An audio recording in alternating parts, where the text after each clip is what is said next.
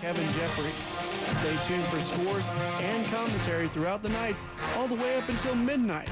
Now, here's Terry Bennett and Grant Goodwin with Sideline to Sideline right here on 88.9 KETR.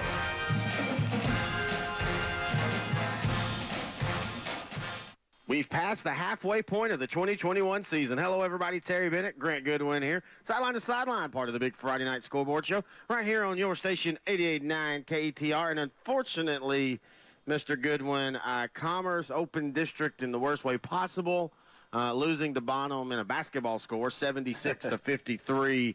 And we talked about it last week, and we've talked about it for the last couple of years. When you're in a district like this, you have to beat the teams you're supposed to, because if you don't, now you've got to upset two teams, not just one, two teams to get back into that playoff race. Yeah. You've got Mount Vernon coming up this week or tonight, which is not going to get any easier by any stretch of the imagination.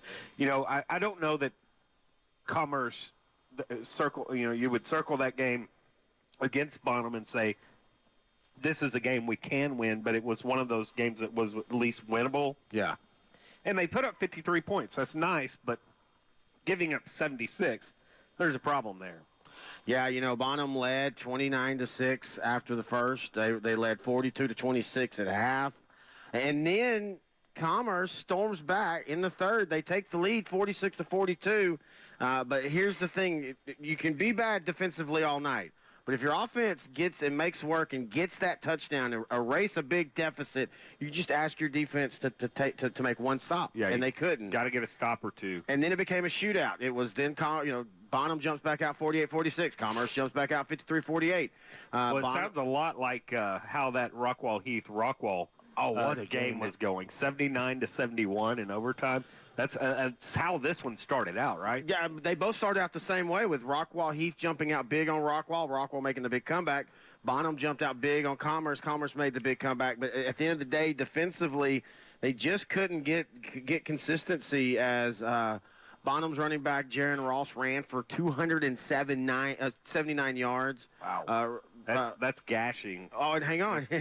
We had Jacob Gordon ran for 96 yards. Dustin Selwell had 5 catches for 100 yards.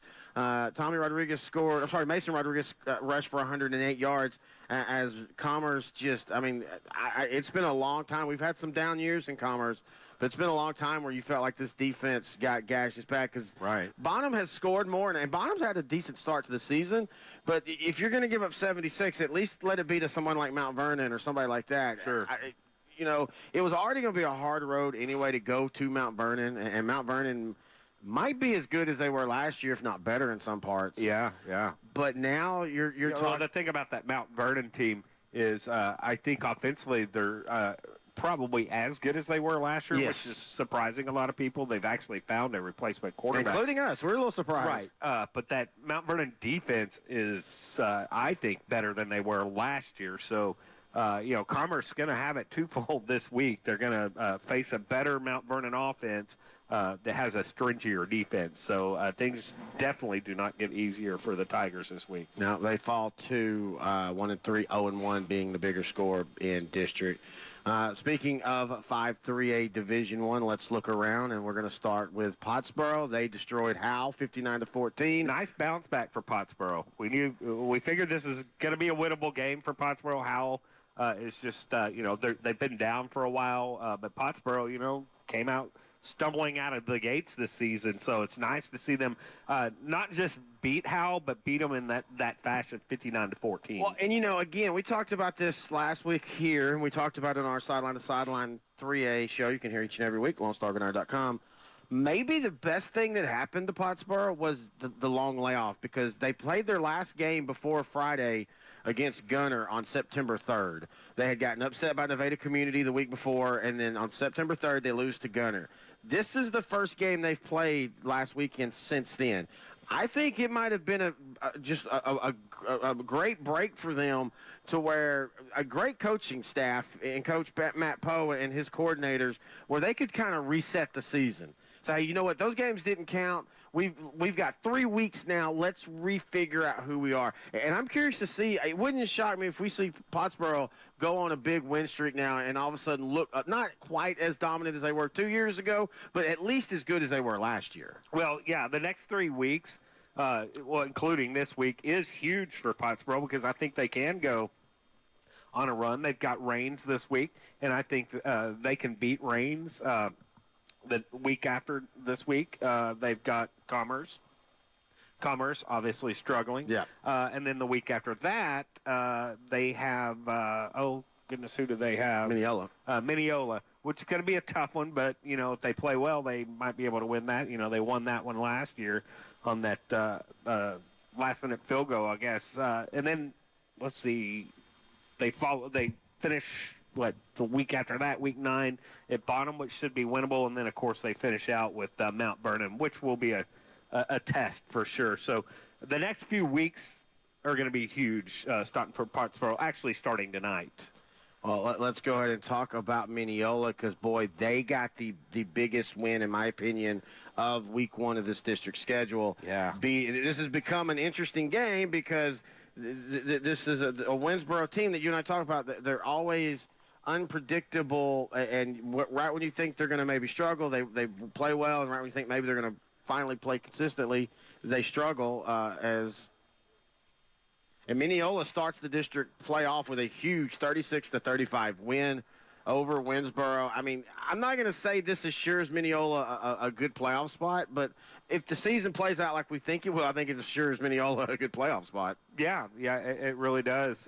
Mineola's, I thought that was an important win to keep themselves in the district championship hunt. Look, if you're Mineola, you're not looking just for a playoff spot. You're looking for that first spot. I think they're that good with Dawson Pendergrass. Well, and here's the thing. That Dawson had his normal night, 231 yards, 3 touchdowns. But here's the thing we talked about they haven't had, and that's T.J. Moreland, the junior quarterback, 7 of 9, 142 yards, 2 touchdowns.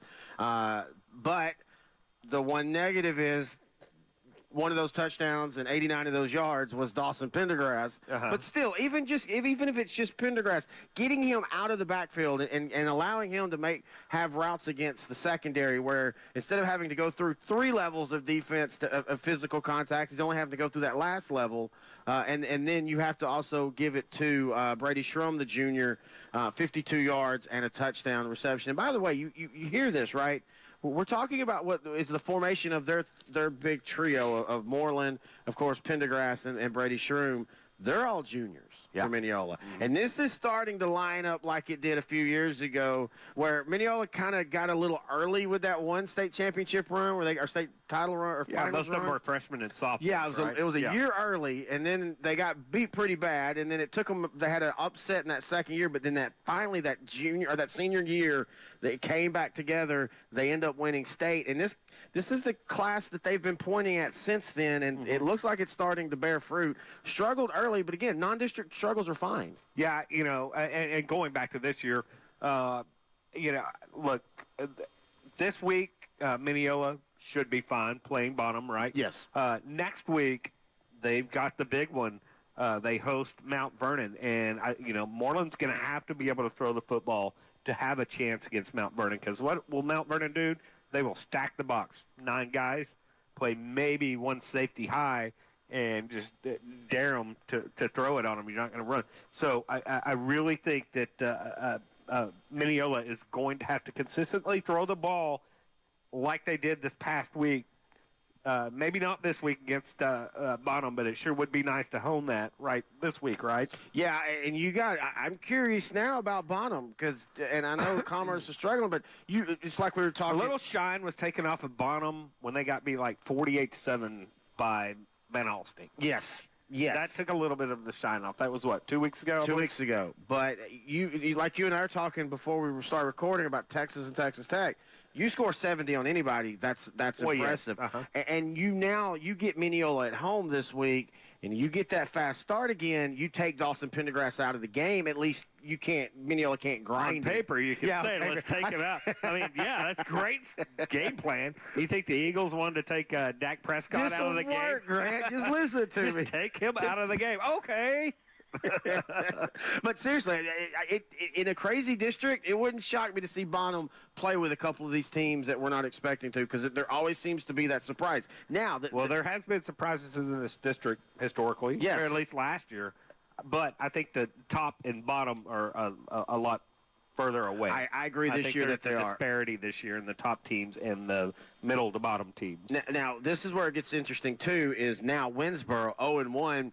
You don't like that you lost the district game, but you went on the road. You basically played one of the district favorites to a standstill. I don't think you feel any worse for wear as a Winsboro team, because you think we take feeling pretty good. That's what I'm saying. You take care of business, and this schedule plays out nicely for them. They get Howe, they get Bonham, they get Rains, then they get Mount Vernon, then you get Commerce, then you get Pottsboro. So Winsboro, of all the teams, had the perfectly spread out where the big dogs, you're not hitting back-to-back-to-back weeks like some of these other teams are. Yeah. And so I don't think you can count out Winsboro in any stretch. Because No. I think you and I both feel that Mineola is still going to get beat. And I only see, to me, Mount Vernon is the only team I feel comfortable I could say I can see them running the table. Right. And I don't think that's going to be easy. I think there's going to be battles, but I think the way everything's shaping up right now, I do feel like Mount Vernon is not going to be pushed. Right now, as of today, I do not think Mount Vernon is going to be pushed. When I say pushed, within 2 touchdowns. All right, let's go ahead and flip now over to 6-4A Division II. And it was a tough week for this district as the week before district play starts. I should say most of the teams are on bye this week. But 6-4A Division II struggled, Grant. Caddo Mills lost to Aubrey. No shame in that. Yes. 27-14. Honestly, I thought Aubrey might win that by a bigger margin. So kudos. Especially at home, at Aubrey being at home. But Sunnyvale losing to Carter 35-27. And I know I've talked about on the 4A that Carter's got a lot of talent, but as you always like to point out, that's never been the issue. It's consistency and numbers. Depth. I'm a little shocked at this one. The other losses that Sunnyvale had, I was fine with. You lose to Gunner, hey, no problem. You lose to Malakoff, hey, Malakoff had a bad record, but look who they had got beat by and how close those games were. But them losing to Carter 2 weeks before you played Caddo Mills, that's gonna. I'm beginning to think that maybe it really is that Coach Settle and the staff, it really is a down year. It's just a rebuilding year for those guys. Apparently, I mean, right now, to me, you've got to think that Caddo and Quinlan have kind of asserted themselves as the 2 favorites in this district for the top 2 spots. Yeah, in Community, they're 2-2, but their 2 losses are to Brock and Grapevine Faith Christian, so there's no shame in that one. And actually, maybe I stand corrected. Maybe Community throws their name in the hat to be a contender for the state or district championship. Quinlan Ford, they're 5-0 for the first time since Chris Island was running back. Now let's look at that schedule. Exactly. Whitney was decent. Whitney's better than what they. I mean, they're not as good as what they were a few years ago, but they're still solid. Blue Ridge is a solid win, and because they beat them 48-14. Then Ferris was a shootout, 58-43. But the last 2 games, it's not been good teams, but I will contend, look at the scores. They beat Roosevelt 58-12. They beat Kemp 50-0. Those are 2 teams that in the past Quinlan Ford would beat, but it would be 27-23 or something like that. So I am impressed that they score a lot, but that goes back to, do you trust the 2-2 Nevada Community in this district, or do you trust the 5-0 Quinlan Ford? Because I still kind of think I trust Nevada Community. That game, by the way, is the last game of the season, is Quinlan Ford versus Nevada Community in Community. So I think that's where the district championship is going to be played. It could be. It very well could be. Now, all teams are off tonight, right? Yeah, everybody's taking a break in this district. So Ford returns next week, and they'll take on Farmersville. I believe that hosts Farmersville. If they play well, Farmersville's getting a little bit better. Certainly better than they were last year, but if you're a Ford Panther, you got to think that, hey, this is our game to lose, right? Yep. And then Community takes on Wills Point next week. That's easily winnable game, I think, for Quinlan. And then Caddo and Sunnyvale get that rematch from last year, where I think Caddo will prevail in that one. This district's shaping up to be fun.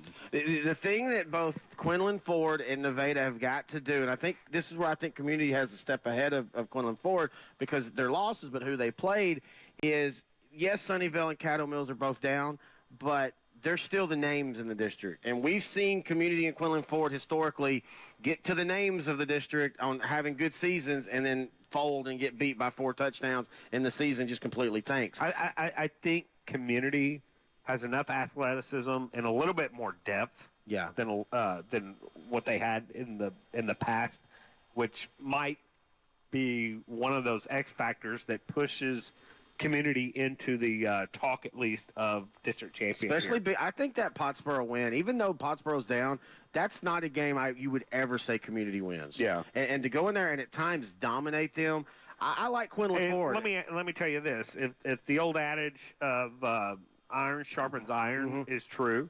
that game that Community got blown out in against Brock probably did nothing but help them, though. Because I will tell you this: nobody in this district they're going to see has anything that what Brock threw at them. I mean, Brock with Cutter, or was it Cutter Jones? Yeah, Cutter Wilson. Cutter Wilson. Cutter Wilson.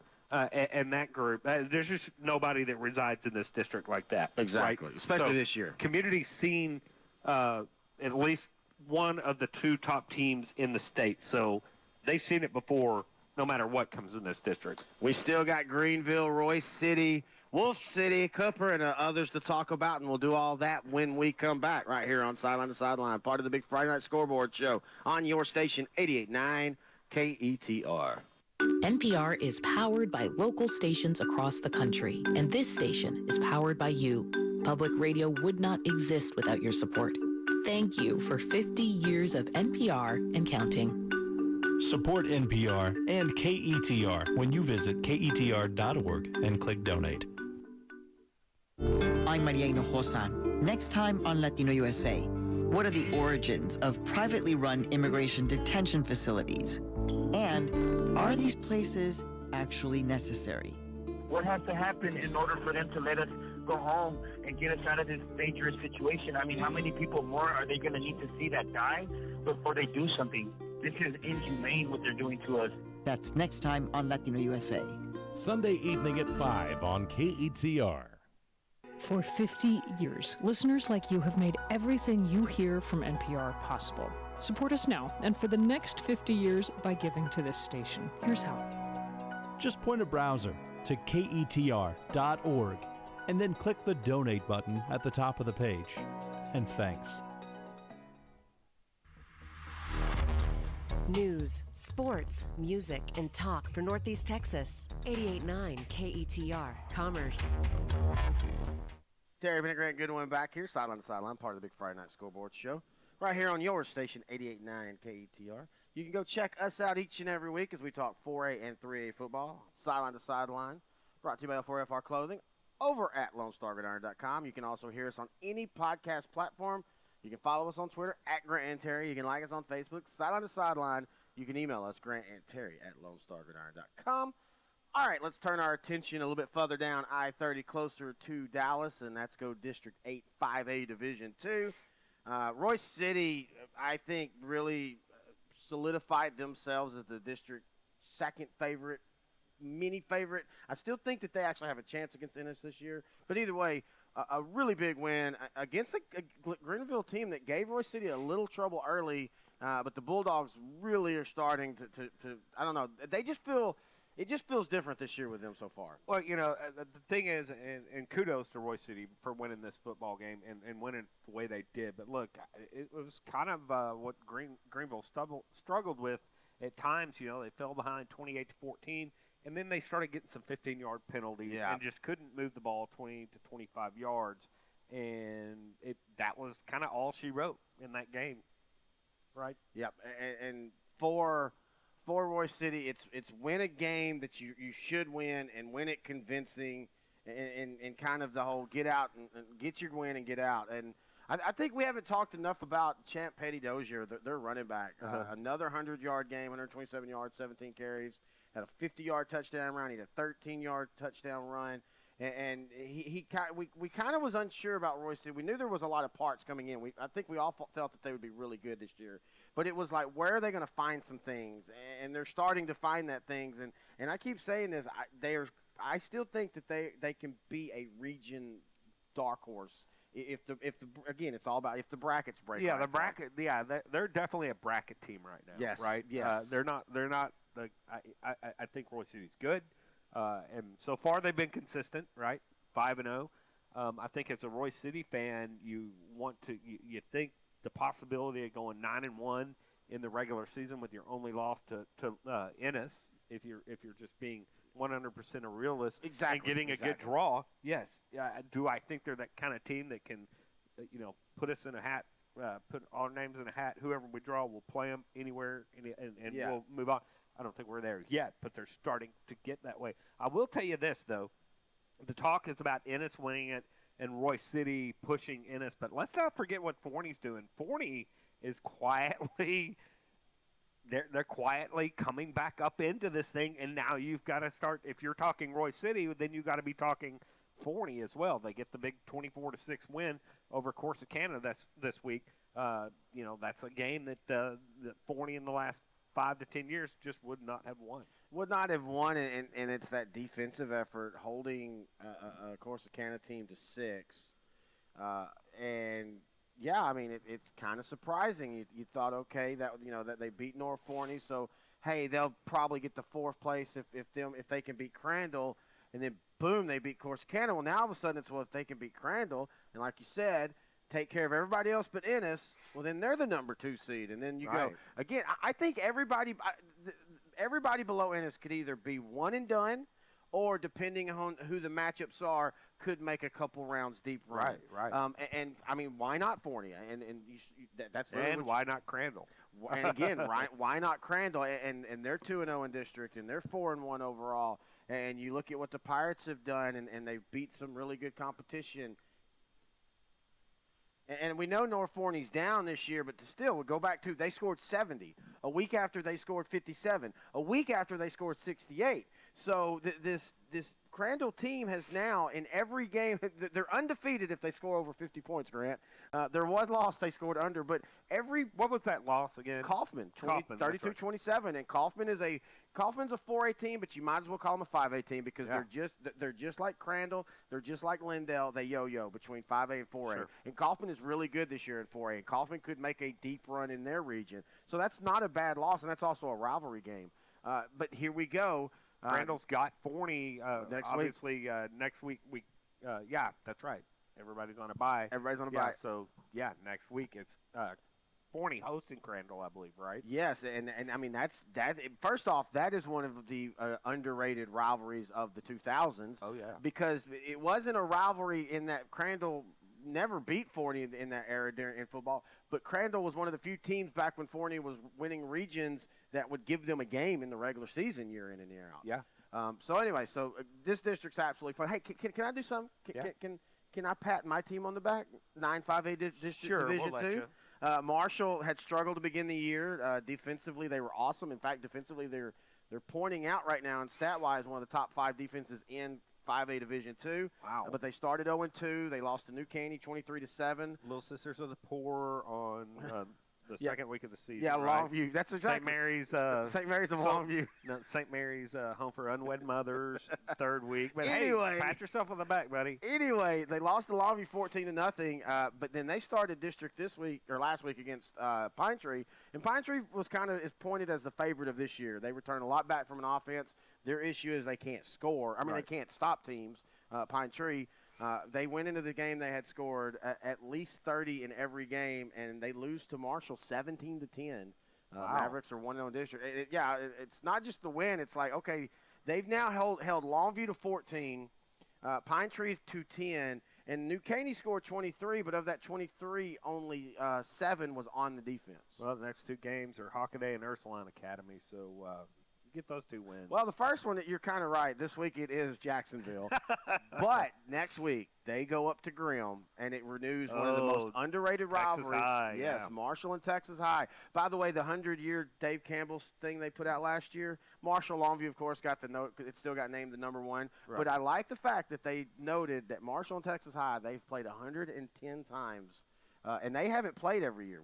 There's been many years we weren't in the same district and stuff. So, yeah, that one in a couple weeks. I bet it's that's one stadium that is kind of on my high school football bucket list that I have not. You've not been to Grimm. I have been around Grimm. Yes. Never inside Grimm, and obviously never seen a game in Grimm. I think that would be pretty special, just the way it's situated. It's one of those that you got to go to because You got to, but you don't ever want to go back because it's just hard to play in that Texas High. Right. Over the last 25 it's like years. a flop house of Texas high school football. Is that what you're talking about? It's like what the Tomato Bowl was before they redid the Tomato Yeah. Bowl, which, by the way, Tomato Bowl now is just wow. Just drove by there on the way to Carthage this last week.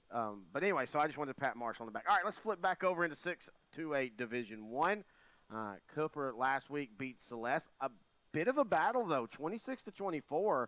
I wonder if that means the Blue Devils are better than their 2-2 record, or is Cooper maybe not as good as their 5-0 record? But again, Celeste, their other loss was to Munster, 38-12. That's not bad. Not bad at all. And Munster's wiping the field with everybody right now. I was about to say losing by what 36 points or 26 points to Munster is not a bad thing. No. And so I think the Blue Devils losing to Cooper by only 2. I think that they've definitely announced themselves as a possible playoff team with all the other teams in the district struggling to begin the year. Rivercrest, they're sitting at 2-3, but they did beat Como-Picton last week, so they're 1-0 in district. Wolf City is 1-0 as they beat Alba Golden in a game that was, I think, a little bit tougher than what you and I thought, 27-20. So this district, we don't know where they're going to go outside of the district in the playoffs, but inside, this is going to be a fun next few weeks. Yeah, it is. And Celeste and Alba play tonight, right? Yes. So, you would think Celeste would win that one, but Alba could surprise you, right? Yeah, I mean, again, we look at we talked about Celeste. Their 2 losses were, 2 quality losses. You look at Alba Golden, they're 3-2. Their loss was to Prairie Land, 28-7 at the beginning of the year. And again, you and I was talking about week 1. Sometimes you just, good or bad, it doesn't count. And then they lose to Wolf City after being on a 3-game win streak. They lose to Wolf City 27-20. You got to feel that this game is an elimination game for one of these teams for first or second. Not for the playoffs, but for first and second. If you go to 2 losses, you're not going to get first and second unless something really gets weird in this playoff in this district. So you got to feel that that's going to be an elimination game. Then you got teams like Como-Picton and Honeygrove. They play each other. I have a feeling, even though it would still be 0-2, this feels like a complete elimination game. Whoever loses this game, I don't think probably makes the playoffs. Yeah, this is a must-win game for Honeygrove or Como-Picton for sure. And I like Honeygrove in this one. Yeah, I do too. The Eagles have played better this year, but it still feels like they're kind of a step behind. They started the year off beating Sims Bowie 20-8. They beat Tom Bean a few weeks ago, but everybody else they've struggled with, and it's not been close. And it's the same issue that's had Como-Picton for the last few years is their offense is not good. It's inconsistent. They've scored 20 in week 1, and since then they've scored 8. They've scored 14. They scored 31 against Tom Bean, but then they scored 8 against Rivercrest last week. So it just feels like any good defense that they're not going to be able to score on. And then we talked about Cooper. Let's talk about Wolf City here. They're 2-1. We beat Alba Golden 27-20. They've got Rivercrest this week, and so this is a whoever wins this controls their own destiny for district. Yeah. And it sounds funny saying that, folks, because it's week 6, but this is week 2 of the district schedule. You've only got, after this week, 4 more games. So you win this. If Wolf City wins this, or the Rebels of Rivercrest wins this, I think that them and Cooper take that. They're in the top spot. I like Wolf City in this game. I think this is a big 2 weeks. This tonight and next week. Obviously tonight, as you said, they've got Rivercrest. But then the next week they follow it up with Honeygrove, and that's quietly become just a slobber knocker every year, right? And that game, the Honeygrove Wolf City game, always seems to mean something. Yeah, right? And you said it best. It's become a game that you don't know what's going to happen, and it's a game that's usually within a couple possessions. 2 years ago, Honeygrove did win it 20-6, but 3 years ago, when Wolf City made the playoffs and made it all the way to De Leon before they lost, they beat Honeygrove. That was a close game. And then last year it was 13-6. They beat Honeygrove. Yeah. And it's a old game. SEC style, right there. Yes, right. Yeah, 7-6, 9-6. Maybe we should start calling Northeast Texas the SEC area. I think Southeast Texas likes that claim. Oh, they do. Yeah, we saw a couple of those a couple weeks ago, right? Yeah. Newton and Western Stark. I mean, that did not look like a miniature Alabama and LSU of old. And no disrespect to Alba Golden, but when I look at Alba Golden, I don't think, Alabama. But Or Western Stark or Newton. If Wolf City takes care of Rivercrest, that puts them in the front seat of district with Cooper. And if they beat Honeygrove, you then knock a Honeygrove team who at that time we think will be 1-0. You then knock them down, and you start to clear that path for the last game of the season. And that's Wolf City hosting Cooper, and that, I think, is going to probably be for the district championship. And are you kind of feeling it's Cooper's district to lose right now? Yeah, I really am. I think that this could be a team that even could, if they get that first – I think the first seed of this district can win the next round. It's after anything below that, you're going to struggle. Right. But I think Cooper could be a team that does what they did a few years ago and go 10-2, and make a few rounds. But we'll see. But anyway, that's a look at it for Week 6. I want to remind everybody you can follow Grant and I on Twitter at Grant and Terry. Like us on Facebook, Sideline to Sideline. Email us, Grant and Terry at LoneStarVidIron.com. You can also check out our 4A and 3A shows over at LoneStarVidIron.com. Week 6. District races are going to start settling. That means next week we can start seeing some teams clinching playoffs and stuff. We'll talk about that all next week right here on Sideline to Sideline, part of the Big Friday Night Scoreboard Show, right here on your station, 88.9 KETR.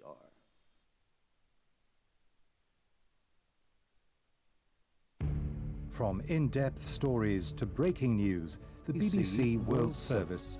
Overnight, every night on 88.9 KETR. Support for KETR comes from its members and from Cyprus Bank, offering both deposit and loan products including checking, online banking, ATMs, and the Cyprus Check Card. Family financial centers located in Commerce, Mount Pleasant, Pittsburgh, and Lone Star. Equal housing lender and member FDIC. Find more information at cyprusbanktx.com. Wake up and text. Text and eat. Text and meet up with a friend you haven't seen in forever. Hi. Oh, hey. Text and complain that they're on their phone the whole time. Text and listen to them complain that you're on your phone the whole time. Text and whatever. But when you get behind the wheel, give your phone to a passenger. Put it in the glove box.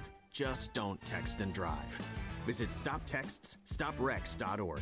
A message from NHTSA and the Ad Council.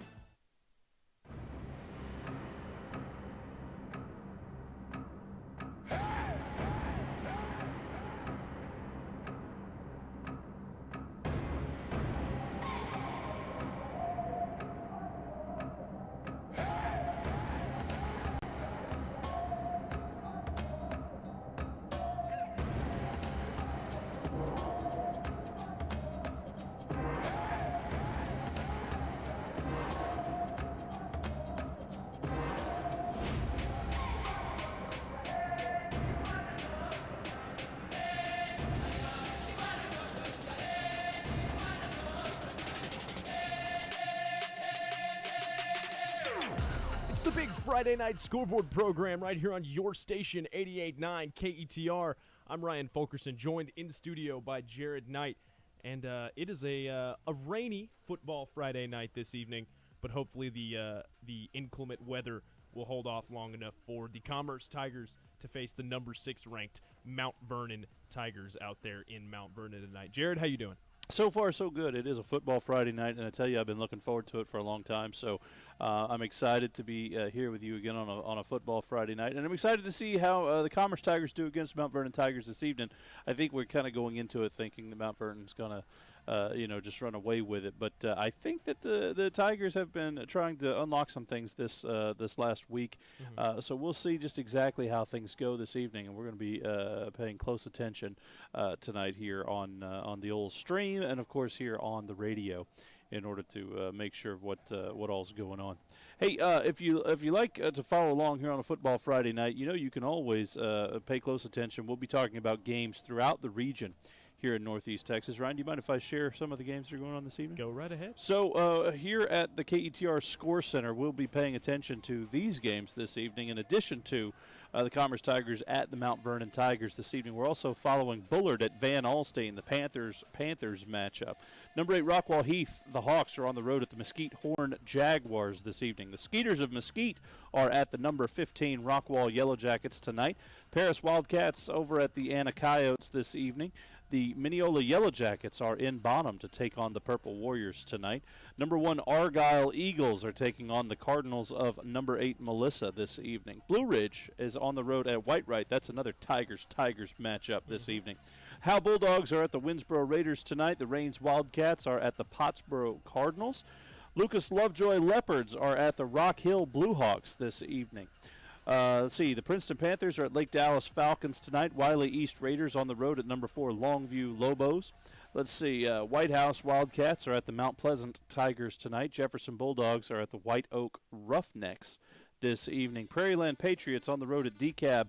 Honeygrove is at Como Picton tonight. The Warriors take it to the Eagles. Let's see, Blooming Grove is at Edgewood this evening. The Lone Oak Buffaloes are on the road at S&S Consolidated tonight. And, of course, Pagoda Rivercrest on the road at Wolf City, in Wolf City this evening. The Rebels take on the Wolves tonight. 2 games played on a Thursday night. Gunter beat Bells last night. It was 41-14 the final. The Gunter Tigers beat the Bells Panthers. And then the Panthers of Alba Golden also got beat last night by Celeste. The Blue Devils won 44-21 was the final score. Celeste over Alba Golden last evening. We'll be following these scores this evening. So many teams on bye this week, Ryan.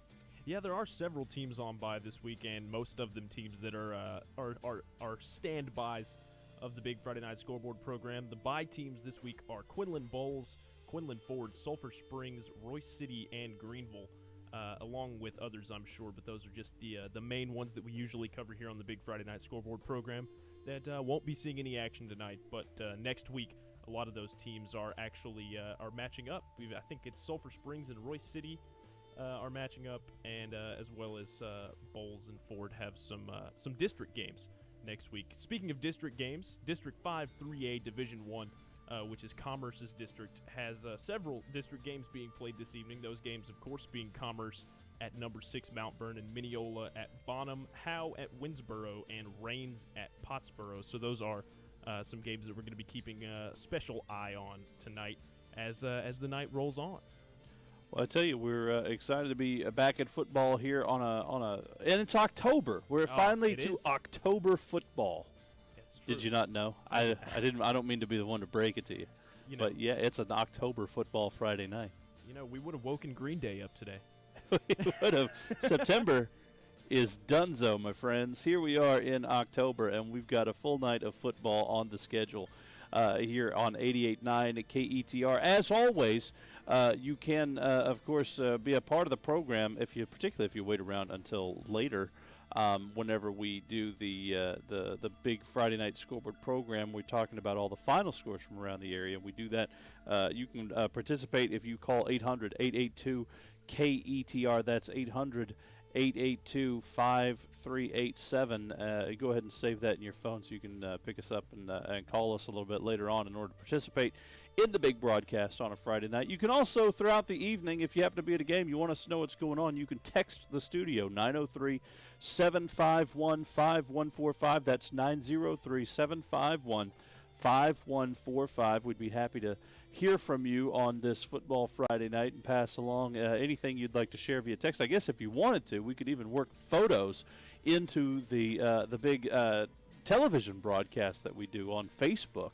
So if you happen to be following along on Facebook.com/KETR Radio, you can definitely watch what we are doing in terms of a live stream here on a Football Friday night. So all this and more on the way this evening. And I did want to tell you, I guess you could follow along on Twitter with scoring updates at KETR Sports if you like. And you can also engage with us there.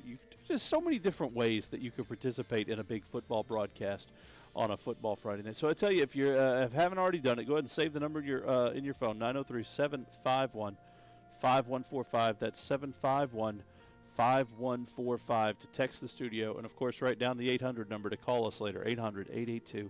KETR. That's 800 Tubjets. That's true. And we'll have you on the radio a little bit later on.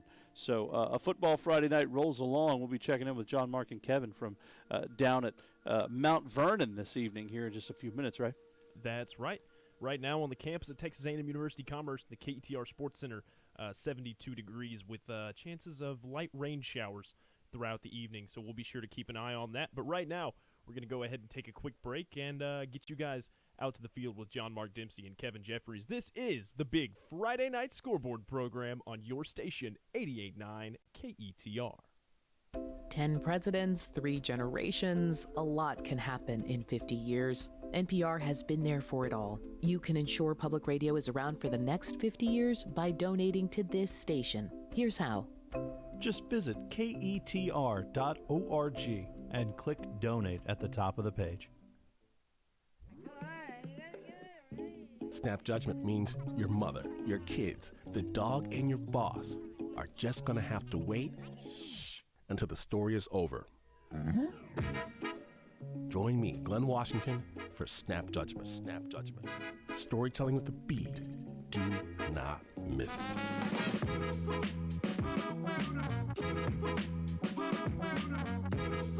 Saturday afternoon at 3 on KETR. You took the first step and quit smoking, but even former smokers may still be at risk for lung cancer. That's why SaveByTheScan.org wants you to know about a new low-dose CT scan that can detect lung cancer early.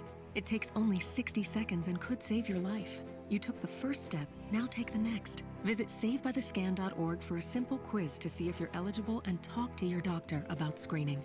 SaveByTheScan.org is brought to you by the American Lung Association's Lung Force Initiative and the Ad Council. NPR is powered by local stations across the country, and this station is powered by you. Public radio would not exist without your support. Thank you for 50 years of NPR and counting. Support NPR and KETR when you visit ketr.org and click Donate. NPR is powered by local stations across the country, and this station is powered by you. Public radio would not exist without your support. Thank you for 50 years of NPR and counting. Support NPR and KETR when you visit ketr.org and click Donate. The Thomas Jefferson Hour is dedicated to the search for truth and the tradition of Thomas Jefferson. Nationally acclaimed humanities scholar and award-winning first-person interpreter of Thomas Jefferson, Clay Jenkinson, portrays Jefferson on the program. He answers listener questions while in the persona of Jefferson.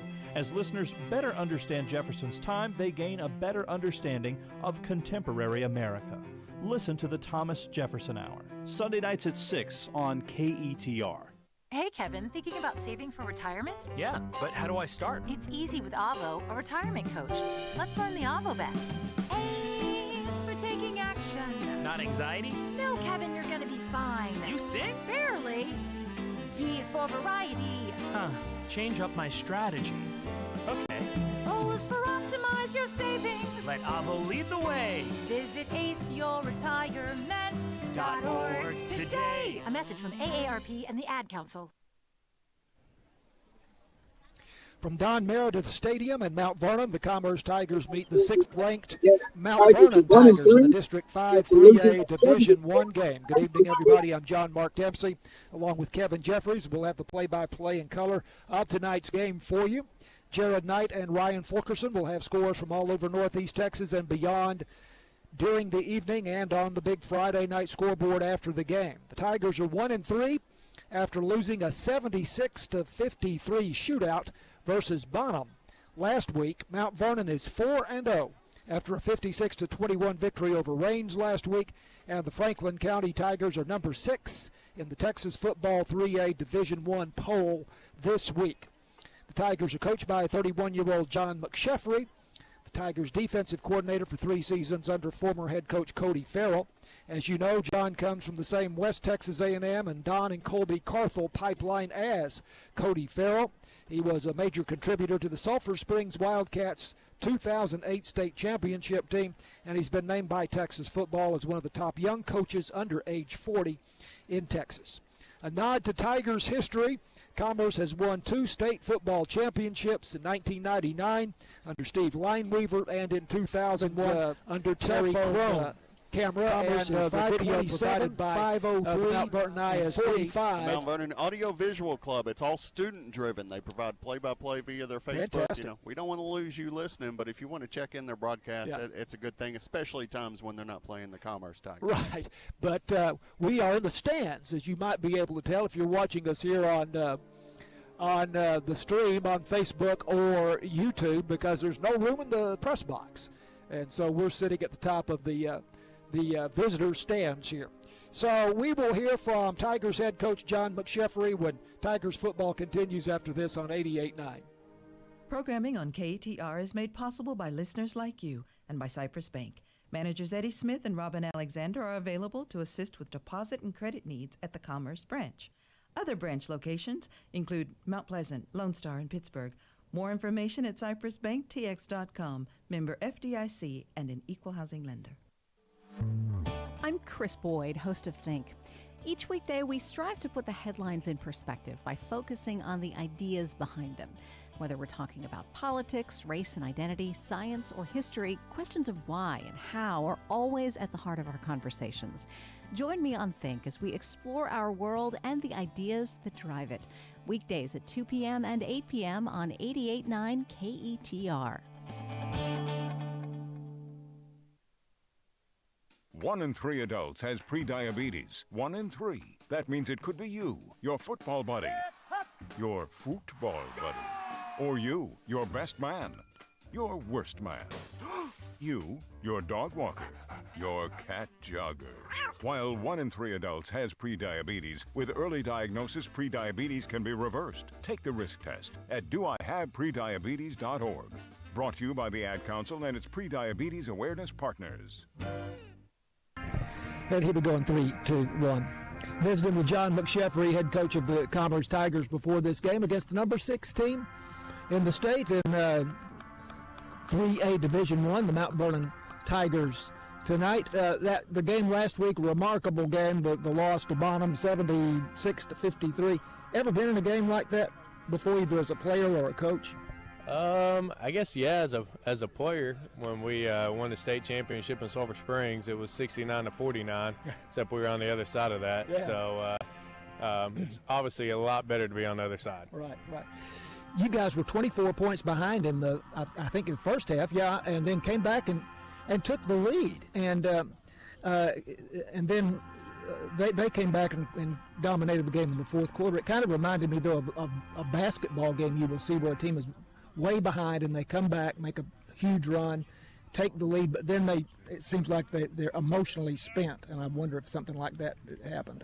I would say, we just didn't finish. We didn't finish the game. The first half was probably one of the worst first halves I've been a part of, just from execution to penalties, just sloppy play. And then we kind of got that stuff settled down at halftime and got it fixed and came out third quarter and did what we're supposed to do. And then after that, it was just we couldn't finish the ball game. And so that's something that, obviously tonight you got to play 4 quarters. You expect to win the game, you got to play 4 quarters.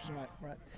I thought the one play that turned it was you guys had scored and you pinned them back at their 4-yard line on the kickoff, and things looked like they were going your way, and then they popped the 96-yard run. Yeah, absolutely. Yeah, I was extremely disappointed in the linebackers fit there, and then the safety not making the tackle, and then the corner not making the tackle. So, you got to eliminate big plays. Even if, we could have kept it to be a 20-yard gain or something like that, we'd be in better shape. But 96-yard rush for a touchdown is not good to swallow. Yeah.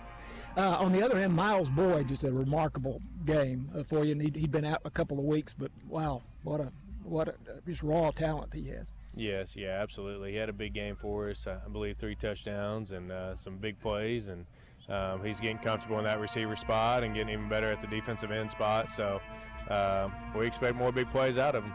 Darren Beal and Brody Bauman pretty much shared time. You expect that to continue? Yes, sir. Yeah, right now both of them kind of bring something different to the table, so we're going to keep rotating them and, and just kind of let them run our offense. Okay. What's your team's attitude, demeanor been like this week? They bounced back quick? Yeah, it's been good. I think overall it was a good week of practice. Obviously when you're preparing for Mount Vernon, high tempo, fast offense, that's kind of what you practice during the week, is getting as many reps and getting people to line up as fast as they can and get ready to execute, and then also get in shape for that, being able to think and with that style of play, that's the biggest thing. So. You guys motivated to play the number 6 team in the state? Is that an exciting thing? Oh, yeah, absolutely. Anytime you play somebody ranked, it's fun. Just like I tell anybody, this is why you play the game, for opportunities like this. So. Art Briles is gone, but Brad Willard is a close disciple of his. He was the offensive coordinator, so I doubt that much has changed here. No, he's doing the same thing. He learned from one of the best, and he's just keeping it rolling here in Mount Vernon. So. Yeah. They have a lot of weapons on offense. Oh, yeah, they are extremely dangerous at receiver and really good running back. Quarterback does a great job operating. Yeah, they're good across the board. Yeah. They have a linebacker, Keaton Decker, who had 128 tackles last year. Looks like he's back to the same thing this year. But otherwise on defense, what stands out to you? They just play really hard. They're simple when it comes to defensively, but they just allow them to line up and play fast. And those kids trigger and do a good job of playing with aggression. And from that, when you play with great effort, that's what, those are the kind of results you get. So, Coach, good luck. Thank you. John McSheffrey, head coach of the Commerce Tigers, and Tigers football continues after this on 88.9. Support for KETR comes from its members and from Cypress Bank, offering both deposit and loan products, including checking, online banking, ATMs, and the Cypress Check Card. Family financial centers located in Commerce, Mount Pleasant, Pittsburgh, and Lone Star. Equal housing lender and member FDIC. Find more information at cypressbanktx.com. Rinaldo Alessandrini joins us yet again, and this time we're into the 18th century. One of the rare sacred works of Domenico Scarlatti, one of the largest oratorios of the Renaissance by Vivaldi, and one of the cousins of Bach, this week on Millennium of Music. Sunday morning at 6 on 88.9 KETR. For 50 years, listeners like you have made everything you hear from NPR possible. Support us now and for the next 50 years by giving to this station. Here's how. Just point a browser to ketr.org and then click the donate button at the top of the page. And thanks. Programming on KETR is made possible by listeners like you and by Cypress Bank. Managers Eddie Smith and Robin Alexander are available to assist with deposit and credit needs at the Commerce branch. Other branch locations include Mount Pleasant, Lone Star, and Pittsburgh. More information at cypressbanktx.com, member FDIC, and an equal housing lender. The music on Sunday Baroque is perfect for your weekend. Whether you're relaxing with the paper, heading off to church, brunching with family, or digging in the garden, I hope you'll take Sunday Baroque along. It's here for you every Sunday from 10 a.m. to 2 p.m. here on 88.9 KETR.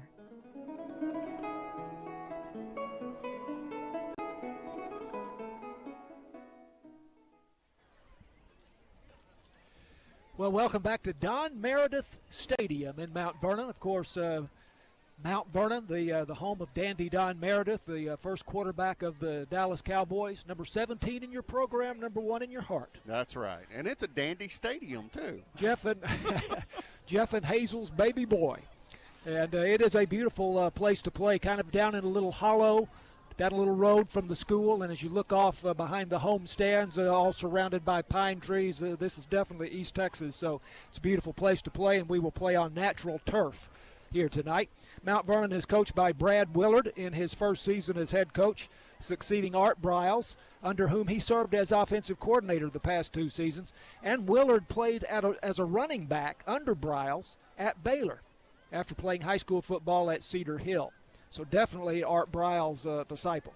Last season, Mount Vernon went 12-3 and made it to the state semifinals, where they lost 24-17 to Jim Ned from Tuscola, which went on to win the state 3A Division I title. Mount Vernon is led by quarterback Braden Bennett. He has completed 54 of 91 passes for 1,078 yards, 13 touchdowns, 2 interceptions. Mackenzie McGill is their leading rusher with 514 yards, 7.2 yards per carry, and 10 touchdowns. Caden Kaufman, 18 receptions, 427 yards, and 7 touchdowns for Mount Vernon. Mount Vernon and Commerce have been in the same district a number of times over the years, in particular in the 50s when the Tigers played against Don Meredith when he was quarterback and linebacker for Mount Vernon. Not that often, however, in recent years. Mount Vernon has won the last 5 games versus Commerce, 45-20 at Commerce last year, 47-14 in 2017, after which the Tigers went on their astounding late season and playoff run. Mount Vernon won 38-20 in 2016 and 32-28 in 2006, 42-28 in 2005. Our national anthem from Don Meredith Stadium in Mount Vernon.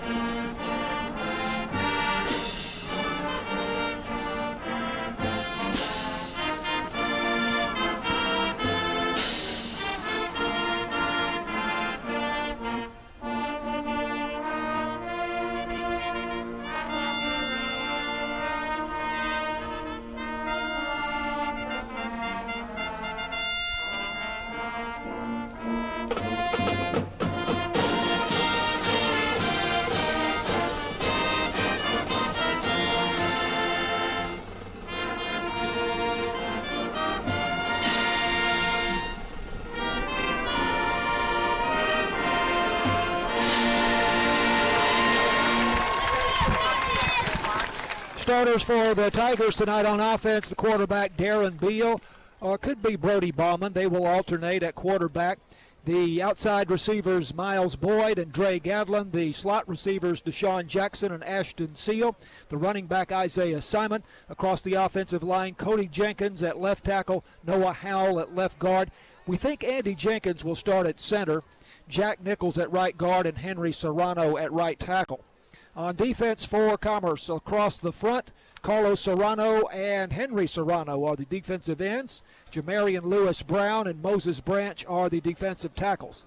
The outside linebackers, Carlos Aubrey and Isaiah Simon, and inside linebacker, middle linebacker, Kendrick Greer. The cornerbacks are Dre Gadlin and Tyshawn Harris.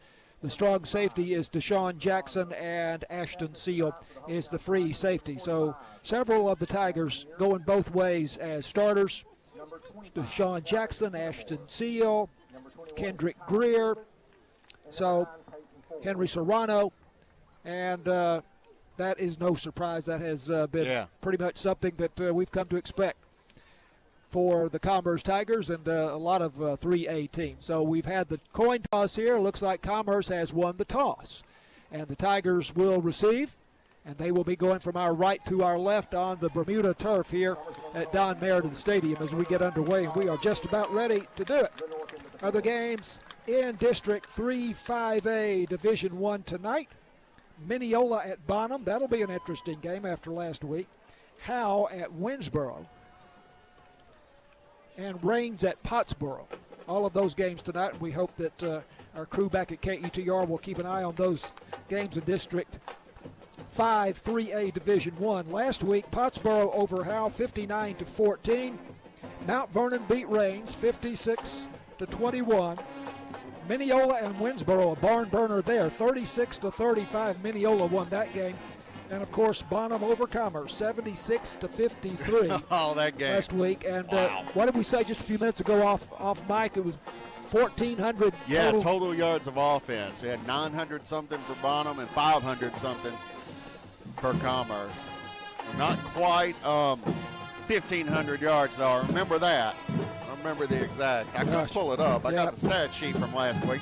I noticed the Commerce coaches have been doing a fabulous job of stats, but they couldn't keep up last week either, so I had to go with ours to do the accumulated stats this week. Yeah. So there may be some errors there, the unofficial stats, as it were, but woo, that was a game. Mount Vernon's colors are purple and white. They wear purple jerseys, purple pants, white headgear, silver numbers outlined in white. Tigers in their white road jerseys, orange numerals outlined in black. The black pants, black headgear. Here's the kickoff by Adrian. And here's the return now for Commerce. Mount Vernon's colors are purple and white. They wear purple jerseys, purple pants, white headgear, silver numbers outlined in white. Tigers in their white road jerseys, orange numerals outlined in black. The black pants, black headgear. Here's the kickoff by Adrian. And here's the return now for Commerce. And this is Isaiah Simon. The kickoff for Mount Vernon by Adrian Diaz. And it was taken by Isaiah Simon around the 30-yard line. And a nice return there by Isaiah Simon out to the 50-yard line. Yeah, he caught the ball, got a little bit of blocking there, started towards the middle, and then took it back to the outside. Eventually nudged out of bounds at midfield. Mount Vernon doing what we see a lot of lately, the short pass to try to make something good happen, but Isaiah Simon handled it well. Tigers moving from our right to our left at Don Meredith Stadium. And it will be Darren Beal who starts at quarterback for Commerce. Have a back in the pistol, do the Tigers. And on first down, they go wide. And here's a nice game. Breaking free down the right side for Commerce. And all the way to the end zone for a touchdown, and that is Ashton Seal for Commerce. 50 yards on the first play from scrimmage, and Commerce leads the number 6 team in the state of Texas in 3A Division I football 6-0. How about that? Well, if you want to get it done against Mount Vernon, you're going to need a lot more of that tonight. But fantastic job out there, great blocking. Just put Mount Vernon back on their heels immediately. Tigers show the swing and gate, or they spread it out, and the two-point conversion is good. As Darren Beal throwing to Isaiah Simon at the front left corner of the end zone. He was wide open. 8-0 Commerce. With 11:42 left to go in the first period. This is Tigers football on 88.9. 10 presidents, 3 generations. A lot can happen in 50 years. NPR has been there for it all. You can ensure public radio is around for the next 50 years by donating to this station. Here's how. Just visit ketr.org and click Donate at the top of the page. If you're looking for a way to truly help children in need, become a CASA volunteer. CASA stands for Court Appointed Special Advocate. It means that you'll represent the best interest of a child in need in court. You'll work with attorneys and social workers to make sure that child is safe in the foster care system. You won't be a foster parent, but you will be a voice making a real difference at a critical turning point in his or her life. Because every child deserves a chance, and that chance is you. Volunteer today at becomeacasa.org. Sponsored by Texas CASA. Ashton Seal, the 50-yard run for Commerce. Here's the kickoff, and Emmanuel Castillo kicking off to the far side on an angle, as we have become accustomed to. Now it's breaking loose. That was Carson Foose. It looked like the play was going to be down, but somehow the ball went to another one of the Mount Vernon Tigers, and he carried it into Commerce territory. He got some good blocking up the sideline there. Able to knock the Tigers off, and then he dragged a few Commerce Tigers for about 8 yards. Once they did, got into Commerce territory to the 40. So that is a 26-yard kickoff return combined between two Mount Vernon Tigers, and they start off at the Commerce 40-yard line. Mount Vernon moving from our left to our right. And on first down, the quarterback, Bennett, will keep it between the tackles and gets to the Commerce 29-yard line for a first down. Braden Bennett. And now running play off left tackle on the second play from scrimmage. And this is Mackenzie McGill, who gets to the 25-yard line of Commerce for a gain of about 4 yards. Second down and 6 for Mount Vernon. Commerce on top 8-0. A pass now intended over the middle for the receiver, breaking in from left to right, and incomplete. And so this will be third down and 6 for Mount Vernon. That was intended for Nicholas Lacey. Here's the 3rd and 6 play, and it is Braden Bennett spinning away from a tackler and then tackled at the 20-yard line.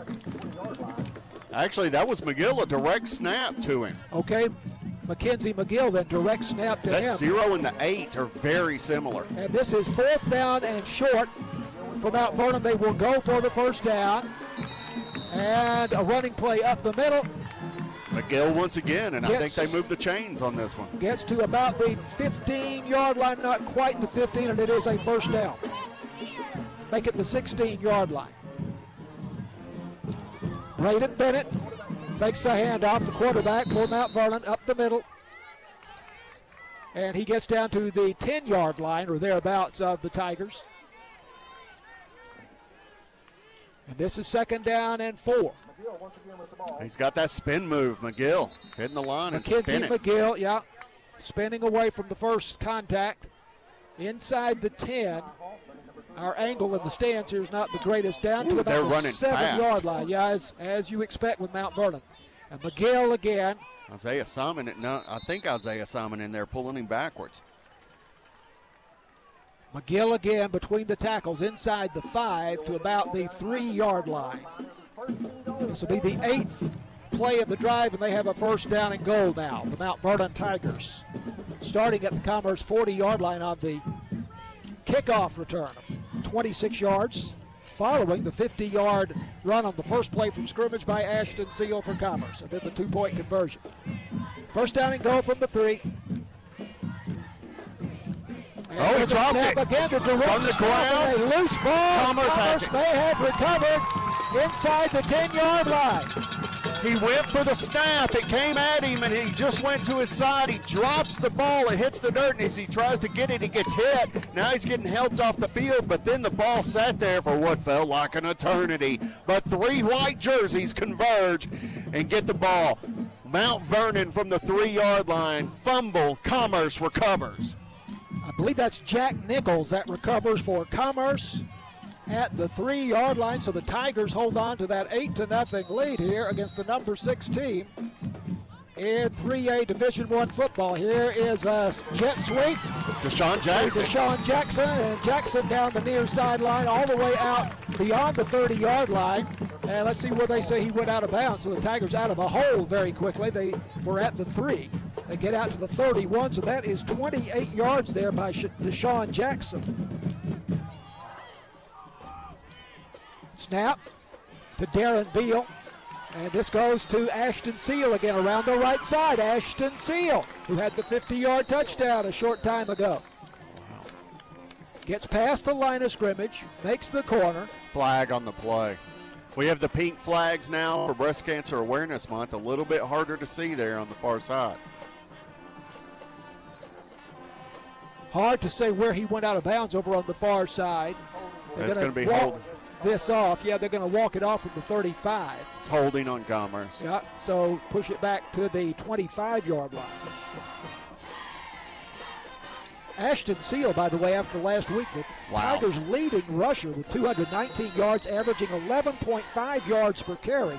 Now he will have 2 rushing touchdowns this season. So this is first down and 15 for Commerce from the 25-yard line. It's a flag. I think we got a false start on Commerce. Ouch. You get that fumble down, you stop Mount Vernon, and then these penalties. And then they have the 28-yard run by Deshaun Jackson. This pushes them back even further to the 20.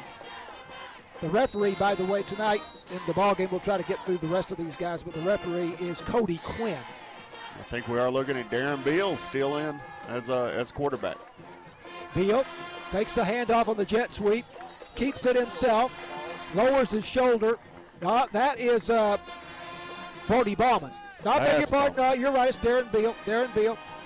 Darren Beal still in the game. They look so much alike, and they each have a single-digit numeral. Yeah, and the jerseys bunched up under the shoulder pads. So 7 yards there to the 27-yard line. This is 2nd and 15.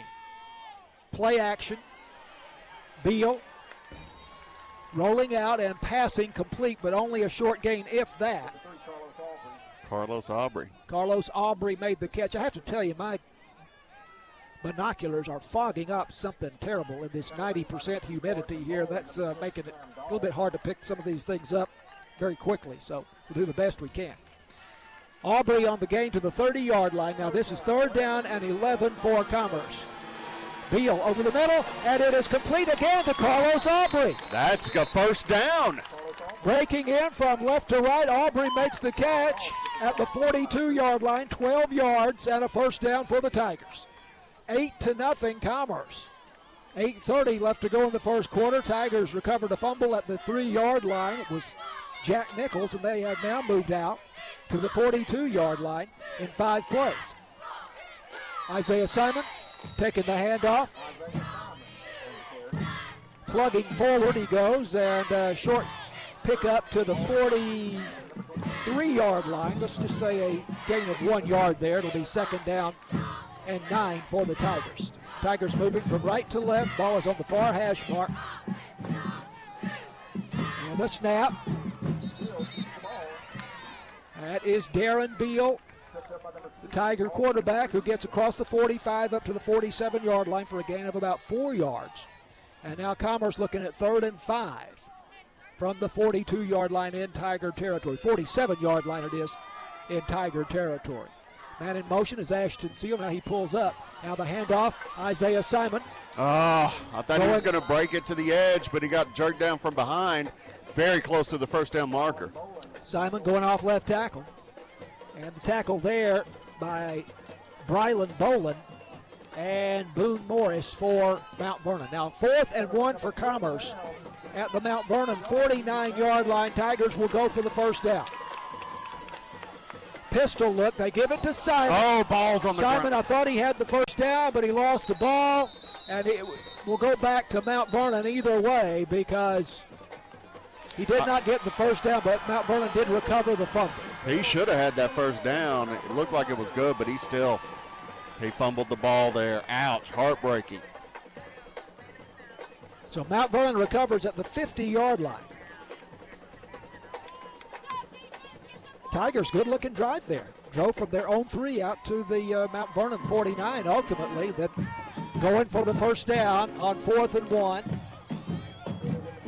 And I thought they had it. It just got ripped out from his hands as it hits the dirt. Mount Vernon recovers. 8-0 Commerce leading. Here is a quick pass. This is Jaden Horton, makes the catch in the flat on the far side. And Horton down to about the Commerce 30-yard line. And it will obviously be a first down. Tyshawn Harris takes him out of bounds. At that point, they say actually he goes out of bounds at the 33. So still a gain of 17 yards to Horton. On first down, handoff, running play up the middle. And big pile of bodies all the way down to about the 25-yard line. That's McGill once again, I believe. Gets about 12 yards. Mackenzie McGill gets to the 24-yard line for a gain of 9 yards. And official's going to take a timeout, injury timeout. Commerce player is slow to get up. Tyshawn Harris out there on the far side. Very fast pace of play here. It's also very humid, John Mark. Yeah, well, right. It just now started really cooling off. It felt, driving up here, temperature said it was 74 to 76, and I was like, you're out of your mind. It is not that cool. But it is. I think we had, before the game started, the reading of 90% humidity, 74 degrees. And I can tell the humidity because, again, looking through these field glasses, it looks like they're playing in a fog, you know. Yeah.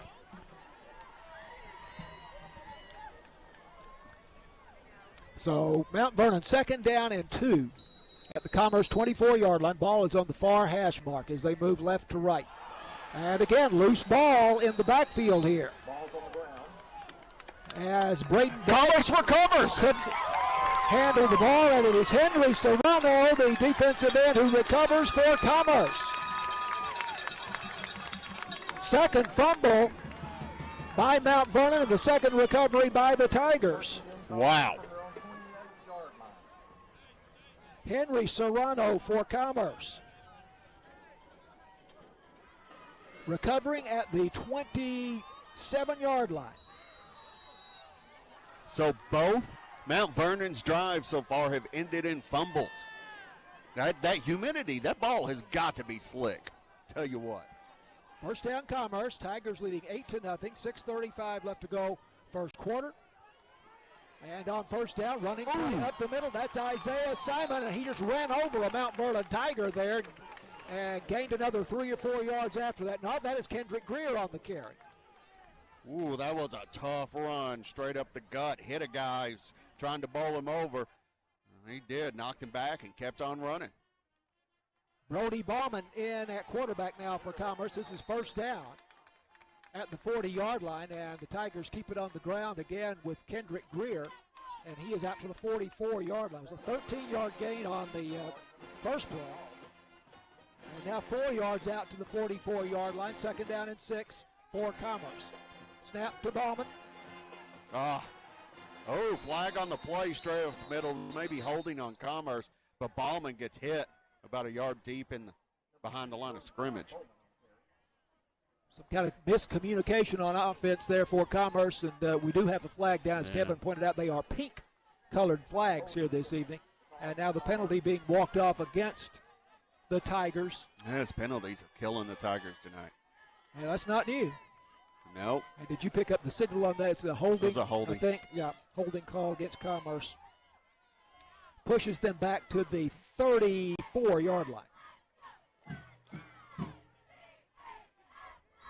And it will be second down and 16 for Commerce. Play action, Bauman passing over the middle for Deshaun Jackson. Just a little too far out of his reach at the 45-yard line, incomplete. And it'll be third down and 16 for Commerce. Tigers leading 8-0. 5:43 left to go in the first quarter. Commerce scored on the first offensive play from scrimmage, a 50-yard run by Ashton Seal, then the two-point conversion pass to Isaiah Simon. Movement. False At the start. line of scrimmage. Well, was it? Or, false start Commerce. I thought that. It was Cody Jenkins turned early, just had the count wrong. The Mount Vernon band, you may have heard, started getting loud, getting into the game. And so Jenkins just didn't hear that snap count correctly and went to get his block a little early. That pass, it was Deshaun Jackson could have had it. Yeah. But it was thrown very high. Deshaun Jackson actually did a good job defending it. Third and 21 for Commerce. And Bauman rolling out to his left, throwing across his body, intended for Carlos Aubrey at the 50-yard line, but too tall. And Tigers looking at fourth down here and 21 from the 28-yard line in Tiger territory. And they're bringing out Emmanuel Castillo to punt this one. Back to return for Mount Vernon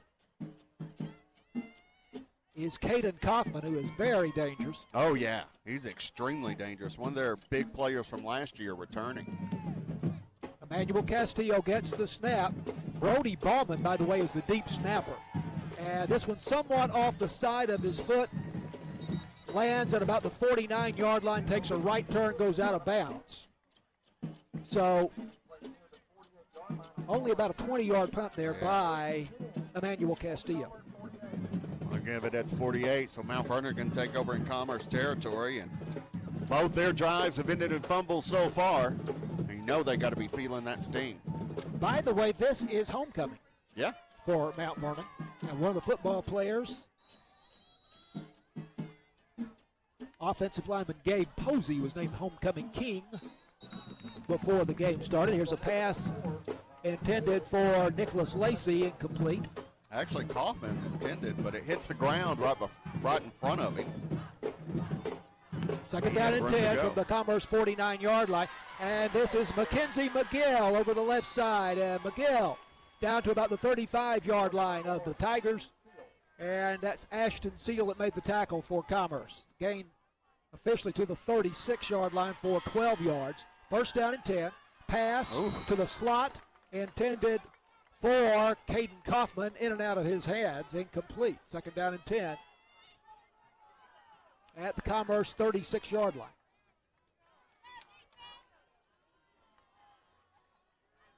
Mount Vernon operating out of the spread. Here's a pass again to the slot intended for Caden Kaufman, down around his ankles, incomplete. Third down and 10. I mean, Commerce is playing 10 yards off of him. It's a good decision, but they're going to keep trying it till they can get it, with Kaufman being one of their big playmakers. Commerce giving him room to catch and run. Now they play a little tighter. Braden Bennett takes the snap on this 3rd down and 10. Pass to the flat on the far side is complete.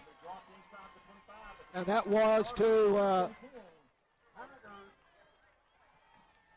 Rafe Ramsey. He makes the catch, and it's good for a first down at the 24-yard line of the Tigers. Gain of 12 yards. Braden Bennett, the quarterback, taking the snap, going wide, pursued by Miles Boyd for Commerce. And brought down around the 20-yard line. So 2nd down and 7 for Mount Vernon. Here's a handoff to McGill. Mackenzie McGill up the middle. And McGill into the secondary, down to the 5-yard line, and finally brought down by 3 or 4 Tigers at about the 3-yard line. Just hitting that middle of the line, exploding. 19-yard gain by Mackenzie McGill. 8-0 Commerce. 4:36 left to go first quarter, but it is 1st and goal for Mount Vernon at the Commerce 3-yard line. They fumbled down the Commerce 3 on their first possession, and it was recovered by Jack Nichols for Commerce. Then Henry Serrano recovered another fumble for the Tigers, but Mount Vernon threatening again. All kinds of personnel changes going on here. Still 24 seconds on the play clock. Plenty of time to get the play off. They have an H-back. Mason Pope here. Another loose ball, another fumble on the ground. You gotta be kidding me. They fumble at the 3-yard line again, and it's Commerce football. Commerce recovers for the 3rd time. Wow. Deja vu. I've got this Carlos Serrano making the recovery for Commerce. Commerce recovers the 3rd fumble in the first quarter. Just a bad snap, bounced off his hands once again. Carlos Serrano comes up with it for Commerce. Good heavens. The Serrano brothers recovering them fumbles tonight. Henry Serrano recovered on the last possession. Now Commerce 1st down at the 3-yard line. 6-yard line is what I've seen. Oh, they've given them the 11, actually. Well, it says 11 on the scoreboard, but is that right? Yes, it is. There's 11-yard line. You're right. The 11-yard line. And you hear the whistles as the Tigers get the first down play underway.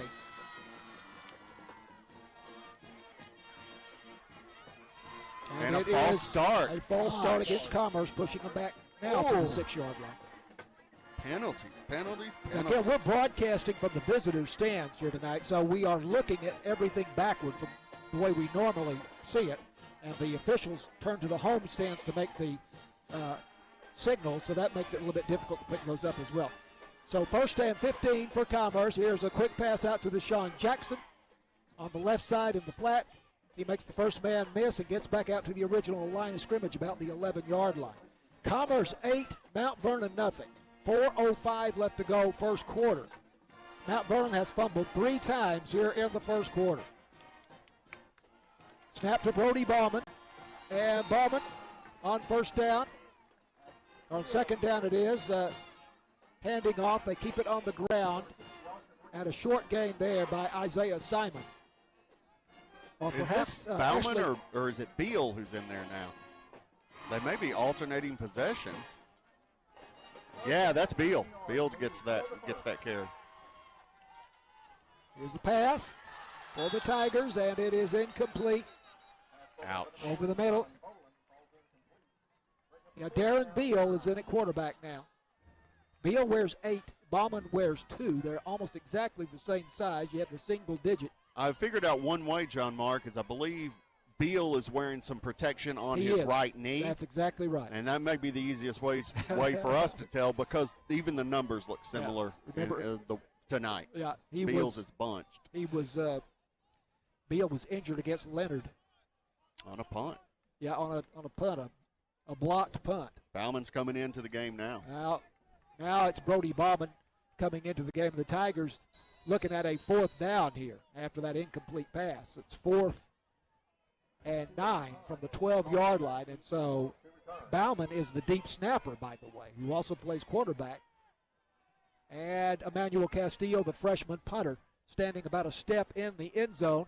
gets this punt away, and this is a better-looking punt than the last one. Lands and takes a nice Tiger roll into Mount Vernon territory to the 39-yard line. And the return here by Kaufman makes the first man miss, and here comes Kaufman to the near side across the 50, across the 40, and brought down at the Commerce 35-yard line by Kendrick Greer. Great punt return there by Caden Kaufman for Mount Vernon. Yeah, got it at 39, got it of his own territory, gets it all the way down to the 36 in Commerce territory. 25-yard punt return by Caden Kaufman. After the punt, and it was a good punt by Emmanuel Castillo. Yeah, and took a good Commerce bounce, but 44-yard punt, but a 25-yard return. There was a Commerce player down there immediately to make the hit. We have a flag on this, and it's against Commerce.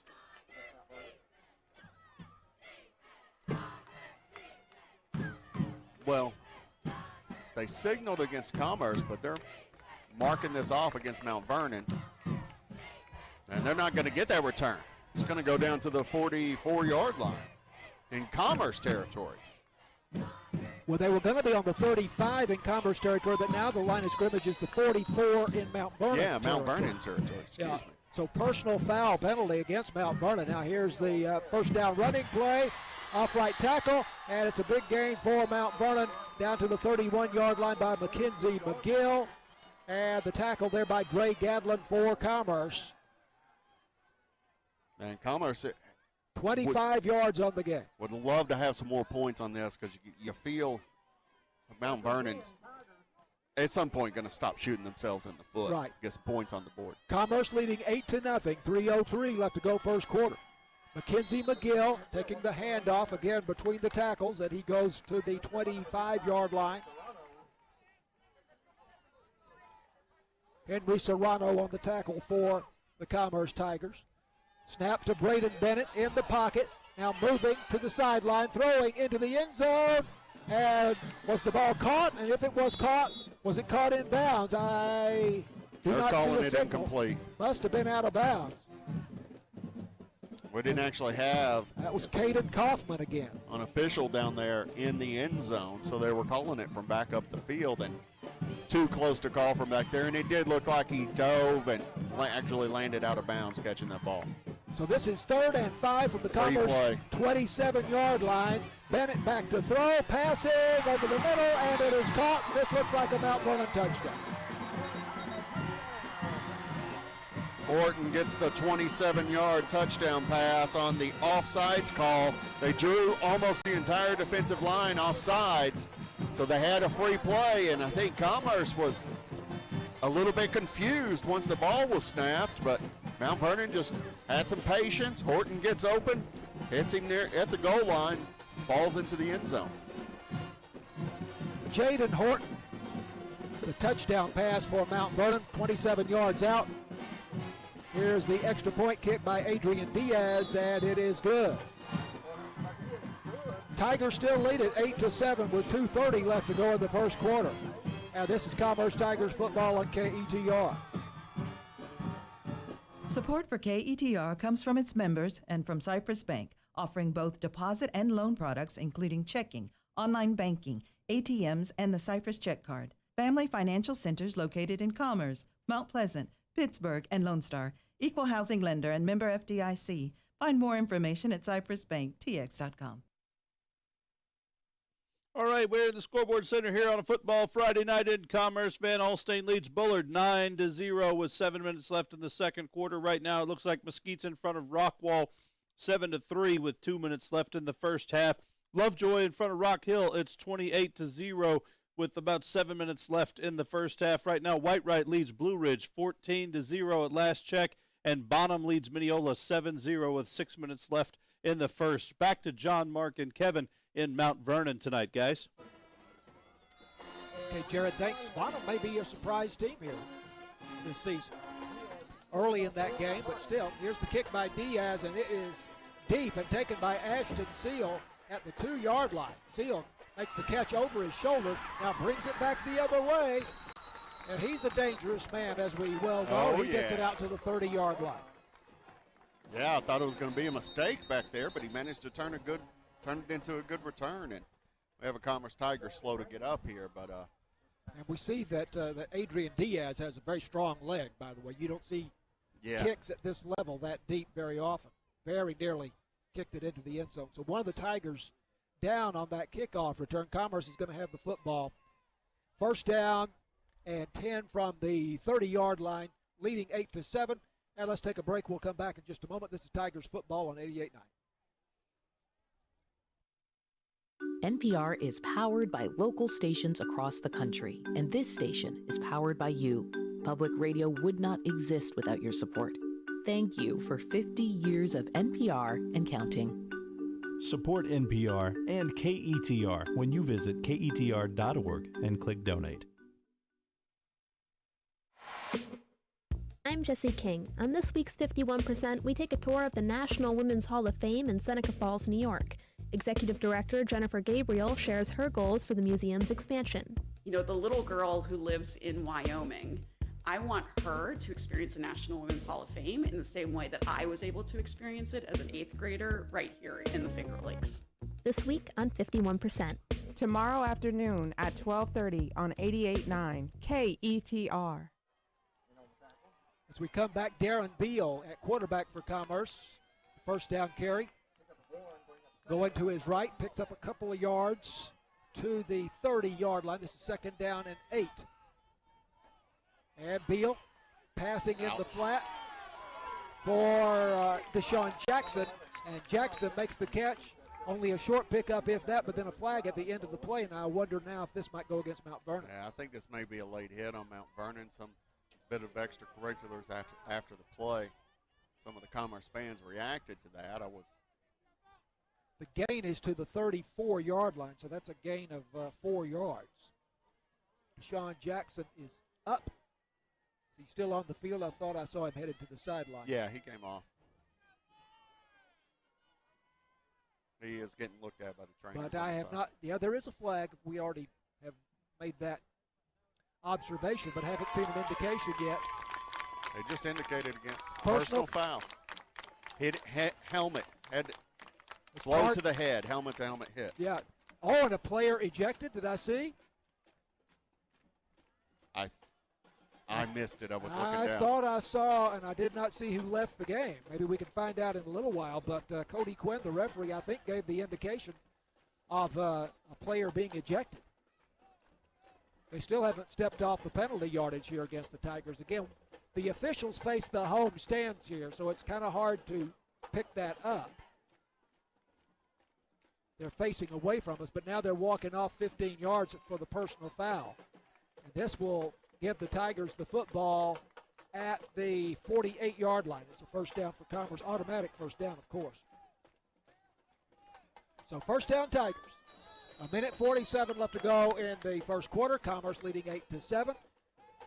Darren Beal faking, passing, complete. That's Carlos Aubrey over on the far side. And Aubrey makes the catch and is out of bounds somewhere around the 25-yard line in Mount Vernon territory. 27 yards on the pass. Carlos Aubrey doing a great job, and he was just wide open out there pretty much. Delivered well by Beal, not an easy pass. Tigers on the march. And here is a pass complete to Tyshawn Harris to the 15-yard line. Close to another first down.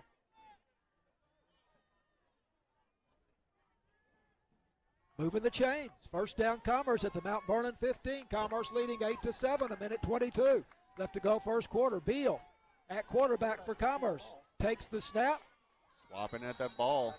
Going off the right side there for a short pickup of 2 or 3 yards.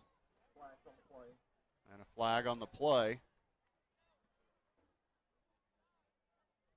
Dead ball foul. Against Mount Vernon. Unsportsmanlike. Wow. And ejected. That, I definitely saw the ejection. Good heavens. That time. Golly. Wow. That's going to be half the distance to the goal. That'll put What them is right going around on? 5. Golly bump. Well, Mount Vernon apparently getting a little frustrated out there with all the fumbles early in the game. Good heavens. This moves it to the 5-yard line of Mount Vernon. Well, this is not exactly what we expected, is it? Nope. Long way to go, but it's been great so far for Commerce. Kind of appropriate for a dark and stormy night, eh? Well, that's right.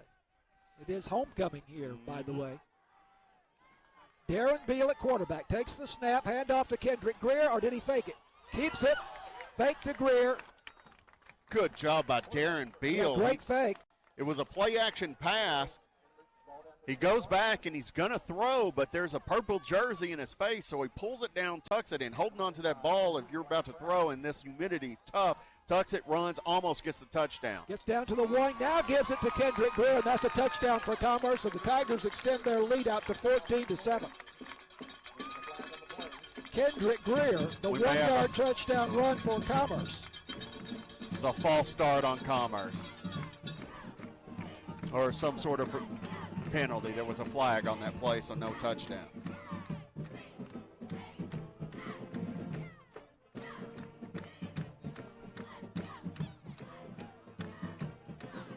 Back to the 6-yard line it goes then.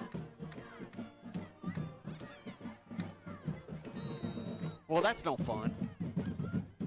No. Second down and goal. And this ball falls out. But he was down. Ashton Seal getting the football there for Commerce. Could be a 4-yard loss on the play. Ashton Seal. They banged into each other in the backfield, but not Ashton Seal. He got the handoff well, but Mount Vernon was just all over it. Maybe 3-yard loss. Loss is back to the 9-yard line, yeah. Now this is third down and goal from the 9. Tigers had the touchdown called back. Here's a pass, a lob into the end zone for Miles Boyd, I bet, or is it? No, Tyshawn Harris. Tyshawn Harris. Tyshawn Harris, another basketball player, leaping high into the air to make the catch. Touchdown for Commerce, and that is the first touchdown for Tyshawn Harris, his only second reception of the season. Third. He had 2 on this drive. He had 1 coming into the game. He caught 1 big first down coming down on this drive and then finishes that off with a touchdown. Tyshawn Harris instrumental in these points going up. Extra point here by Emmanuel Castillo for Commerce. It is good.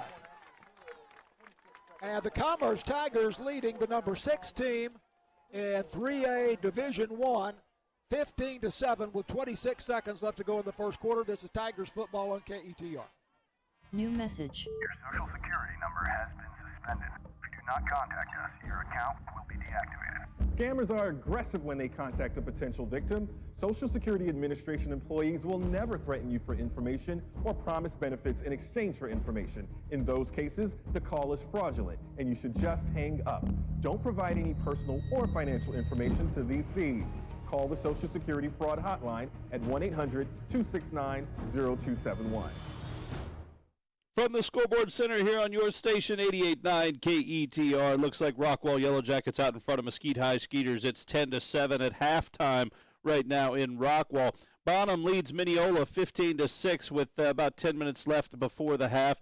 The Liberty Ilo Leopards out in front of the Van Vandals 13-0 with 9 minutes left in the first half. Right now, the Pottsboro Cardinals lead the Rains Wildcats 14-0 with 1 minute left in the first quarter. Just like at Mount Vernon and Commerce right now. John, Mark, and Kevin in Mount Vernon, guys. Okay, Jared, thanks very much. It is a 72-yard drive in 7 plays for Commerce. Here's the kickoff by Emmanuel Castillo. They kick it off the ground. And Commerce gets it. Loose ball didn't go 10 yards. It bounced off a Mount Vernon player, so it's not going to matter. And guess who comes up with it? Tyshawn Harris. Wow. Tyshawn Harris making an impact here at the end of the first quarter. He's going to be the Tiger of the week. Oh, yeah. Good heavens. Recovery of the onside kick for Commerce. And the Mount Vernon Tigers and their fans are stunned here. Such a long way to go, though. Oh, yeah. Tigers recover the onside kick, and that was definitely an intentional onside Absolutely. kick. It was low. No doubt about the intent there. It went there. Mount Vernon had a chance to recover it, but he just couldn't couldn't handle the ball. First down for Commerce. Up the middle it goes on the handoff. I think Isaiah Simon. That's Simon, and short gain, if any. They're not going to give him nothing. They say, no gain there. Still at the 47-yard line. Second down and 10. That probably is the last play of the first quarter. Wow. Darren Beal still in there at quarterback for Commerce. The end of the first quarter, it's Commerce 15, Mount Vernon 7. This is Tigers football on 88.9. The BBC World Service is there to provide you with a clear, balanced perspective on an ever-changing world. With reporters around the globe, we provide the latest stories and analysis that you need. Let us be your guide through the news near and far.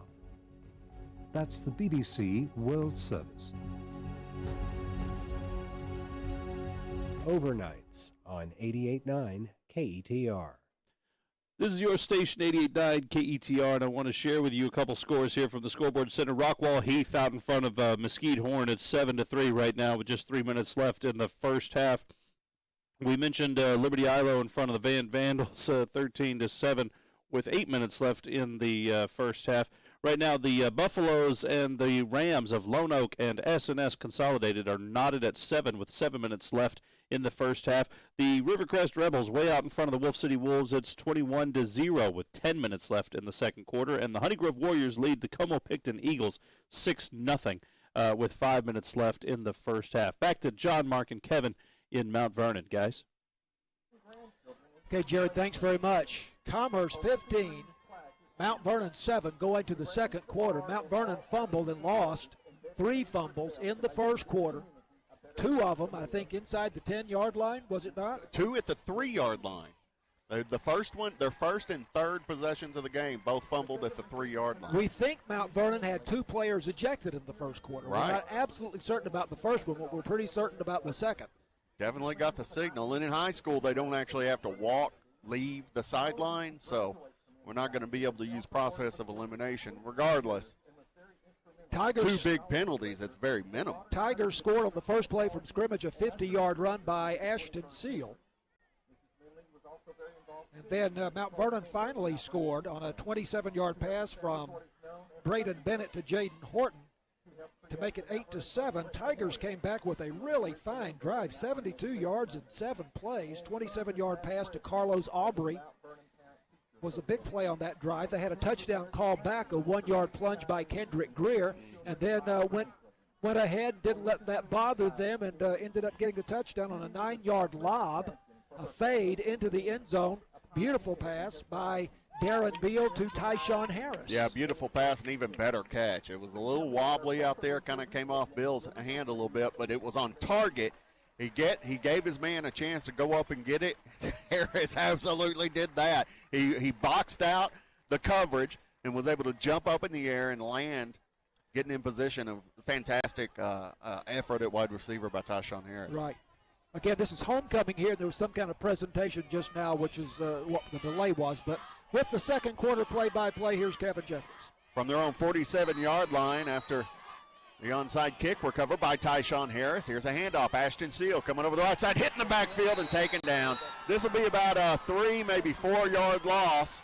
It'll bring up a third and looks like it's going to be a 3rd and 14 for the Commerce Tigers. Austin Reed, 6'3", 215-pound down lineman with 10 tackles for loss and 3 sacks. That'll make his 11th tackle for loss this season. Darren Beal in at quarterback in the pistol formation. 3 receivers on the far side. Here's the snap. Handoff. Fakes it. Rolling out the far side. Launches it out near the sideline to Carlos Aubrey. He's trying to find some room to run. Gets back to the original line of scrimmage, but not much more. And that's going to be 4th down for the Commerce Tigers. Connor Coburn, 5'11", 180-pound junior, made the stop there for Mount Vernon. Tigers really trying to get Carlos Aubrey involved here tonight and also last week, much more so. Bringing out the punt team. Castillo back to punt. And he had some troubles getting punts blocked this season. Has been relatively good so far tonight. 1 bad punt, 1 good punt that got returned.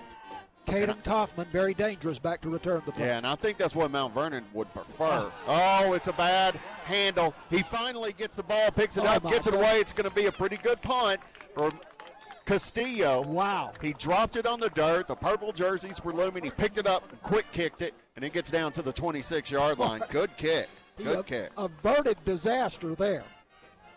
Golly, it's a 25-yard putt, but you know what? That looks great. Oh, yeah. You'll take that because it looked like a total disaster there. Give him credit for keeping his wits about him and not panicking. 10:35 left in the first half. Commerce leading 15-7. They got a 2-point conversion on their first touchdown, 1 point on their second one. Mount Vernon has just had fumbleitis so far tonight. Mount Vernon breaking the huddle. Coming out, here's the snap. Looking around the backfield, seemed to have been miscommunication. Tucks it, running over the near side, up to the 30, pushed out of bounds there. This will be about 4-yard gain for Bennett, as he looked like he was expecting a different play, John Mark. Yeah, and Tiger linebacker Isaiah Simon made the tackle there, pushed him out of bounds. Here's the snap, up the middle for McGill. He's hit almost immediately, gets a short gain. This will bring up a 2nd and 3 for Mount Vernon. Carlos Serrano brings him down. Here's a snap. McGill again takes it out to the outside. Looks to cut back middle. Doesn't. Seal. Tries to tackle. Can't. He's dragging a defender. Kendrick Greer finally comes up.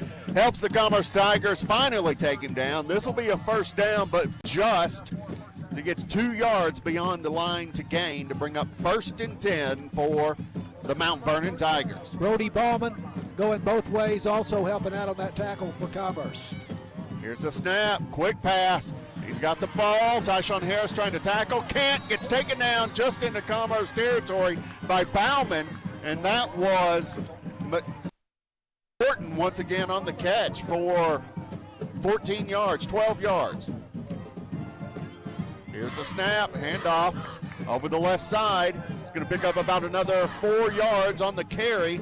McGill. That's his brother, I believe. Quince McGill. Quince McGill with 4 yards. Carlos Serrano again the tackle for Here's Commerce. the snap, under pressure, fires over the far side. It's caught, and taken down almost immediately, but that'll be about 8 yards on the catch for Kaufman. Dre Gadlin the tackle for Commerce. Lining up again, this hurry-up offense for Mount Vernon, keeping me on my toes. Here's the snap, up the middle, stumbles, but finds a way to plunge into. Ball on the ground! Is this another fumble? Yep. Yes! Commerce gets the ball again! Carlos Aubrey recovers the fumble for Commerce, Tiger linebacker. Wow! Every single Mount Vernon possession except one has ended in a fumble. And that was a McGill on the run? Was it? Yeah, it was that was Quince McGill. Quince McGill on the run, and he had managed to stumble forward for about 4 yards, but then fumbles the ball. Commerce taking over once again. Boy, you Tiger faithful have got to be happy tonight. Jack Nichols, Henry Serrano, Carlos Serrano, and Carlos Aubrey have all recovered fumbles for Commerce tonight. Good heavens. Commerce coming out. Tigers leading 15-7. 9:11 left to go in the first half. Ball on the far hash. Here's the snap. Bauman to run. It's got nowhere to do it, though. Loses 2 yards on the carry. 2nd down, Commerce. Bauman in the game over Beal. They've been trading out some tonight. After Bauman had a great game last week, but Beal had started the season at quarterback. So a second. They'll give him the line of scrimmage, 2nd and 10. Here's the snap, fakes the handoff, play action, launches it towards Ashton Seal, but it's short, incomplete pass for Bauman. Bringing up 3rd and 10 for the Commerce Tigers.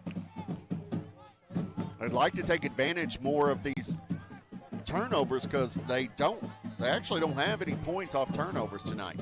Here's the snap. Throwing down the far sideline. It's high, it's deep to Tyshawn Harris, who has it in midfield. That's a catch and a first down and much, much more for the Tigers. Flag on the play. It's going to be holding on Commerce. It's coming back. Ouch. That one hurts. Wow, what a great catch there by Tyshawn Harris. Oh, that was beautiful. He did it once again. Put it up in the air. Give Harris a chance to get it. Get it, he did. Along with Miles Boyd, another of those Tiger basketball players, Carlos Aubrey is also a basketball player. Actually, I think they're calling this incomplete, John Mark, because it's now 4th down. They're not. Well, I wish I could see that again. Sure looked like a catch to me. I bet he must have dropped it coming down. So, all right. So Commerce will be punting this away. They're lined up to punt. Ashton Seal in motion. 8:36 left in the first half. Here's the snap. Here's the punt. It's high. That's a good It's punt. deep. Lands near the 40 and basically dies right there. Mount Vernon will take over at their own 38. Well, I guess that pass was incomplete. It certainly looked like a catch from here. I sure thought it was. He must have dropped it coming down. Only thing I can think of, Kevin. So that is a 32-yard punt there by Emmanuel Castillo. Very high. So that was a very effective punt. So Commerce leading 15-7. 8:28 left to go in the first half here. Mount Vernon, 4 wide receivers, 2 on each side on the near hash. Here's the snap. Up the middle to McGill, bouncing it to the outside, hitting the backfield. Stays on his feet. He's fighting towards the outside. Going sideways, finally taken down. Turns 0 into 3. McGill getting it done with his legs. Of course, it's a terrific danger of another fumble in that kind of situation. Oh, that's going to be 2 up to the 40-yard line. Brody Bauman with the tackle. He throws it out to Horton. He's up the sideline. Shakes one Commerce defender. There's another off his foot. It's a foot race to the 10-5. Touchdown, Mount Vernon. The Commerce Tigers could not catch Jaden Horton as he takes it to the house. 60-yard touchdown pass. All Jaden Horton on the ground, basically. We hadn't heard that much about Jaden Horton coming in here tonight, but he had a great record last year, 45 catches for 466 yards and a touchdown. And, of course, he had the touchdown in the first quarters. That's his second touchdown of the night. Here's the extra point kick attempt. The snap is up. Kick is up. It's good. Mount Vernon closes the gap. 14 to Commerce's 15. Commerce still with a 1-point lead. We'll be back with more after this on KETR. The average time a resume spends on an HR manager's desk is 7 seconds, and most of them are tossed aside. Now imagine if one of those resumes belonged to Yasmin, who was living in a shelter, juggling 3 jobs. I had to be resilient. That's something that you can't teach. We rely so much on a resume, yet it could never tell the full story of someone who had to be independent and take initiative, and that's how I handle every project I get. Discover new ways to develop great talent at gradsoflife.org. Brought to you by Grads of Life and the Ad Council. We're your station, 88.9 KETR, and this is the Scoreboard Center. We're looking like the Rockwall Yellow Jackets out in front of the Mesquite High Skeeters, 10-7 at the half. Anna Coyotes in front of Paris, 6-0 with 6 minutes left in the second quarter. Right now, the bottom purple Warriors lead the Mineola Yellow Jackets, 15-12 with 4 minutes left in the second quarter. Right now, Liberty Ilo leads Van 13-7 with just 3 minutes left in the first half. Also, Pottsboro leads Rains 21-0 with 7 minutes left in the second quarter. And Rivercrest in front of Wolf City still 21-0 with 4 minutes left in the second quarter. Back to John, Mark, and Kevin in Mount Vernon tonight, guys. Mount Vernon Tigers with the kickoff. It's high, it's deep to the goal line and into the end zone for the touchback. He's got a leg on him, John Mark. The Commerce Tigers up 15-14 over the Mount Vernon Tigers. Adrian Diaz, he was one of the homecoming king nominees, and when they introduced them before the game, they say what their college plans are and so forth. And it said, I want to continue kicking in college football. I would say he'll have a very good chance. He's got the leg for it. He's got a strong leg. Yeah, much stronger than what you see at this level of high school football. It'd be cool if maybe he goes to A&M Commerce. They got some Mount Vernon Tigers from last year on the squad. As a matter of fact, Brock Neller, the starting quarterback last year, is on the A&M Commerce Lions roster. He's a freshman. I don't know if he's going to be redshirted or not. Probably. He'll be playing Division I now. That's Here's the right. snap. Play action. Almost picked off. Intended for Dre Gadlin. And that was Beal on the pass. Just looking for his man, couldn't find him. And purple jersey jumped in the middle. I like the call, some play action there, but Mount Vernon was all over it. Ball on the far hash, 2 receivers near, 2 men in the backfield with Beal. Beal keeps it, trying to find some room to run and can't. Get to the line of scrimmage, bringing up 3rd and 10.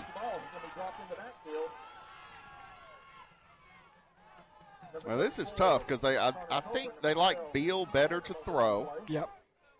But Bauman better to run. But that, you know, you got to keep the defense on their toes too. So it's tough. I mean, Beal did hurt his leg. Clearly, he's got the extra support out there earlier in the season. So. You're too young to remember when Tom Landry shuttled Don Meredith and Eddie LeBaron at quarterback. Oh! Looking for Ashton Seal, just hurried the throw a little bit and overthrew him. He had his man wide open, could have gotten it. Almost picked off, though. Rafe Ramsey almost came up with it. But it was just overthrown looking for Ashton Seal. Yeah. If he had hit him, Seal had a lot of green in front. We're here at Don Meredith Stadium tonight, so I'm very much in Don Meredith frame of mind. In fact, I'm wearing my Don Meredith jersey here tonight. You might be able to see us on the cameras from across the way. We are on the visitor sidelines tonight. So another punt here for Emmanuel Castillo. Let's see. 7:04 left in the first half, 15-14 Commerce. Here's the punt. It's bad. It goes almost straight up, lands at the Commerce 33 and takes a Mount Vernon bounce to the 31. Fantastic field position for Mount Vernon. That's a 7-yard punt. That's his 5th punt of the night, by the way. And he's had some very good ones, but that was not one of them. That'll be at the 31-yard line. So make it a 6-yard punt. 6:59 left in the first half. Commerce up by 1 point with Mount Vernon now threatening all of a sudden at the 31-yard line. 3 receivers on the far side, going to be a free play. Jumped off sides, going down the sideline, looking at the end zone. Can't get it overthrown, but it'll be 5 yards for Mount Vernon on an offsides. Excellent coverage there by the man of the night so far, Tyshawn Harris, step for step there with Caden Kaufman, the top receiver for Mount Vernon. Yeah, Kaufman has 1 catch for 8 yards, and that's it. Horton, though, 5 catches, 119 yards, and a touchdown. 2 touchdowns. 2 touchdowns. Yeah, he had the first touchdown. Right. Yeah. Thank you. Offside against the Tigers. This pushes to the 26. Same formation. Here's the snap. Fakes the pitch back, but then does it. Here's McGill up the middle. It's going to get 17 yards on a quick hit. Straight up the gut. Tackle by Moses Branch, Tigers defensive tackle. Here's the snap. Throw out to the near side and incomplete. Bennett looking for, not Kaufman, excuse me, looking for Rafe Ramsey. Called his name a bunch tonight. Can't find him. That hurry-up offense, let me tell you. They hurry it up. Here's the snap. Handoff McGill over the right side. Goes back towards the middle, hit by some white jerseys. Goes down, but he'll get a decent gain on this. Be about 5 yards. It'll bring up a 3rd and 5, excuse me, for Mount Vernon. Jamarian Lewis Brown. Here's the snap. McGill has it, takes it to the outside, hit. Henry Serrano taken down, but he still gets about 3 yards on the carry. He's going to get 5 yards on that, excuse me. It'll be a 1st and goal. Yep. 1st and goal from the 8-yard line. No, that's not the 8-yard. That's the looks like the 3. Once again, the 3-yard line has been a curse for Mount Vernon, so they changed all their personnel. McGill, direct snap, Wildcat, takes it to the right, left, back towards the middle, walks into the end zone. They finally don't fumble from the 3, get the touchdown instead. McGill with the 6. And finally, Mount Vernon takes the lead in this game with 5:49 left to go in the first half.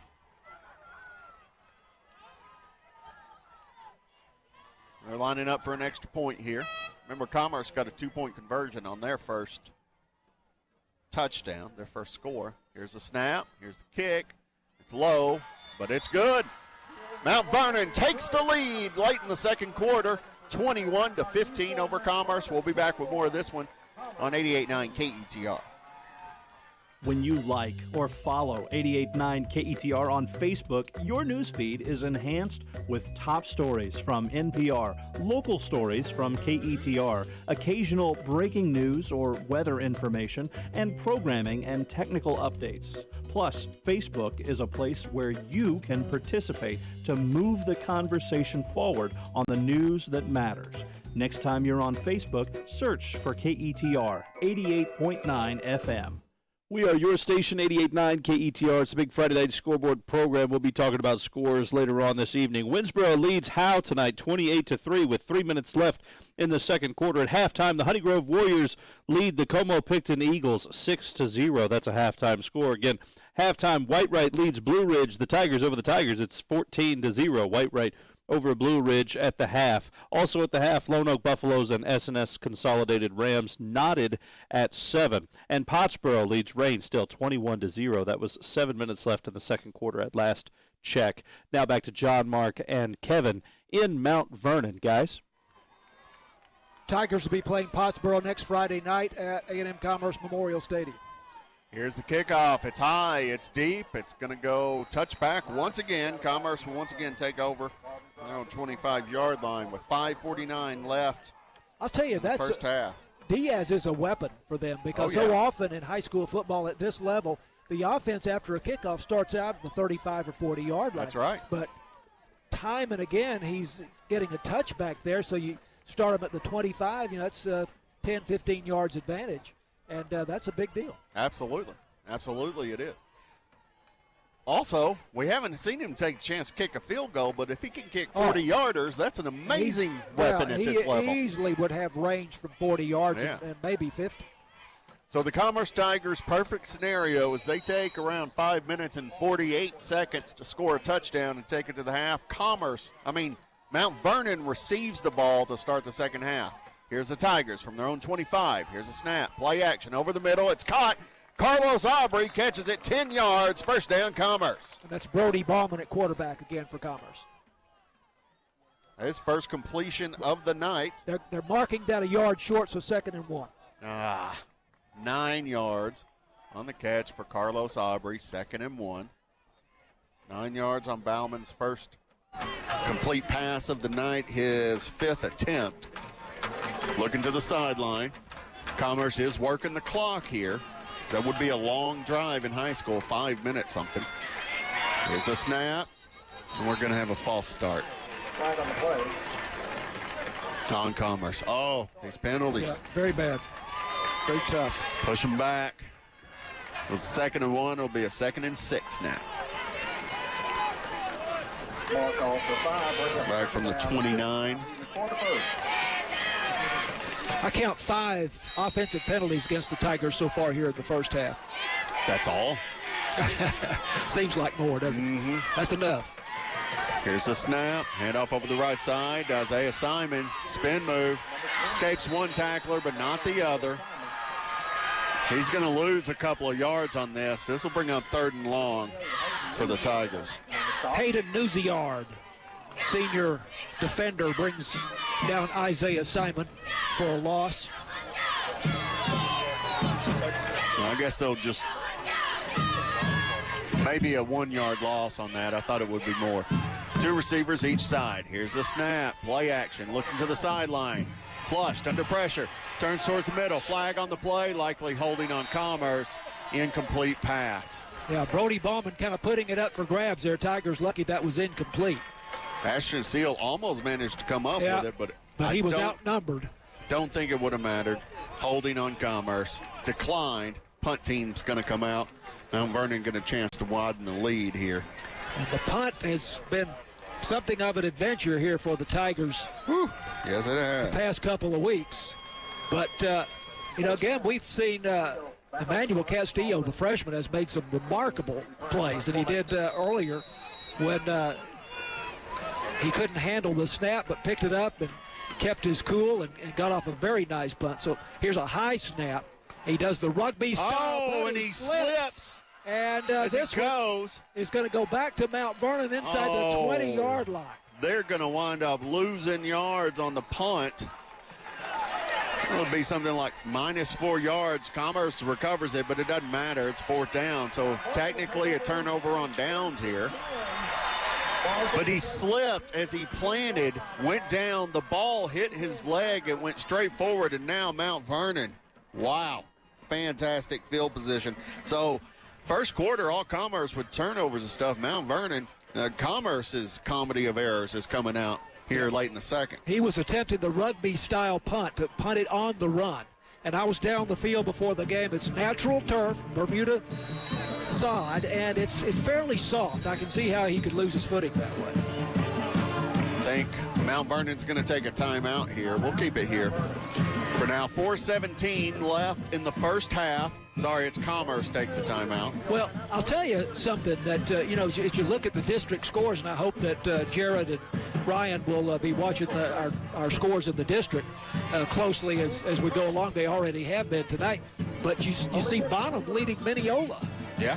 Now, that kind of puts last week's Commerce loss to Bonham a little bit in a different light, doesn't it? If Bonham should upset Mineola tonight, now you have Commerce staying with Mount Vernon so far here in this game. And, absolutely. Things aren't quite what we thought they were, perhaps, after the first week.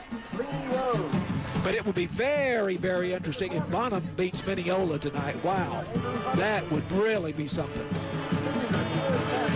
But Bonham, wow, what an offensive juggernaut they had last week. Yeah, that was a lot of fun.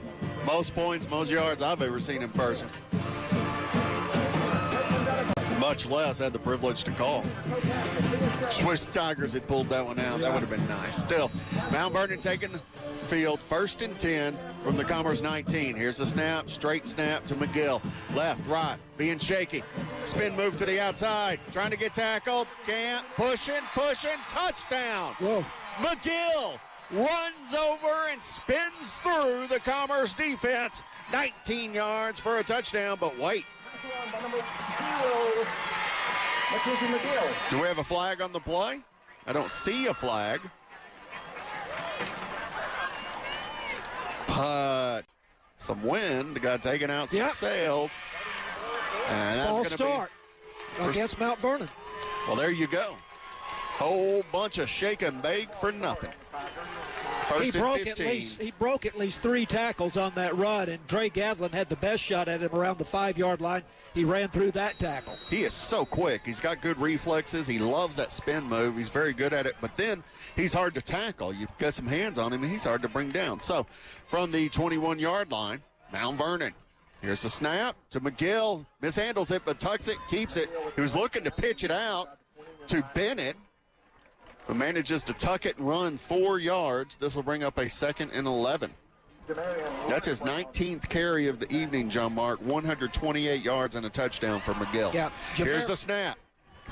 Looking upfield, can't find anybody. Goes to the sideline, reverses course. Is going to get hit in the backfield and swallowed up. Wow, that was not a smart decision by Bennett. It looked like he was going to run. He gets to the sideline. Then he just turns around to try to reverse course, but Commerce was all over him. He winds up, well, we'll say, losing 8 yards on that run. Back to the 28-yard line, and now another flag goes down. By the way, it was Tyshawn Harris who caught him behind the line of scrimmage. Here is another false start against Mount Vernon. Woo! Let's put it at the 33. Yeah. Not to complain here, because I hate to be a complainer, and we're not complaining, but just we again are on the visitor side here. The down marker and the chains are on our side, and it's a little bit harder to pick up. It is. The placement of the ball, and here's a pass complete.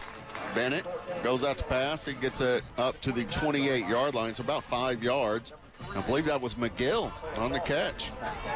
29-yard line, and now we have a 4th and 24 for Mount Vernon. Wow. Penalties, and that Bennett not just making a bad decision. So I would like to see if they try a field goal from here, and I think that's what we're going to see. Wow. Awesome. I wanted to see this, John Mark. I wanted to see that leg. This would be from 47 yards. Adrian Diaz. Here's a snap. Here's the kick. Line drive, whistles. No signal because I think there was a timeout Commerce. I believe it was wide. He had the distance without a doubt, but I think he was wide left. It is so hard to tell on those wides. I hate to try to. You got to wait. It is very difficult. I can tell if the ref gives me a signal, I can tell which wide it was. Yeah. But it is very hard to tell. That's why they got two guys down there under each one of those posts. That's right. Anyway, so I believe Commerce takes a timeout there. They've got. Well, no, that was Mount Vernon took a timeout. Yeah, they've got one left. They have one timeout left. Commerce still showing 3 timeouts left, so it must have been Mount Vernon. Yeah. But that was a line drive. It was very low, a very low kick. But he also didn't take much of a step back. There's usually they go back a little further. Like I think 2 or 3 steps back. I remember my grandma when I was a kid. I was like, how do they know how to line up? And she goes, watch them. They take 3 steps back, 2 steps to the left every time. And I went, wow, that's so cool, Meemaw. All right, here we go. They're not going to try the field. No, we have 1, 2, 3, 4, 5 wide receivers. Here's the snap. Not much pressure. Now he's under pressure. Rolling out to the far side. Launches it over the middle of the field. In and out of the hands of 2 Commerce defenders and hits the dirt. Commerce Tigers get the ball back. Wow. Pressure put on there by Jamarian Lewis Brown. I've tried to say his name a couple of times, at least tonight when I didn't get the chance because the next play had already started. But tackles that he has made. Tiger defensive tackle, who I think has come on and really helped out a lot on defense the past couple of games, and he had the pressure there on the Mount Vernon quarterback, Braden Bennett, and forced him to throw probably before he wanted to. So Commerce with a chance to make it happen and get a score before half. So from their own 29-yard line, I wanted to see that field goal attempt. We saw it sort of. Here's a snap. Play action. Looks to throw, tucks it. Goes upfield. Beal's going to lose about a yard, but there was purple jerseys in his face. Connor Colburn, 5'11", 180-pound junior, brings him down for a loss of a yard. It's play action. He wanted to hit Ashton Seal out in the flat, a quick hit, but there was a purple jersey there, so he had to tuck it and run, but then he gets hit and taken down. So Mount Vernon leading 21-15. 1:46 left in the first half. Commerce with 3 timeouts, 10 seconds on the play clock. 8, 7, 6, 5, 4, 3, 2, 1. Timeout. We'll take it with them. Quick timeout. 1:31 left in the half. 21-15. Mount Vernon Commerce with a chance to score. We'll be back with more after this on KETR. Hi, it's Olivia Munn with my shelter pets, Frankie and Chance. Say hi, guys. When I adopted them, I discovered that they both have incredible personalities. Chance's sole purpose in life is to love. Field for a pass reception. Man coming in late to the field. It's going to be a punt once again for Commerce with 1:22 and 1 timeout left for Mount Vernon.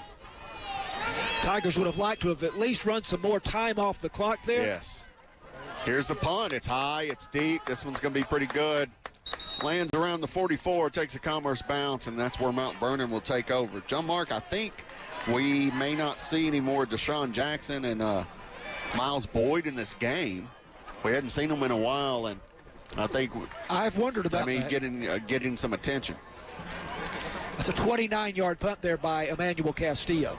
Yeah, you remember that Deshaun Jackson went out on that play. It was a late hit, and we think one of the Mount Vernon players was ejected there. Yeah. I don't believe we've seen Deshaun Jackson since then. I do not see him on the sideline. Mount Vernon with the ball. Here's the snap, play action. Off to the near side to Kaufman. He's up 40, 35, down the sideline, pushed out of bounds at the 30-yard line. He's about 35 yards on the catch for Kaufman, his second of the game. Quick 35. Mount Vernon running that hurry-up offense. Move, move, move, move. Here's the snap. Out to the far sideline. Incomplete pass. A little extracurricular on the play. I think that was Nicholas Lacey intended on that one. Incomplete pass, kills the clock, 1:02 left in the half, 21-15 Mount Vernon. 3 receivers far, 1 near.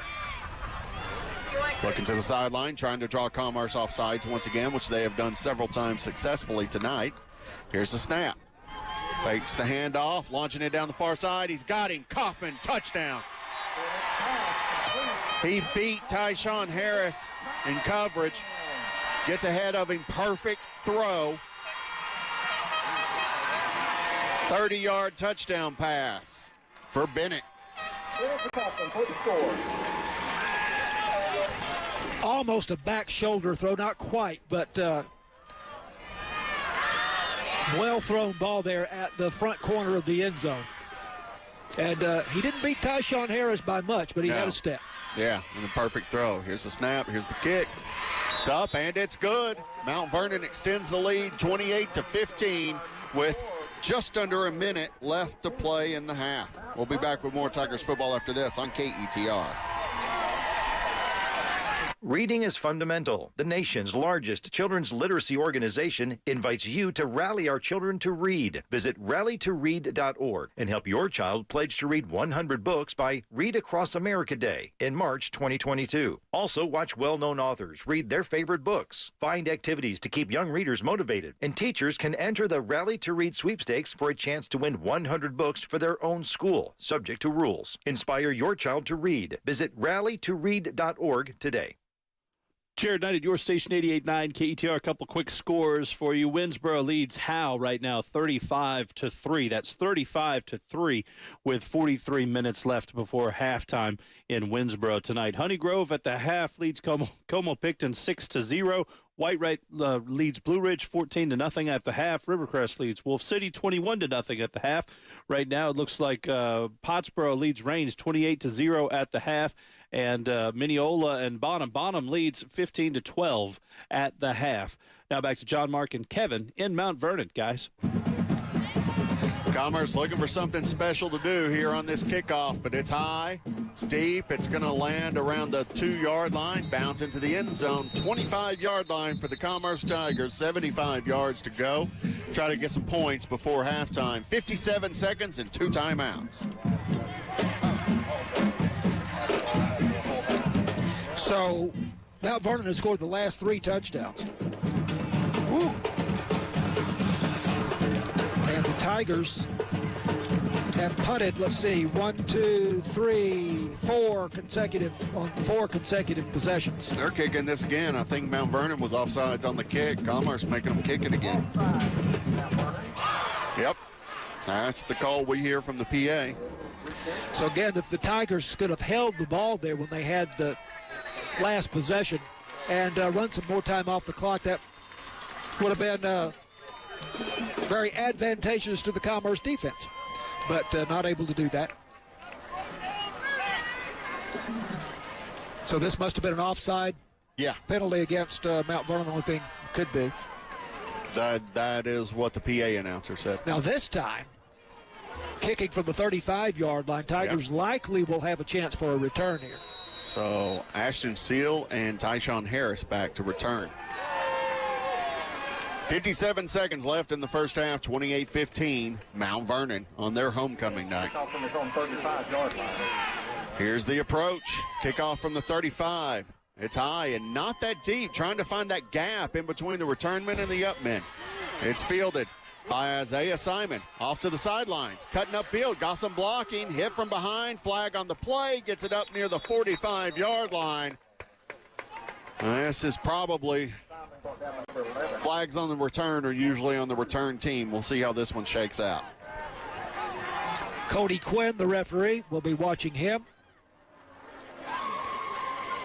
Tigers would have the ball near midfield on the return if it stands. He's looking to Mount Vernon to see if they...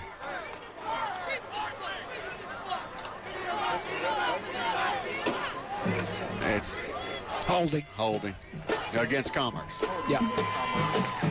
We'll see. We're going to see where the holding was, though. It'll be marked off from where the foul happened. Yes, I don't even see a football. Further back than I thought. Oh, my goodness. Yeah, they're all the way back at the 20, the 18-yard line. Well, there you go. Commerce The gets it at strange the thing 18. was I saw the flag very late on the play near midfield is when the flag went that's down. kind of crazy. All right. Here's the snap. Handoff of the left side. Got some room to run. I believe that was Isaiah Simon picking up about 8 yards on the carry. Kendrick Greer, excuse me. Yeah, Brody Bauman in the game at quarterback for Commerce. We'll give him 7 yards. Looked like more from this angle, but here's the snap. Hand off to Ashton Seal. Trying to get to the sideline. It's pushed out of bounds. Near the first down marker. Maybe a yard on the carry. 21 seconds left in the half. Linebacker Brylan Bolin with a high tackle, making the stop there for the Mount Vernon Tigers. 3rd and 1. 2 timeouts, 21 seconds, 28-15 Mount Vernon.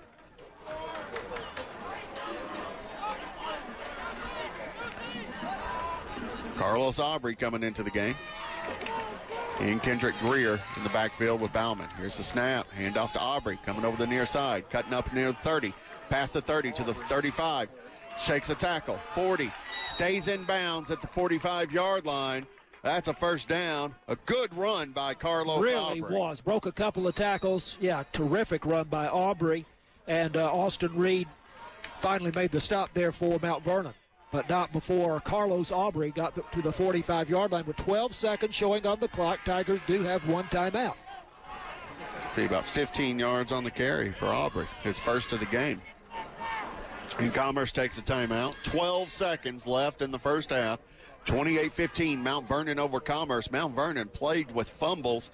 Their first 3 possessions of the game were fumbles. They scored a touchdown, then fumbled on their next possession, then gave up an onside kick recovery as well. But Commerce only had 15 points to show for all of that. All of those gimmies. And Mount Vernon now with a rather commanding lead at this point. Tigers have recovered a total of 4 fumbles here in the first half. But the last one was very early in the second quarter. Right. And Mount Vernon has settled down quite a bit since then. And they have scored on 3 of their last 4 possessions. This is the number 6 team in 3A Division I football in Texas. 4 wide receivers on the far side. Here's the snap. 3-step drop, looking down the near sideline, launching towards the middle of the field to Tyshawn Harris, in and out of the hands of the defender. Incomplete pass. Tried to stack all the receivers on the far side to give Tyshawn Harris a little room to work on this side. But it didn't work. Beal with the incomplete pass, and lucky it wasn't picked off, frankly. 7 seconds. Hayden Newsiard broke it up for the Purple Tigers. This may be the last play of the half.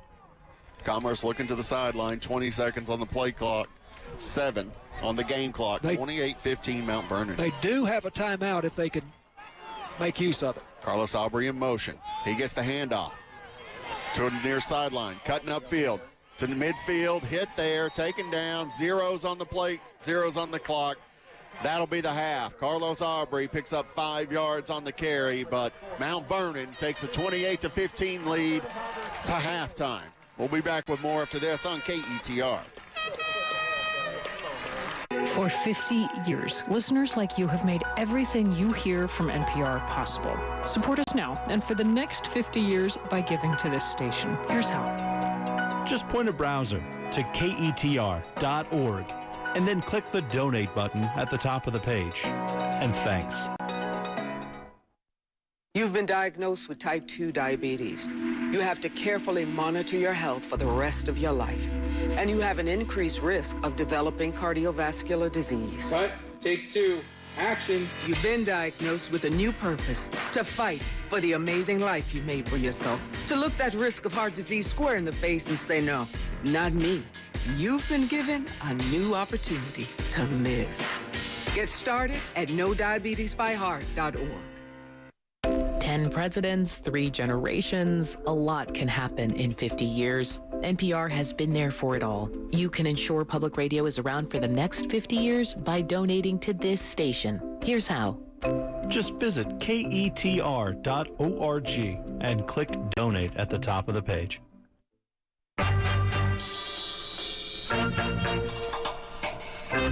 I'm Stephen Dubner, host of Freakonomics Radio. Every week, Freakonomics Radio explores the hidden side of, well, everything from the economics of sleep to when is the best time to rob a bank.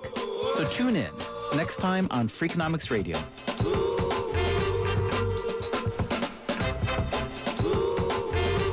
Saturday morning at 6 on KETR. Programming on KETR is made possible by From Don Meredith Stadium in Mount Vernon, it's homecoming at Mount Vernon High School.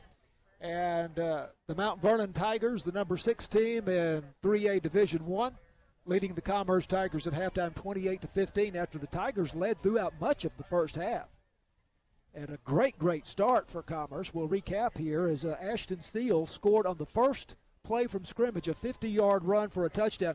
Kevin, I was got a late look at that. Was that a jet sweep, or had he lined up at a halfback? It was a quick pass, actually. Darren Beal threw a 50-yard pass. They just did a quick hit right out there to the sidelines. Okay. So it was the quick a pass for the touchdown rather than a rushing touchdown for Ashton Steele. But then the Tigers got the 2-point conversion, and that was on a pass from Beal to Isaiah Simon. And they led 8-0 with 11:42 left to go in the first quarter. Then Jack Nichols recovered the first of 4 fumbles by the Tiger defense at the Commerce 3-yard line. Then Henry Serrano recovered a fumble. Carlos Serrano recovered a fumble for Commerce. Mount Vernon finally scored on a 27-yard touchdown pass from Braden Bennett to Jaden Horton. And Diaz with the kick there, outstanding kicker Adrian Diaz to make it 8-7. Tigers still leading with 2:30 left to go in the first quarter. Commerce comes right back. They're very impressive drive, 72 yards in 7 plays. They had a 27-yard run by Carlos Aubrey on that drive.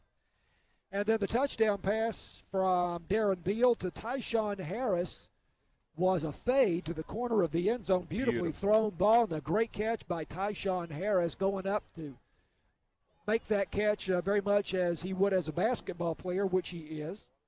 And then Castillo, the kick for Commerce to make it 15-7. The Tigers leading with 26 seconds left to go in the first quarter. 72-yard, 7-play drive for Commerce. Tigers had a fumble recovery by Carlos Aubrey, but couldn't take advantage of that. Mount Vernon then comes back with a 60-yard touchdown pass from Braden Bennett to Jaden Horton, the second time those two have connected tonight. And Adrian Diaz, the extra point kick to make it 15-14. Commerce still leading by 1 point with 7:51 left to go in the second quarter. That was a 64-yard, 2-play drive for Mount Vernon. Tigers forced to punt. Mount Vernon comes right back. And this is where I forget exactly what happened. There was some kind of miscue, though, and Mount Vernon started at the Commerce 31-yard line. Penalized to the 36, but then they drive for the touchdown in 4 plays. Mackenzie McGill with the 3-yard run. I think that was the bad punt there. Well, there were a couple of them. When he slipped on the ground and kicked the ball. Yeah. And Adrian Diaz, the extra point, and Mount Vernon led for the first time then at 21-15 with 5:49 left to go in the second quarter. And then Mount Vernon scored again a 28-yard touchdown pass from Braden Bennett to Caden Kaufman. So Bennett has 3 touchdown passes in the first half. Diaz the kick to make it 28-15 with 57 seconds left to go in the second quarter. That was a 57-yard, 4-play drive for Mount Vernon. So it took a while for them to get going, but they're in the second quarter. They finally did get it going, and they lead by 13 points at halftime over the Tigers. So neither of the bands seems to be marching here, and we have commented on the field here a couple of times tonight that we're playing, of course, on natural turf, and it's a little bit soft. To me, is in pretty good shape, but Kevin said maybe for whatever reason the coaches just didn't want them marching on this field at halftime. It's a little bit surprising. the homecoming game here, but the Mount Vernon band is performing on the track in front of the home stands, and the Tiger band, Commerce High School Roaring Tiger Band, under the direction of Carol Wallace, they're going to remain in the stands here at halftime. So 28-15, Commerce trailing Mount Vernon at halftime. Any other observations, Kevin? Well, to go over a couple of stats, Beal is the one that's probably leading Commerce for stats, 110 yards, 8 of 14 passing with that touchdown. But Mount Vernon, even after all the fumbling, getting it. McGill with 128 yards and a touchdown on 19 carries he's had tonight. Bennett with 208 passing yards and 3 touchdowns, but Bennett has 2 fumbles. Both McGill brothers have a fumble each. But Kaufman, on that last drive, picked up 65 yards. He now has 3 receptions for 73 and a touchdown. But Jay Horton, probably the most impressive player on McGill, those rushing yards, 128 in the first half is pretty darn impressive. But 4 receptions, 119 yards, and 2 touchdowns for number 1 for Mount Vernon. So the Mount Vernon Tigers leading 28-15 over the Commerce Tigers here at halftime, and we're going to send it back to the KETR studios for Jared Knight and Ryan Fulkerson, and we'll be back with the second half shortly. This is Commerce Tigers football on KETR. There are everyday actions to help prevent the spread of respiratory diseases. Wash your hands. Avoid close contact with people who are sick. Avoid touching your eyes, nose, and mouth. Stay home when you are sick. Cover your cough or sneeze. Clean and disinfect frequently touched objects with household cleaning spray.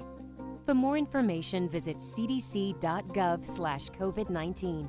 This message brought to you by the National Association of Broadcasters and this station. NPR is powered by local stations across the country, and this station is powered by you. Public radio would not exist without your support. Thank you for 50 years of NPR and counting.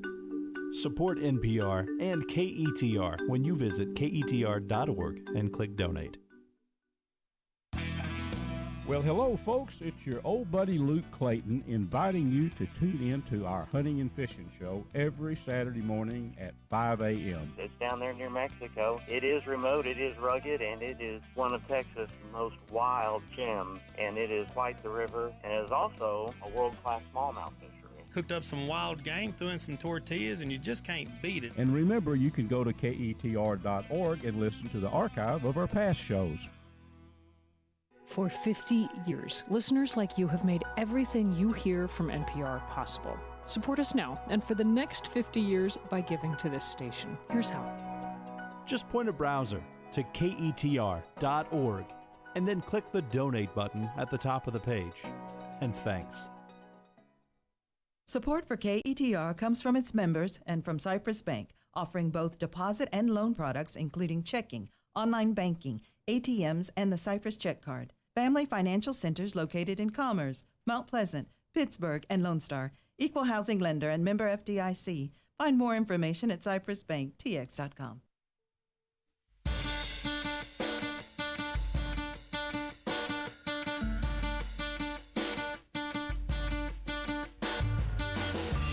It's the big Friday night school board program right here on your station, 88.9 KETR. I'm Ryan Fulkerson, joined as always in studio by Jared Knight. Not in the same studio, same building. It counts. Yeah, down the hall, but you know. It counts. It counts. Right now, the score at the halftime out there in Mount Vernon is Mount Vernon 28, Commerce 15. Honestly, better than I thought it was going to be. Yeah? I mean, it's number 6 ranked Mount Vernon. They haven't lost a game this season. Commerce came out with an early lead after some unfortunate turnovers. And it's been a closer game than I think most people really expected.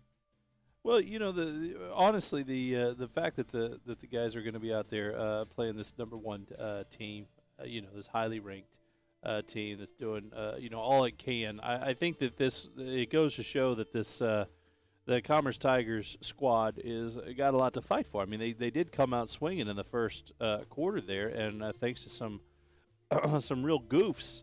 That happened there on the Mount Vernon side of the ball, close to the goal line a couple of times. Commerce was able to kind of get a toehold and carry it into the second quarter, which was nice. Of course, the score doesn't really reflect that at this point. Now we're showing that almost twice as many points now for Mount Vernon. The idea of the Commerce Tigers mounting a comeback. Now, it could happen. I just would like to go ahead and point out it could happen. It's just a matter of digging in. Coach getting after it in the locker room and trying to get some things sorted. Yeah, the second quarter was all Mount Vernon, so I'm sure Coach will have some choice words for the players in the halftime locker room. And I'm sure a lot of teams are getting talks in the halftime locker room right now. Most games on the scoreboard either in the early minutes of the third quarter or some almost in the fourth quarter, believe it or not. Right. But most at halftime or early in the third quarter. And I guess we can go ahead and start reading some of those scores here. Sorry, I was just kind of getting a couple of things sorted here on the old stream. If you can remember that we're also online at facebook.com/KETR Radio if you want to kind of follow along at home and see what's happening here at the Big Friday Night Scoreboard Center. We're also streaming online. By the way, too, real quick before we get into these scores, if you happen to know some scores you want to participate, you could call 800-882-KETR. That's 800-882-5387. You could also text the studio if you'd like. It's 903-751-5145. That's 903-751-5145. And you can text the studio. And I see you. Yeah, you're counting it up. Folks. Yeah, for all the deaf people that are listening. So we got that are listening. Let's see. That's Rockwall Heath Hawks at Mesquite Horn Jaguars. We have a halftime score at last check. It's got to be past halftime at that game. But the halftime score we had 21-3. Rockwall Heath leading Mesquite Horn. Rockwall Yellow Jackets leading the Skeeters of Mesquite High 17-14. There, it's now in the fourth quarter. We are once again, Ryan, just like last week. The Commerce Tigers football game is going to be the late game on the air here in Northeast Texas. And so already in the fourth quarter, Rockwall Yellow Jackets lead the Mesquite Skeeters 17-14 in the fourth. Anna Coyotes, at last check, somewhere in the third, Coyotes led the Paris Wildcats 6-0.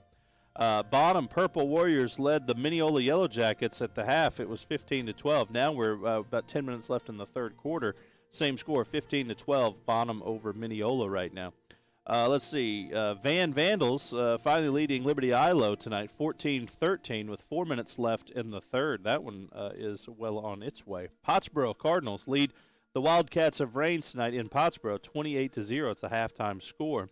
S&S Consolidated and Lone Oak meet at there at S&S tonight. It's 13-7 Lone Oak over S&S with 7 minutes left to go in the third quarter. Right now, Fruitvale, we can mention Fruitvale. There's versus a non-UIL opponent, but that non-UIL opponent leads Fruitvale 32-16. Right now, Rivercrest Rebels out in front of the Wolf City Wolves 21-6. Now, it was 21-6 a while back, so Wolf City scoring here in the second half, but 21-6 with 7 minutes left to go in the third quarter. Whitewright leads Blue Ridge 14-0. That's 6 minutes left to go in the third quarter. Whitewright leads the Blue Ridge Tigers, the Tigers of Whitewright, the Tigers of Blue Ridge. Whitewright leads 14-0. Honey Grove Warriors lead the Como-Picton Eagles 6-0. That's a halftime score.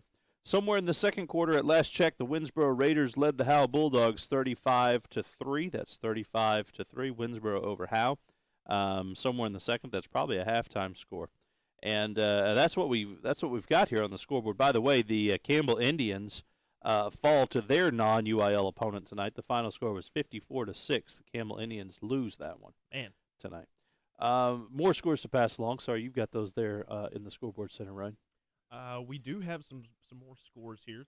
These are some Dallas area, but still close enough to warrant talking about. Starting off with number 3, Lovejoy, the Leopards. They are just trouncing the Rock Hill Bluehawks tonight. The score in that one, 48-0.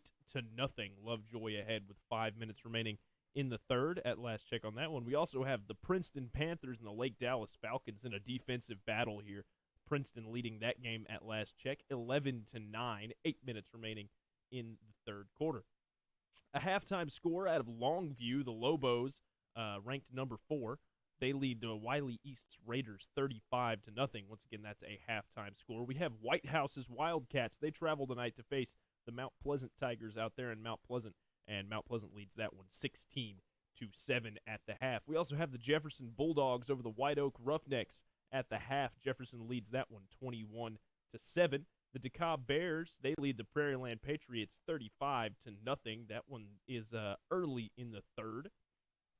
We also have the Blooming Grove Lions over the Edgewood Bulldogs, or the other way around, actually. The Edgewood Bulldogs over the Blooming Grove Lions with 11 minutes in the third. Edgewood leads that one 21-14.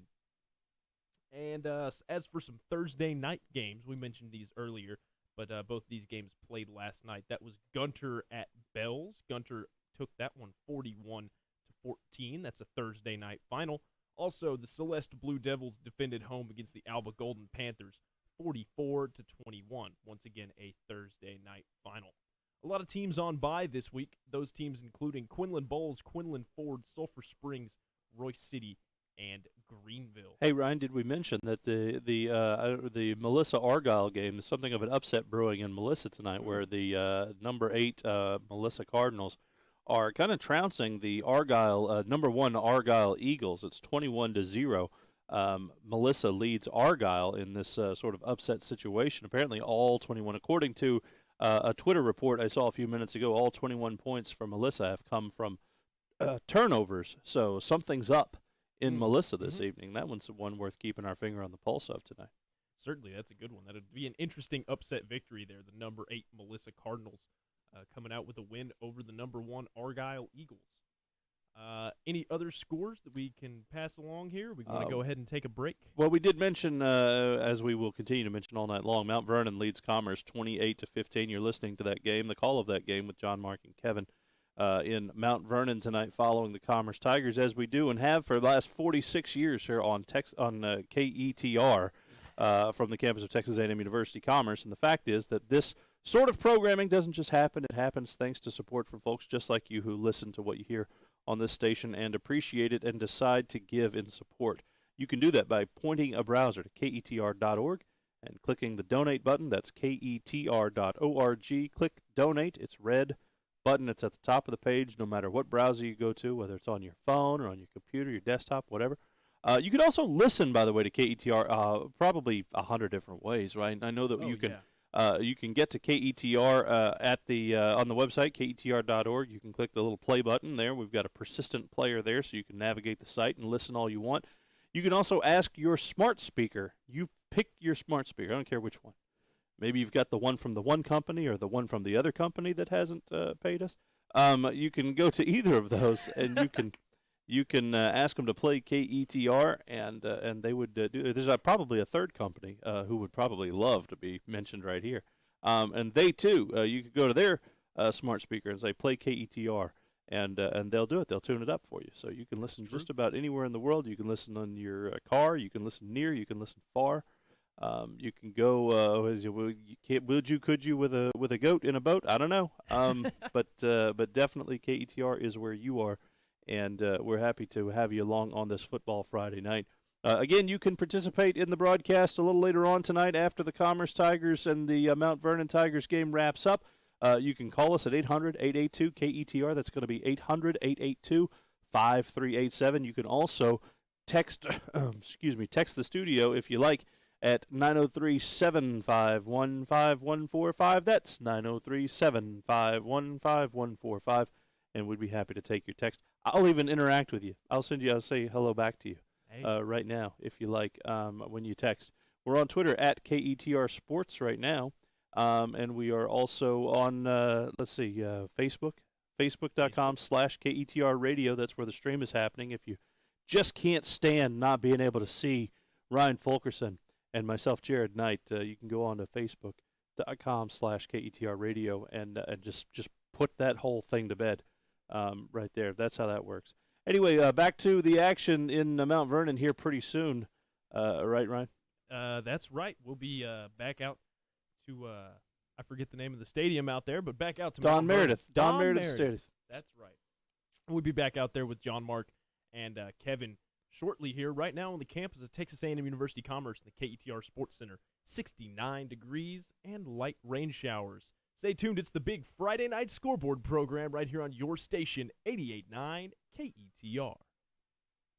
10 presidents, 3 generations, a lot can happen in 50 years. NPR has been there for it all. You can ensure public radio is around for the next 50 years by donating to this station. Here's how. Just visit ketr.org and click Donate at the top of the page.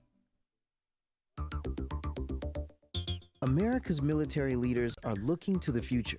What do I think the future is? I think it's algorithmic warfare. Weapons that can think for themselves, powered by artificial intelligence. I didn't believe that AI had any business taking a human life. Missiles with a mind of their own on the next Reveal.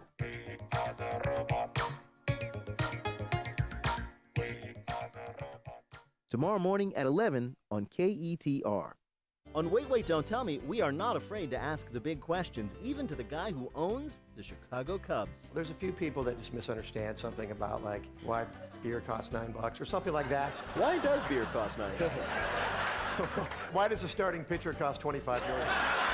We're worth what you pay for us, which is nothing. Join us for the News Quiz from NPR. Tomorrow morning at 9 on 88.9 KETR. NPR is powered by local stations across the country, and this station is powered by you. Public radio would not exist without your support.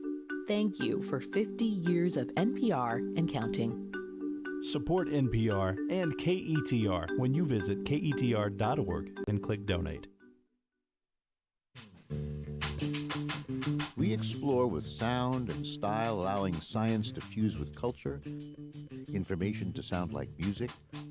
I'm Robert Krulwich. Join me and my co-host, Jad Abumrad, for an experimental investigation every week that explores themes and ideas through a patchwork of people, sounds, and stories. That's Radiolab, Saturday afternoon at 1 on 88.9 KETR. Programming on KETR is made possible by listeners like you and by Cypress Bank.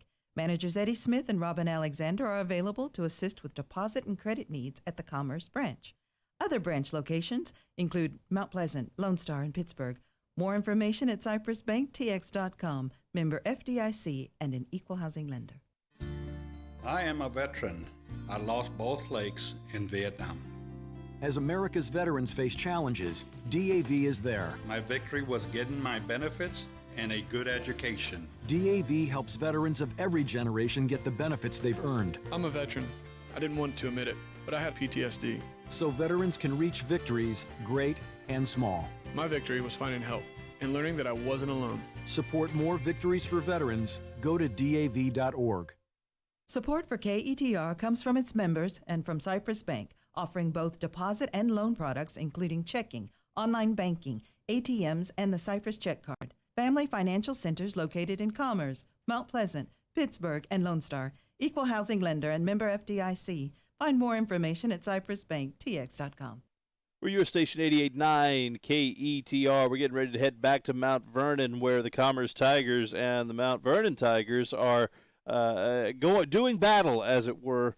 Right now, where the Tigers of Mount Vernon lead the Commerce Tigers 28-15. Right now, other scores in the region: Rockwall Yellow Jackets lead the Mesquite High Skeeters. It's 17-14 right now with 8 minutes left in the fourth quarter. That's 8 minutes left in the game. Anna Coyotes lead the Paris Wildcats 6-0 with a few minutes left in the game. Right now, let's see. Liberty Isla leads Van 19-14 somewhere in the third quarter. Pottsboro leads Rains 35-0 with 8 minutes left in the third quarter. Lone Oak Buffaloes lead the Rams of SNS Consolidated with 8 minutes left in the third quarter. It's 13-7 Lone Oak over SNS. Right now, Rivercrest leads Wolf City 21-6 with 6 minutes left in the third quarter. And Mineola leads Bonham 18-15 with 6 minutes left in the third quarter. This is your station, 88.9 KETR, and we'll be headed back to the field very shortly with John, Mark, and Kevin on your station, 88.9 KETR. Next time on 8 p.m. SymphonyCast, we're at the Royal Albert Hall in London for the last night of the 2021 BBC Proms. The BBC Symphony Orchestra wraps up this year's annual celebration. It's a night filled with pomp and circumstance and a lot of fun. I'm Julie Almacher. The last night of the BBC Proms, next time on 8 p.m. SymphonyCast. Sunday night at 7 on 88.9 KETR. Hi, it's Maria Hinojosa from Latino USA. We all love great stories, and great stories are what we pride ourselves in delivering to you each week. Stories from the heart, stories that make you think, help inspire you, and maybe even get you a little angry. So if you haven't tuned in lately, I invite you to stop by. Thanks for listening. Sunday at 5 p.m. on KETR. During the COVID-19 pandemic, it's important to take steps to help stop the spread. Follow 5 tips to help protect yourself and others. 1. Wear a mask. 2. Practice social distancing. Stay at least 6 feet apart from others. 3. Wash hands with soap and water. 4. If you have symptoms, stay home. 5. Get vaccinated as soon as you can. Together, we can help stop the spread. The BBC World Service is the world's largest international broadcaster. World News. World News. This is the World News. From the BBC. And with journalists located all around the world, we can cover stories when they happen, wherever they happen. Let's go to our Moscow correspondent. This report from Zimbabwe. Jonathan Head is in Bangkok. Secunda Kamani joins us from Islamabad. Global news you can trust from the BBC World Service. Listen overnights on your station 88.9 KETR. Once again from Don Meredith Stadium in Mount Vernon, this is John Mark Dempsey and Kevin Jeffries. Tigers trailing the number 6 team in 3A Division I, 28-15 at halftime. Commerce will be kicking off to Mount Vernon to start the third quarter. 71 degrees, 97% humidity here tonight. Wow. Yeah. Well, everything is sticky. I can tell you that. Ryan Fulkerson said the wind is showing 4 miles an hour, so I think it's a bit stronger than that. Let's see. It's picking up a little bit, getting a few gusts here and there. And we may have another round of rain this evening. So that wind seems to be coming from the south. So here's the kickoff by a man. Ryan Fulkerson said the wind is showing 4 miles an hour, so I think it's a bit stronger than that. Let's see. It's picking up a little bit, getting a few gusts here and there. And we may have another round of rain this evening. So that wind seems to be coming from the south. So here's the kickoff by Emmanuel Castillo. And Kevin Jeffries with the play-by-play in the third quarter. It's high. It's not that deep. Gets taken out of bounds around the 31-yard line. That's where Mount Vernon will set up with a 28-15 lead. And this game could have had. That was a very strange first half. Very strange first half. Let's just put it that way. It could have been much different. Any number of different levels, yeah. Again, we saw that it appeared that 2 Mount Vernon players were ejected during the first half. 1 for sure, and I'm pretty sure about the second one. But here's the snap, handoff, up the middle, hit immediately at the line of scrimmage, fights through, falls down. That high humidity led to a bunch of fumbles, too. It's going to be about 4 yards on the carry for McGill. His 20th carry of the night. Here's the snap. McGill over the left side, plunges straight through. Wow, he hits with such explosion. He gets about 6 yards on the carry. That'll be a first down, Mount Vernon, as they hurry this offense once again up to the 43-yard line. Here's the snap. Fakes the handoff under pressure. Isaiah Simon rolls out. It's complete. At the 45 in Commerce territory, up to the 40, taken off his feet at the 37-yard line. And that was to McGill. Catches that pass. Dre Gadlin and Carlos Aubrey teaming up on the stop for Commerce. Here's a snap. Fired off the left side to Horton. Left and right. He's under pressure, taken down. It's going to be about a 3-yard pass completion on that. The previous completion was 19 yards through the air to McGill. And about 3 here to Horton as they get ready to snap it once again.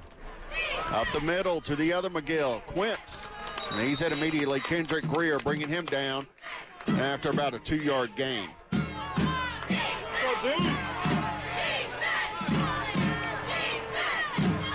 All right, hurrying this up. They're at the 30-yard line. Bennett keeps it, hitting the backfield. He's going to lose about a yard on this carry, bringing up 3rd and 5 for Mount Vernon. Henry Serrano, defensive end for the Tigers, made the tackle there.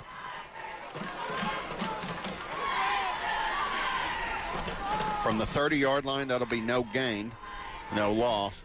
3 receivers on the far side, 2 on the near. No, sorry, 2 on each side. Otherwise, a guy on the sideline. This is 4th and 5 here.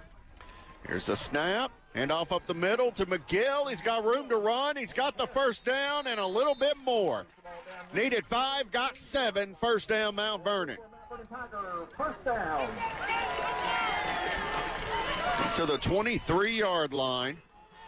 Mount Vernon snaps it again. Quick pass out to the left. Moves up the middle. Dodges one tackler. Can't dodge the second. Taken down. That'll be 5 yards on the catch for 16, Nick Lacey. His first actual catch of the night. Mount Vernon came out hot and heavy and here to start the second half, as you'd expect. McGill up the middle. Another quick 5 yards. That's a first down. This may be a first and goal. No, they're about the 12. Okay, so give him about 3 yards on the carry for McGill. And McGill, once again, touchdown. 12 yards to pay dirt for McGill. His second touchdown of the evening.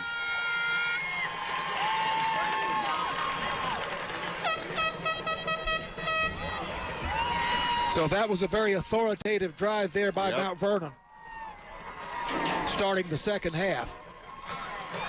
Lining up to kick the extra point, 34-15 currently, 9:31 left in the third quarter. Here's the snap, here's the kick, it's up, and it's good. 35-15, a 20-point lead for the Mount Vernon Tigers. We'll be back with more Tigers football after this on KETR. There's a date in the history of San Quentin State Prison that evokes such fear that even 50 years later, it is still only mentioned in secret. On the next Snap Judgment, we're going to find out why.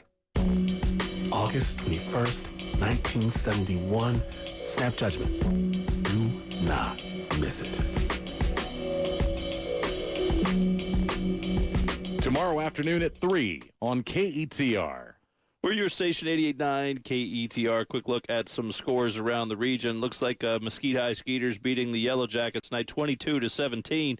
Rockwell Yellow Jackets with about 2 minutes left in the game. Right now, Paris Wildcats lead the Anna Coyotes 7-6 with 11 minutes left in regulation. Right now, it looks like Van's in front of Liberty Ilo 21-19 somewhere in the third quarter. Pottsboro leads Range 35-0 somewhere in the third. Bonham and Mineola. Mineola leads Bonham 18-15. 3 minutes left in the third quarter. Back to John, Mark, and Kevin in Mount Vernon, guys. Mount Vernon coming out in the third quarter and scoring right away, and here they are kicking it off. It's going to be a short kick, fielded around the 31 by Isaiah Simon. He's taking it to the far side of the field, trying to cut up towards the middle, but slips on that wet turf and goes down. Commerce will take over around the 33. You know, we haven't had that much rain here, and I was on the field before the game. The field is not that, certainly not wet, certainly not soggy.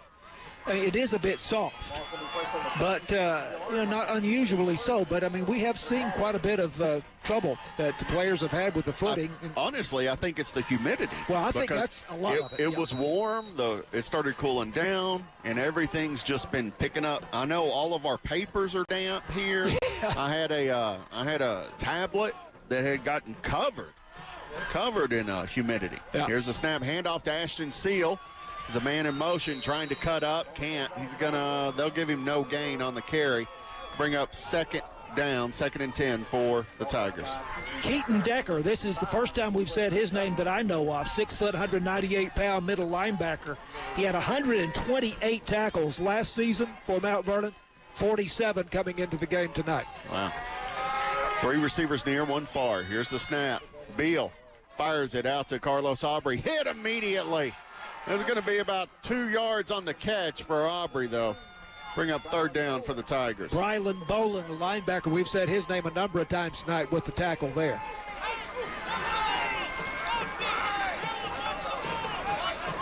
One yard. 3rd and 9 for the Commerce Tigers. 8:34 left in the third quarter. 35-15. Mount Vernon over Commerce. 3 receivers far side, 1 near. Here's the snap. Play action. firing over towards Tyshawn Harris, overthrown and in and out of the hands of Mount Vernon. Should have been an interception, but wasn't. Tyshawn Harris just overthrown. Blaine Krause, defensive back, had every opportunity to pick that one off and just bobbled it, and it got away from him. He did a, what was that, over-the-shoulder running catch. Well, Willie Mays style? Yeah. Is that what that is? Yeah. So 3 and out for the Tigers to start the second half on offense. Castillo here to kick. These punts have not been automatic this year for the Commerce Tigers. High snap, but it's handled. Gets the kick away. It's high. It's pretty deep. Lands around the 41. Takes a Commerce bounce deeper into Mount Vernon territory. Going to be fielded around the 38-yard line. That's where Mount Vernon will take over. Short field for them. 27-yard punt by Emmanuel Castillo there for Commerce. So the ball goes right back to the Mount Vernon Tigers after they went on a 69-yard, 10-play drive with their first possession of the second half. You gotta figure Mount Vernon's gonna be one to hand the ball off a lot, but tell you what, McGill has just been slashing the Commerce defense so far tonight. Here's the snap. Takes the handoff. Quick pass out to the far flat. He's off. 50, 45, hit around the 42, taken off his feet at the 40. And that is Kaufman, the dangerous wide receiver, gets it all the way down to the 38-yard line, 24 yards on the pass. Kendrick Greer, the tackle for Commerce. Here's the snap, handoff to McGill, up the middle, misses all the tacklers, he's taking it all the way in, 5, touchdown, McGill from the 38-yard line, touchdown, his third of the night, second of the half. 33-yard touchdown. Wow. He's just gash in the middle of that line. That's a great term for it. Sure is. 198 yards and 3 touchdowns, John Mark. 25 carries. He came into the game with 514 yards rushing, 7.2 yards per carry, and 10 touchdowns. So he'll now have 13 TDs this season for Mount Vernon. Extra point is good, 42-15, Mount Vernon. With 7:50 left in the third quarter. We'll be back with more Tigers football after this on KETR. Hi, I'm Dr. Mike Lenore with your health tip of the day from the African American Wellness Project. While coronavirus infections could go down over the next few months, we're still headed into flu season, and millions of Americans will be affected by the flu. But the good news is that we do have a safe and effective vaccine. But sadly, too many people go unvaccinated, especially African Americans. For more about flu vaccine, talk to your doctor or visit aawellnessproject.org. From the Scoreboard Center here on your station 88.9 KETR, Winsboro leads Howe 42-3 with 10 minutes left in the third quarter. Somewhere in the fourth, the Honey Grove Warriors lead the Como-Picton Eagles 12-0. That's about 10 minutes left in regulation. Right now, the White-Right Tigers lead the Blue Ridge Tigers. It's 14-7. White-Right defending home against the Blue Ridge Tigers with 12 minutes left to go in the game. Rivercrest is leading Wolf City 21-16. All 16 of those Wolf City points scored in the second half. There's 10 minutes left in the game. And Lone Oak Buffaloes lead S&S Consolidated 20-7 with 12 minutes left to go in the fourth. Now back to John, Mark, and Kevin in Mount Vernon, guys. Here's the kick. It's high, not real deep. Isaiah Simon coming up the field, loses the ball. Hits the turf, and I think Mount Vernon may have this one, John Mark. Isaiah Simon was about to cover it up, so was Commerce, but then it looked like several purple jerseys jumped on it. There's no signal, so I guess it's Commerce ball. Still never seen a signal. I was trying to pick up who might have recovered it either for Commerce or Mount Vernon. They're going to call it. So Commerce hangs on to the ball. Right. They'll start at their 47-yard line. 7:45 left in the third quarter. 42-15. That got out of hand quick, John Mark. Commerce led at one point in this ball game, 15-7. 15-7. Here's the snap. Handoff over to Carlos Aubrey. Taken down after A yard on the carry.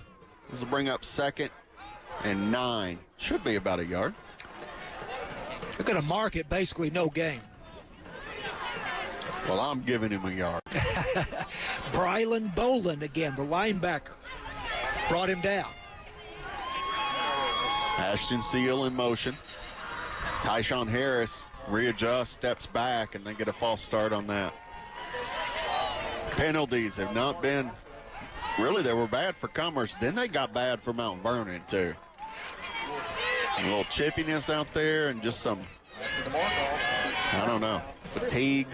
It was hot earlier, humidity. Now we're getting that cold front coming in, starting to get a little chilly. It is. The wind is, I guess that's out of the south. It's picked up quite a bit during halftime. Here's the snap. Isaiah Simon gets it, hit in the backfield. Well, he's going to lose about 3 yards. Let's bring up 3rd and forever for Commerce. I've been trying to pick up the linesman for the ball, the spotting of the ball all night long, and it just dawned on me again. He's over on the far side. I keep looking for him on the near side, but he's on the far side. Because where the visitor stands here tonight. So to 38. Here's the snap. Beal back to pass, fires it up, looking for Carl. Intercepted at the 40. Back up to the 45, at the 50, the 45 of Commerce, down the sideline, hurdles a defender into the out of bounds. And that was 22, Blaine Krause for Mount Vernon. And there's a flag after the play on this. Interception. Ouch. And he's the one who dropped the interception here several plays ago. He got a second chance and took advantage of it, made the most of it. So overthrew Carlos Aubrey a little bit.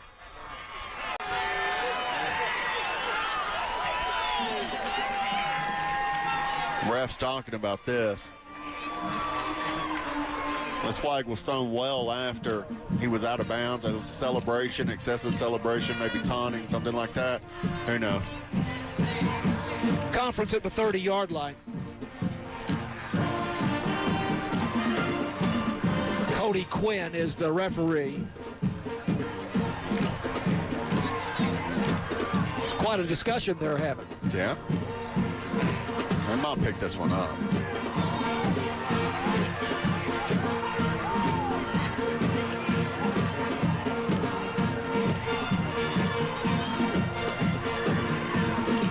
Tigers at home next Friday night against Pottsboro. That's not going to be easy. No.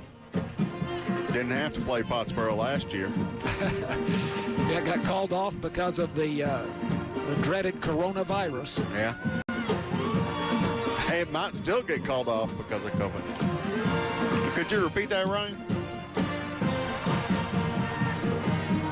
Yeah. Pottsboro over Reigns, 42-0. Personal foul against Commerce at the end of the play. Okay, let's tack on 15 more yards. Give Mount Vernon an easy walk in from the 15-yard line. What do you think to hand it off to McGill? I would not see why not. One of them. Well, yeah. I'm assuming they're brothers. It's been Mackenzie McGill with 2 touchdowns here to start the second half. He's just a junior, his too. brother is Quince. He is quick. He's got a lot of agility and a lot of good reflexes, good speed, too. Their sister was named Lil, but everyone knew her as Nancy. Oh. Only a few people will get that reference. Here's the handoff to McGill over the right side, trying to cut up. It's hit by the Commerce Tigers. He'll get 1 yard on the carry. Second down for Mount Vernon. And the tackle there by Tiger defensive tackle Moses Branch. Here's the snap. Handoff. McGill once again goes up to the middle, bounces out to the left side, ping-pongs around. Couple of Commerce defenders right at the goal line. He's trying to push. He falls. This will be, we're going to say 11 yards down to the 1 yard line for McGill. Here's the snap. He gets it again. Touchdown. 1 yard touchdown run for McGill, his 4th of the night on the short field.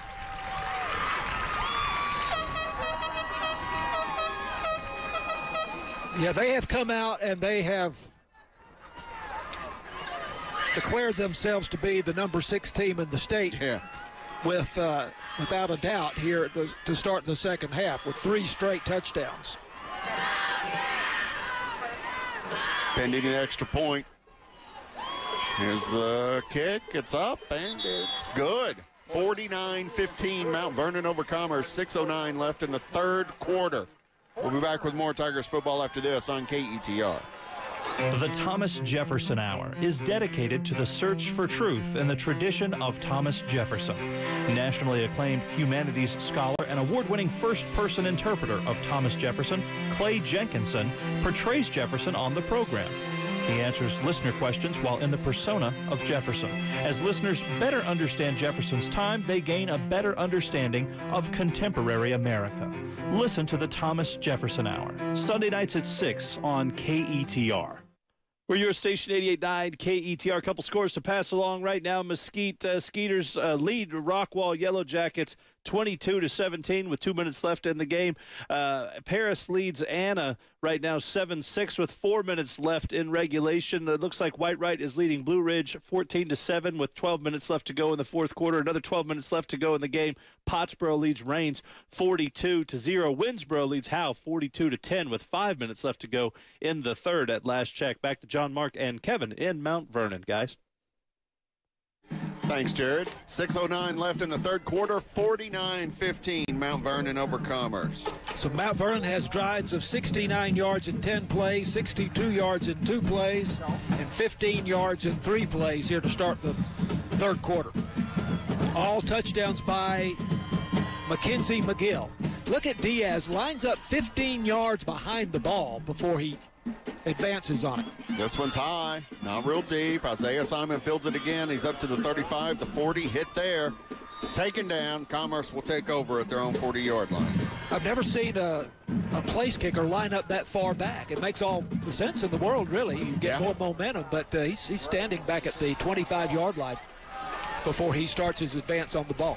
And back in the day when the rest of the team used to run, then your timing was important. Yeah, that's right. Much more important. You don't see that much anymore. Well, they outlawed it. Oh, did they? Yeah. That's why you don't see it anymore. Yes. So it's a very good reason. Yeah, too much momentum, injuries on kickoff returns, stuff like that. I see. Right. Just to limit that. Again, the Tigers led this game 15-7 at the end of the first quarter. Ashton Seal in motion. He gets the handoff over the far side, cutting up towards the sideline. He's got some room to run. Pushed out of bounds after about 20 yards on the carry. Maybe a little more. We'll see where they spot this one. Good run by Ashton Seal. Yeah, he went out of bounds on the far side, so it's hard to tell. And again, the linesman is over there on the far side. They're giving him 11. No, they're giving him a flag. Never mind. Sorry. It's -10. Holding. Must be a holding call against the Tigers again. We're seeing these signals from behind, and so you really sometimes can't see the officials' hands. So obviously this was a holding call that negates that very nice run, perhaps as far as 20 yards there by Ashton Seal. He's going to wind up with one. Yeah, he gets 1 yard. So technically he gets 11. It's 1st and 9. Here's the handoff. Isaiah Simon to the 40, trying to find room to go up. Can't. There's a flag on the play. I think this will be a horse collar on Mount Vernon, as Isaiah Simon was tackled from behind. Yeah, Ty Triplett came up from behind the linebacker, senior linebacker for Mount Vernon. Yeah, that was a 1st and 9, John Mark. Right. They're discussing this for whatever reason with Tyshawn Harris of Commerce, which reminds me of the old days when the officials would discuss a penalty with a captain, and the captain would then make the decision of whether to accept the penalty or not. But Tyshawn Harris, to my knowledge, is not a Tiger captain. But nope. Tigers are obviously taking the penalty here. It's personal foul against Mount Vernon. Be into Mount Vernon territory to the 44. And as Kevin said, the apparent horse collar tackle there. 5:43 left in the third quarter, 49-15 Mount Vernon. Here's the snap, handoff. No, Beal keeps it, rolling out to the far side, trying to find somebody to throw to, can't. Taken down to the backfield for a big loss at the 50. Beal loses 6 yards on that. Second down, Commerce. That's Adrian Diaz on defense there, the guy we've talked about so much as the place kicker for the Mount Vernon Tigers, sacking Darren Beal back at the 49-yard line. Bring up a 2nd and 14, I believe. 2 receivers each side, ball in the middle of the field. Here's the snap. And off to Simon over the right side, cuts it back towards the middle, bounces and rolls. Trying to make some room, really can't. 3 yards on the carry, 3rd and 13, Commerce. 35, Jamison Gray on the tackle. Commerce with 216 yards of offense, total offense tonight. Mount Vernon with 480. Jamison Gray wrapped up Isaiah Simon after Simon broke away and bounced off the first player who made contact. Ashton Seal in motion. He gets the handoff, got some green. 45, 40, cutting towards the middle of the field. Not enough for a first down, but a good run. Gets about 9 yards on the carry. This will bring up a 4th and 3. About 10 yards on that gain there by Ashton Seal. Kevin's got his hands full keeping stats here tonight, but at some point we'll see how many yards Ashton Seal has rushing and total offense, how many yards total offense he may have. He scored on the first play from scrimmage on a 50-yard pass from Darren Beal. That's the only one he's got, though. Oh, here's a snap, trying to get it to Bauman, who's in motion. He's taken down for a loss. On that, Seal, remember, most of his big runs have been called back with penalty. Oh, right. Remember, he has officially 6 runs for 17 yards and only that one pass for 50 yards and a touchdown. They've tried to get him going, but penalties have been killing Commerce. That was a 4th down and 3 play, and the ball goes back over to Mount Vernon now after that loss on the 4th and 3 play. Punt, interception, turnover on downs for Commerce so far in the second half. Mount Vernon taking over at their own 33-yard line. 3:46 left in the 3rd quarter.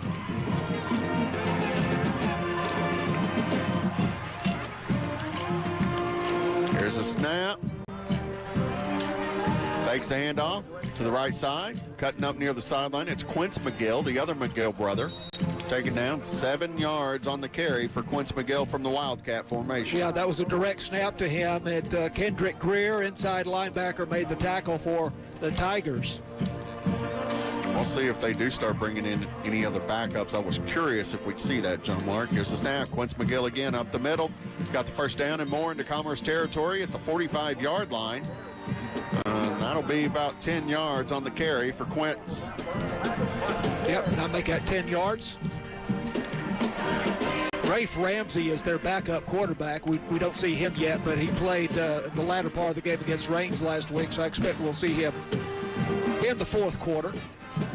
To the Commerce 44-yard line. Here's the snap. Hand off to Quince over the left side, cutting up towards the middle. He's got room to run. 25, 20, caught at the 18-yard line, dragged down around the 15. Wow. That'll be a 29-yard run. Call it 28, actually, for Quince McGill. Just Mount Vernon just owning the line of scrimmage. Here's the snap. Looking towards the end zone. Fade to the back corner. Broken up by Commerce. Trey Gadlin. Great play. Excellent coverage. Turned just in time to see the ball and knocked it down. And really very nearly came up with the interception there. This ball is at the 16-yard line. Here's the snap. Play action. Firing towards the end zone. Caught. Touchdown, Kaufman. 16-yard touchdown pass. Touchdown catch, his 2nd of the night. Bennett's 4th passing touchdown of the evening. Bennett is 12 of 23 for 4 touchdowns, 275 yards. Wow. Well, it took them a while to get it going, but they finally did, didn't they? Oh, yeah. Here's the kick. It's up, and it's good. 56-15, Mount Vernon over Commerce. We'll be back with more after this on KETR. Hope you enjoyed your meal. And I just want to say, he's lucky to have a brother like you. Lucky? Caring for my brother is far from easy. But he's a part of me, like my arms and legs, so I'll be his. No time for tired. Nothing can disable this love. He needs me, but I'm the lucky one, even though I need help now and then.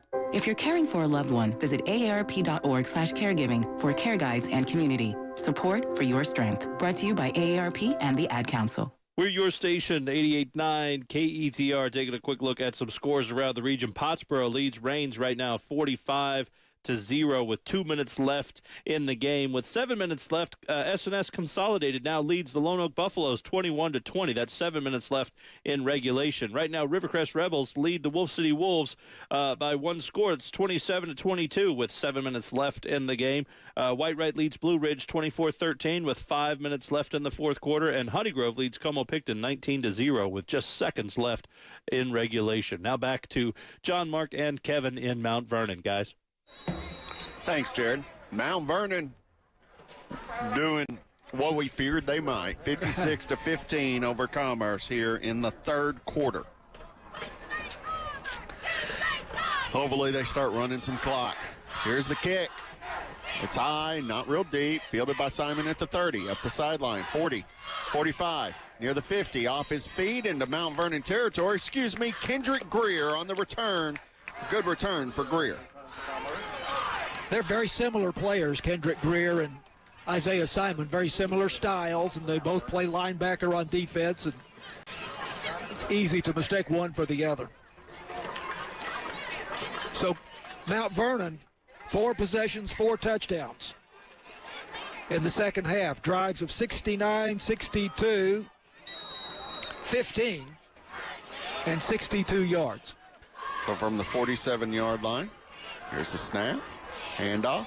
Isaiah Simon or Kendrick Greer, I think. Isaiah Simon. There you go. 3 yards on the carry for Simon.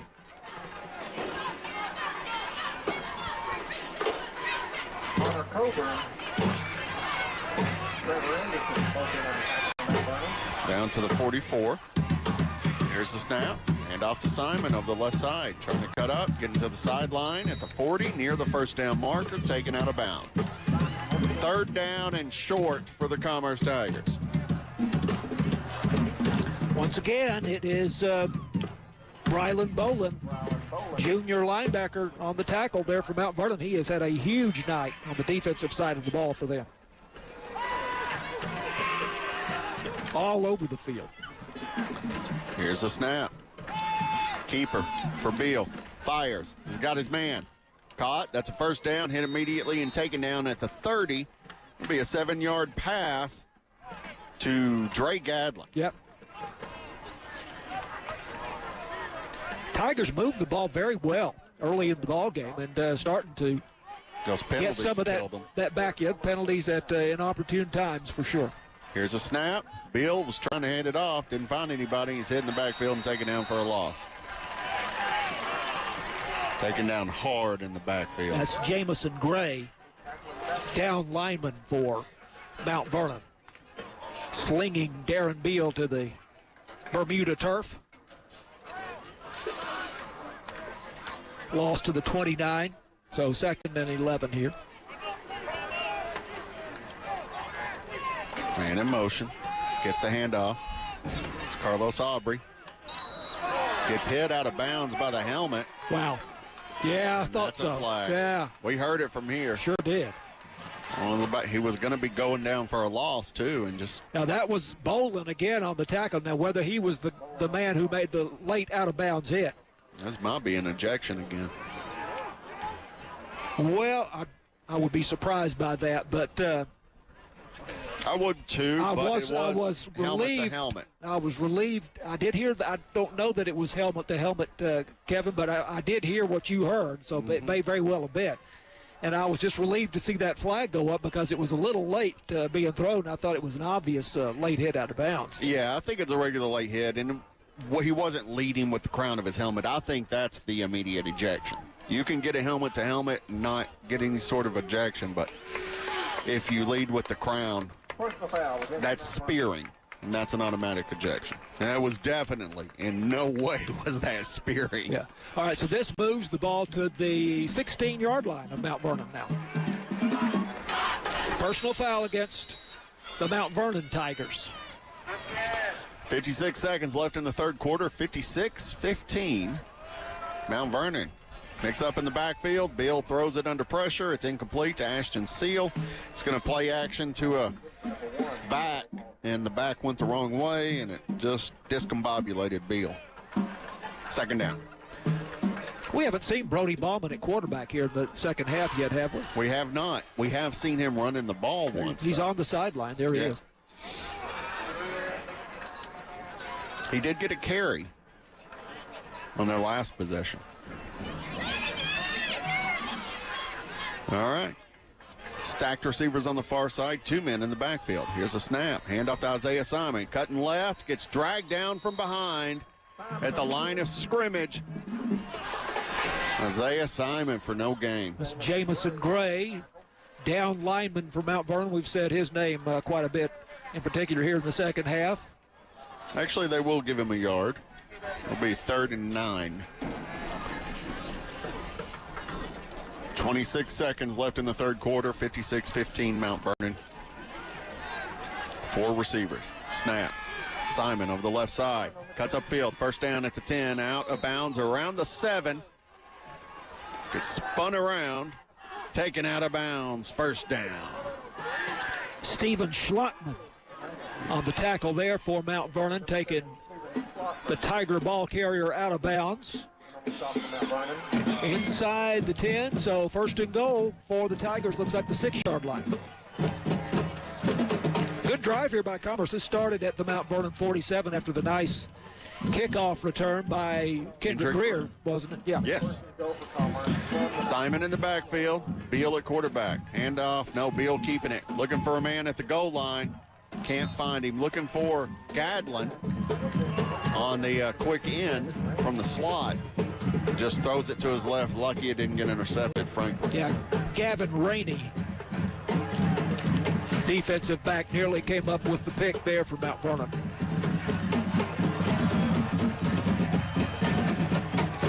Ninth play of the drive. There's a snap. Simon gets it to the left, plunging up the middle, gets about 3 yards. He's going to get it up to the 3-yard line, I should say. And that is 3 yards. Third down and goal from the 3 for the Commerce Tigers at the end of the third quarter. That's a whole bunch of triple threes in that entire sequence, John Mark. 12 minutes to play. Fourth quarter looms, 56-15, Mount Vernon over Commerce. We'll be back with more Tigers football after this on KETR. I'm Chris Boyd, host of Think. Each weekday, we strive to put the headlines in perspective by focusing on the ideas behind them. Whether we're talking about politics, race and identity, science, or history, questions of why and how are always at the heart of our conversations. Join me on Think as we explore our world and the ideas that drive it. Weekdays at 2 p.m. and 8 p.m. on 88.9 KETR. We're your station, 88.9 KETR. A couple finals to pass along for you now. It looks like Rockwall beats the Mesquite Skeeters tonight. The Yellow Jackets win in Rockwall tonight, 25-22. The final score. Some fourth quarter scores.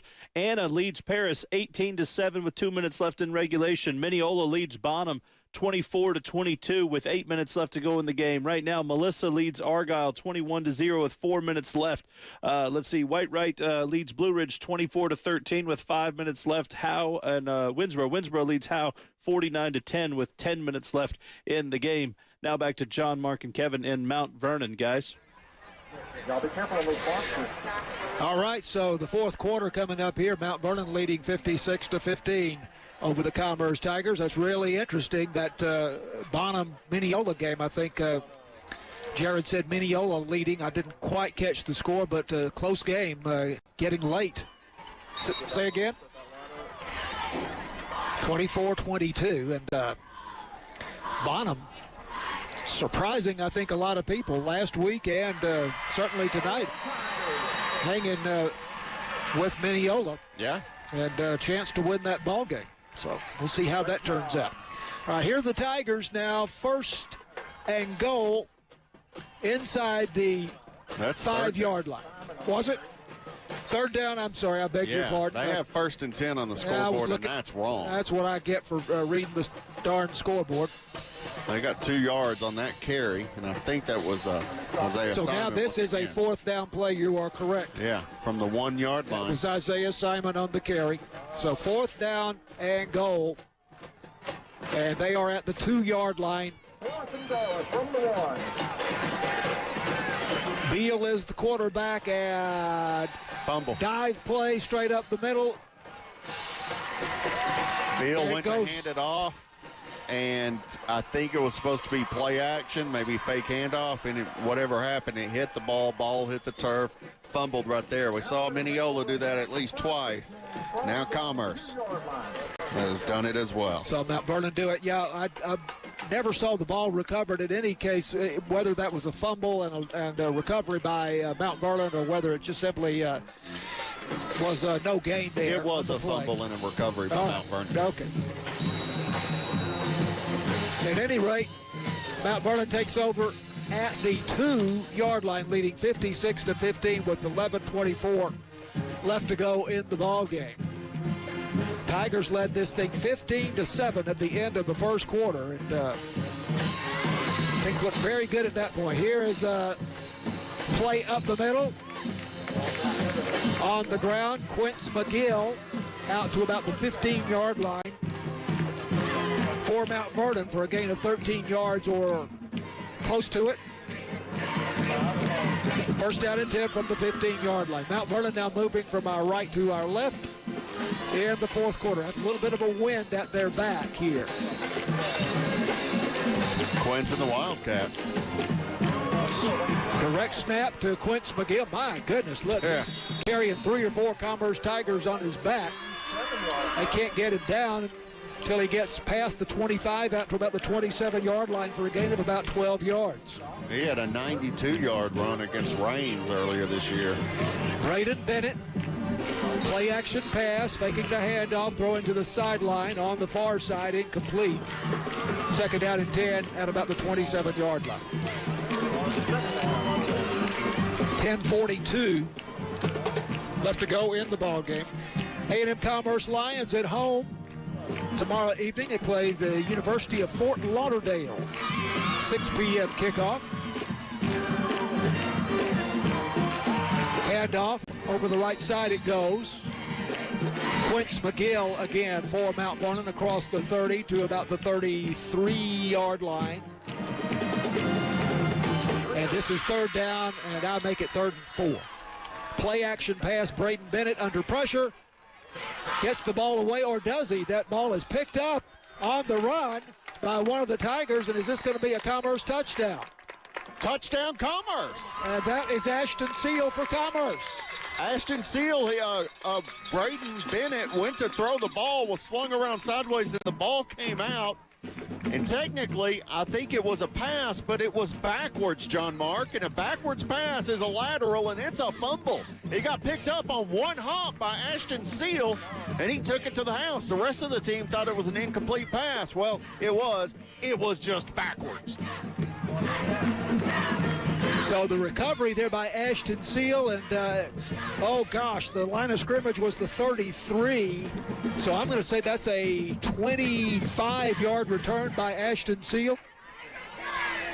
His second touchdown of the night. Emmanuel Castillo on to kick the extra point. Brody Bowman is the snapper, and the holder is Darren Beal, and the kick is up and good. That's Bennett's 3rd fumble of the night, too, officially. 56-22. Mount Vernon leading Commerce. This is Tigers football on 88.9. For 50 years, listeners like you have made everything you hear from NPR possible. Support us now and for the next 50 years by giving to this station. Here's how. Just point a browser to ketr.org and then click the donate button at the top of the page. And thanks. This is your station 88.9 KETR. Couple finals to pass along. Rockwall beats Mesquite tonight 25-22. That's a final out of Rockwall Anna beats Paris 18-7. That's a final. The Coyotes over the Wildcats. Another final. Pottsboro beats Reigns tonight. Pottsboro wins 45-0. The Cardinals over the Wildcats. That game played in Pottsboro tonight. Also, S&S Consolidated beats Lone Oak tonight, 21-20. The final score this evening. So back to John, Mark, and Kevin in Mount Vernon, guys. Approximately 25-yard return of what amounts to a fumble by Ashton Seal for Commerce. As Braden Bennett was attempting to pass, but lost the handle of the football. The ball went behind him and ruled ineffective fumble. We'll be interested to see that on video as the new week. Yeah, because he was spun around twice, too. It was hard to see. He was well in the Commerce grips. So Ashton Seal now has 4 touchdowns this season, and he's scored them in very diverse ways. Here's the kickoff by Castillo, angled to the far side, and the return out to about the 25-yard line. Very short return there.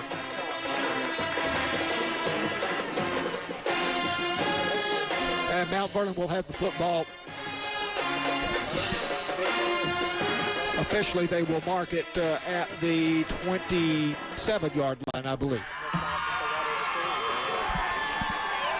First Tiger touchdown in the game since the pass from Darren Beal to Tyshawn Harris at the end of the first quarter. Running play up the middle on first down.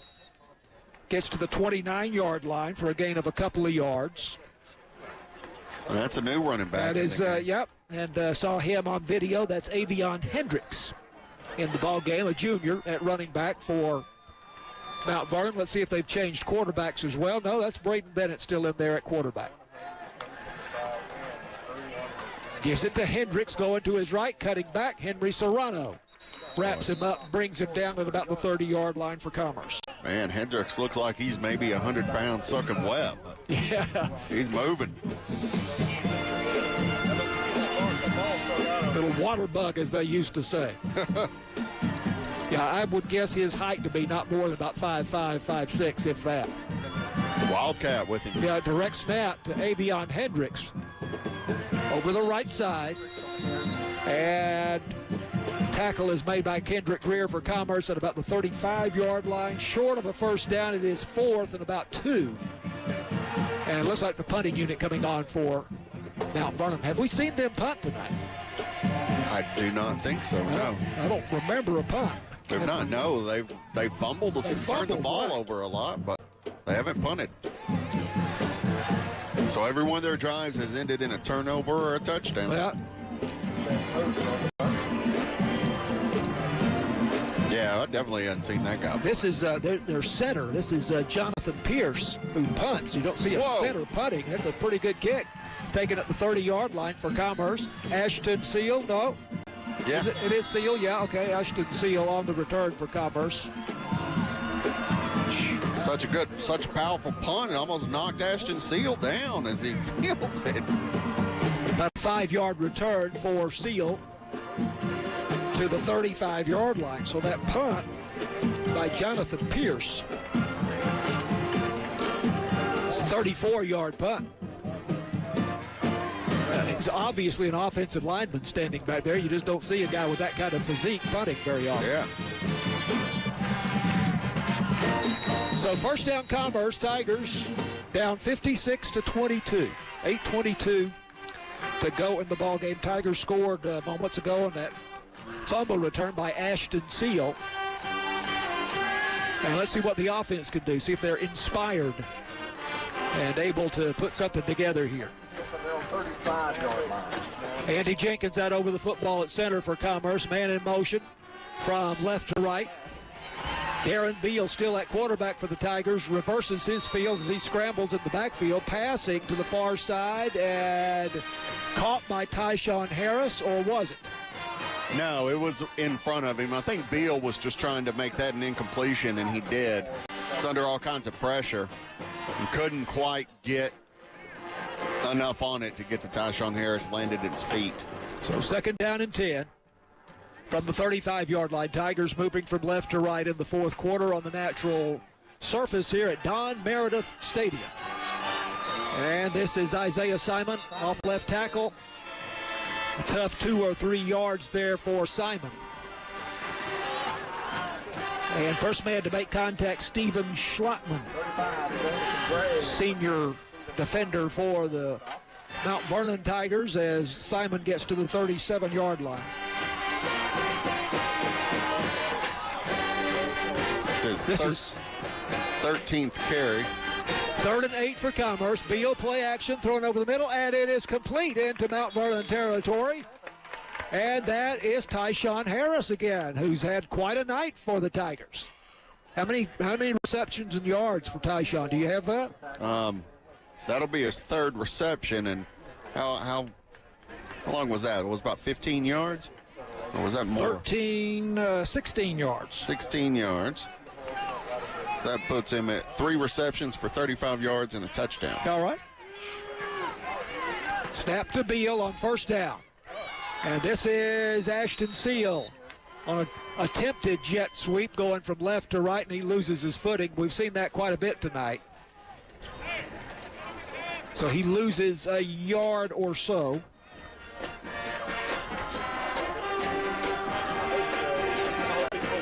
Make it a loss of a yard, so it is 2nd down 11 for the Commerce Tigers. Tigers at home against the Pottsboro Cardinals next Friday night. Play action pass, Darren Beal throwing down the near side, and well out of bounds, intended for Dre Gadlin of Commerce, but incomplete. It's 3rd down 11 for the Tigers.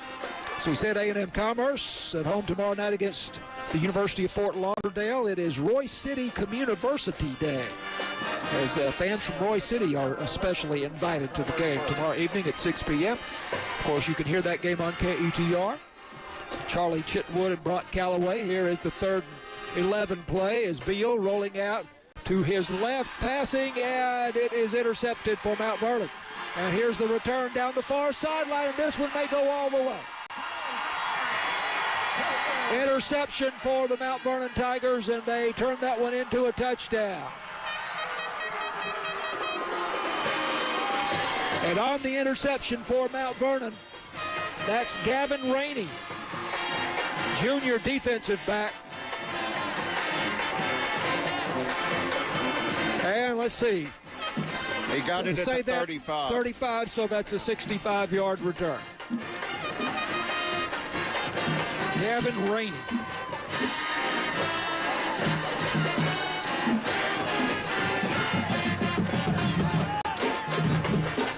And it's 63-22 now. And the extra point, automatic by Adrian Diaz, 63-22 with 6.5 minutes to go. This is Commerce Tigers football on KETR. Programming on KETR is made possible by listeners like you and by Cypress Bank. Managers Eddie Smith and Robin Alexander are available to assist with deposit and credit needs at the Commerce branch. Other branch locations include Mount Pleasant, Lone Star, and Pittsburgh. More information at cypressbanktx.com, member FDIC, and an equal housing lender. Jared Knight here at your station, 88.9 KETR finals to pass along. Honeygrove beats Como-Picton tonight, 19-0. The final score there out of Como-Picton. Tonight, the White Right Tigers defend home against the Blue Ridge Tigers. White Right wins 31-13. The final score in White Right. Let's see, S&S Consolidated beat the Lone Oak Buffaloes tonight 21-20. That's a final score. Pottsboro beats Rains tonight 45-0. The final score. Mineola beats Bonham tonight 31-22. The final score out of Bonham. Let's see, Van beats Liberty Ilo 27-25. The final, and Anna Coyotes beat the Paris Wildcats 18-7. The final score.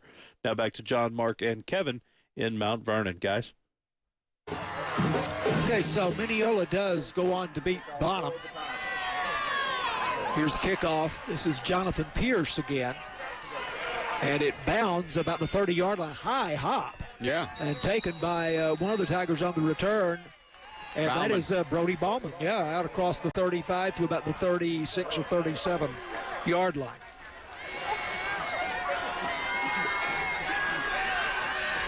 First down, Commerce down 63-22. Again, if you joined us late, we had a lot of excitement in the first quarter as the Tigers just got off to a terrific start and led at the end of the first quarter 15-7 after a 50-yard touchdown pass on the first play from scrimmage from Darren Beal to Aaron Seal, and then the touchdown pass from Beal to Tyshawn Harris of 9 yards. Tigers recovered 4 fumbles in the first half. Here's a snap to Darren Beal. Quick pass out to Carlos Aubrey in the flat. Aubrey bumped out of bounds after a short gain by Necky Perry, senior or sophomore defensive back for Mount Vernon. Gain is to the 37-yard line, so that's just a pickup of 1 yard.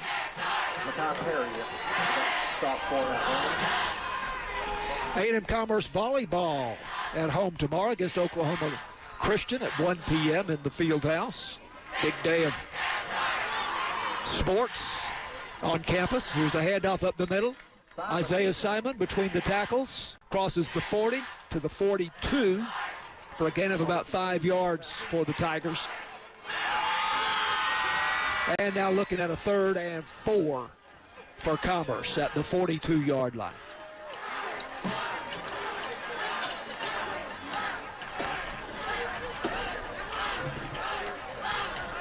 Tigers looking to the sideline for the play with 15 seconds on the play clock, plenty of time. Little surprised we haven't seen Brody Bauman at quarterback here in the second half. Yeah. Tigers haven't run very many offensive plays in the second half, to tell you the truth. Carlos Aubrey in motion from right to left. They're going to swing it out to him. He makes the catch with a head of steam and then is brought down close to the first down. That was a very high tackle, wasn't it, Kevin? Yeah. And where will they mark that play? They say at the 44-yard line, a yard or so short of the first down. Fourth down for Commerce. Scoreboard says 4th and 1. It's right in front of us. Looks more like 4th and 2 from the 44. Tigers again staring at the sideline, waiting on the play from offensive coordinator Scott Peterson. Commerce takes a timeout. And timeout, Tigers. Well, let's send it back to the KETR studio. I think they probably have some score. 63-22, Mount Vernon leading here. This is Tigers football on 88.9. Wake up and text. Text and eat. Text and meet up with a friend you haven't seen in forever. Hi. Oh, hey. Text and complain that they're on their phone the whole time. Text and listen to them complain that you're on your phone the whole time. Text and whatever. But when you get behind the wheel, give your phone to a passenger. Put it in the glove box. Just don't text and drive. Visit StopTextsStopWrecks.org. A message from NHTSA and the Ad Council. Your station 88.9 KETR. Final out of Winnsboro this evening. Winnsboro beats Howe tonight 70-17. That's a final score. Winnsboro Raiders over the Howe Bulldogs. I mentioned, Wolf City defends home against Rivercrest. That's what we've got here in the report. Wolf City wins 38-27, where Rivercrest led the game all the way until the fourth quarter. Wolf City comes back to win. Pottsboro beats Rains tonight 45-0, the final. Back to John, Mark, and Kevin in Mount Vernon, guys. Okay, Jared, thank you. On 4th down, Emmanuel Castillo punts for Commerce, one of his best punts of the night. Gets a nice roll and goes all the way to the 20-yard line. So that is a 36-yard punt by Emmanuel Castillo, a Tiger freshman. He's had an active night punting for Commerce. 63-22, Mount Vernon leading with 4:29 to go. And they start from their own 20-yard line.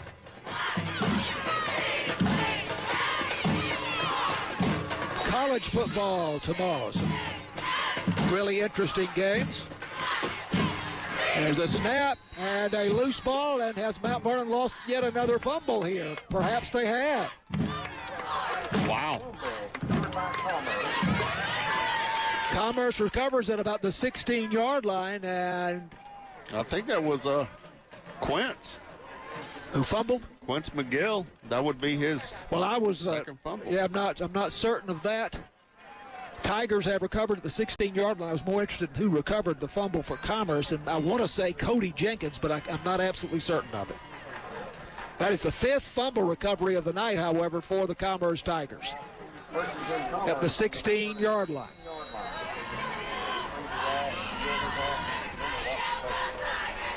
Darren Beal, the quarterback, in the shotgun. Fakes the handoff to Simon and is roughly hurled to the turf there for Mount Vernon by Jamison Gray. Down lineman for the Mount Vernon Tigers, whose name we've called a number of times tonight. Bauman's going to have to come in. And Bauman coming into the ballgame as Beal goes off the field on his own power, but obviously shaken up after that tackle. Forward progress at the line of scrimmage, so officially no gain. Snap to Bauman. They give it to Carlos Aubrey, going from right to left on the jet sweep. Aubrey inside the 10, or right at the 10, for a gain of about 6 yards, and it's going to be third down here for the Tigers. 63-22 Mount Vernon with 3:54 to go. But the Tigers with a chance to put another 6 on the board here. Bauman stays in the ballgame at quarterback for Commerce, has a back on either side of him and a back in the pistol behind him. And the handoff going right on a short gain is to Ashton Seal.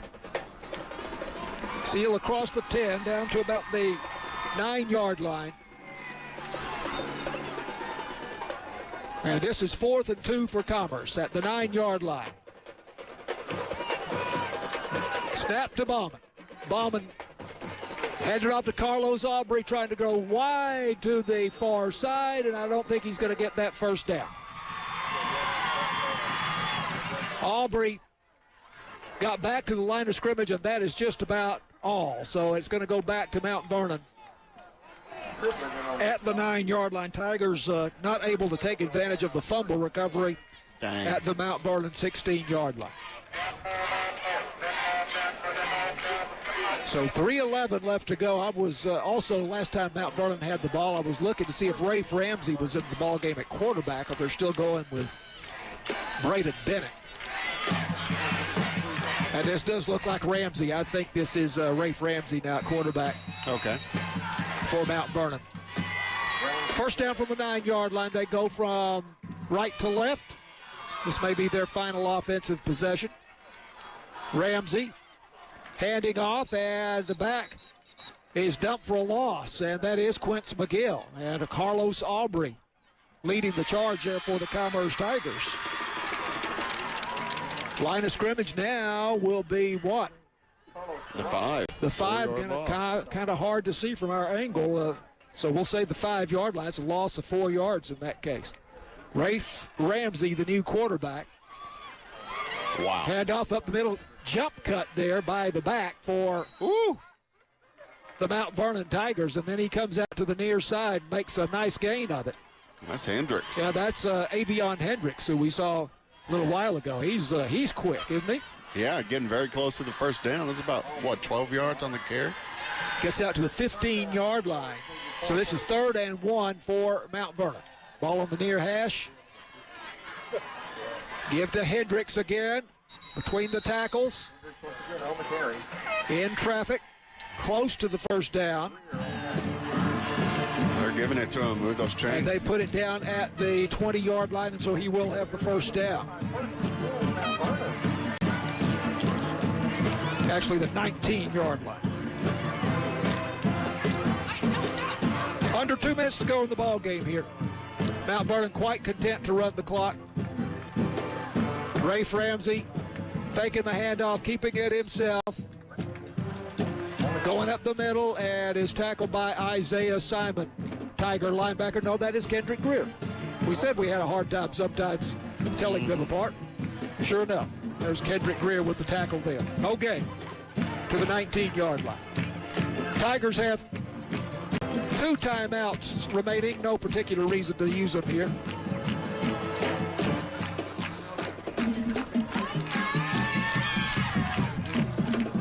Rafe Ramsey looking to the sideline for the play. Has it back to his left. Takes the snap. Moving around in the backfield under pressure and going to be sacked. That was Carlos Aubrey, I believe, Kevin. Did you get a good look at it? I think it was Carlos Aubrey. I think so. Tiger linebacker brought him down back there about the 15-yard line. And so under a minute now to go. 63-22 will apparently be the final here tonight. A competitive game despite that score, especially, of course, in the first half. But Mount Vernon just totally dominating in the third quarter. Here's a handoff up the middle. Hendricks. It's Avion Hendricks again. He's going to be fun to watch, John Mark. Yeah, Ashton Seal made the tackle for the Tigers. Gain is to the and that's it. 21-yard line, and that will be the final play. Both teams leaving the field now, as Mount Vernon will not have to snap it again. 63-22 will be the final score from Don Merritt of the stadium tonight. So turn out the lights. The party's over. They say that all good things must end. Call it a night. The party's over. And tomorrow starts the same old thing again. I sing almost as well as Don Merritt. Almost. 63-22 the final, and Tigers football will continue again right after this. Support for KETR comes from its members and from Cypress Bank, offering both deposit and loan products, including checking, online banking, ATMs, and the Cypress Check Card. Family financial centers located in Commerce, Mount Pleasant, Pittsburgh, and Lone Star. Equal housing lender and member FDIC. Find more information at cypressbanktx.com. Rinaldo Alessandrini joins us yet again, and this time we're into the 18th. KETR. 10 presidents, 3 generations, a lot can happen in 50 years. NPR has been there for it all. You can ensure public radio is around for the next 50 years by donating to this station. Here's how. Just visit ketr.org and click Donate at the top of the page. You took the first step and quit smoking, but even former smokers may still be at risk for lung cancer. That's why SaveByTheScan.org wants you to know about a new low-dose CT scan that can detect lung cancer early. It takes only 60 seconds and could save your life. You took the first step, now take the next. Visit SaveByTheScan.org for a simple quiz to see if you're eligible and talk to your doctor about screening.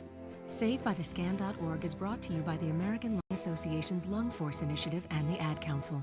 NPR is powered by local stations across the country, and this station is powered by you.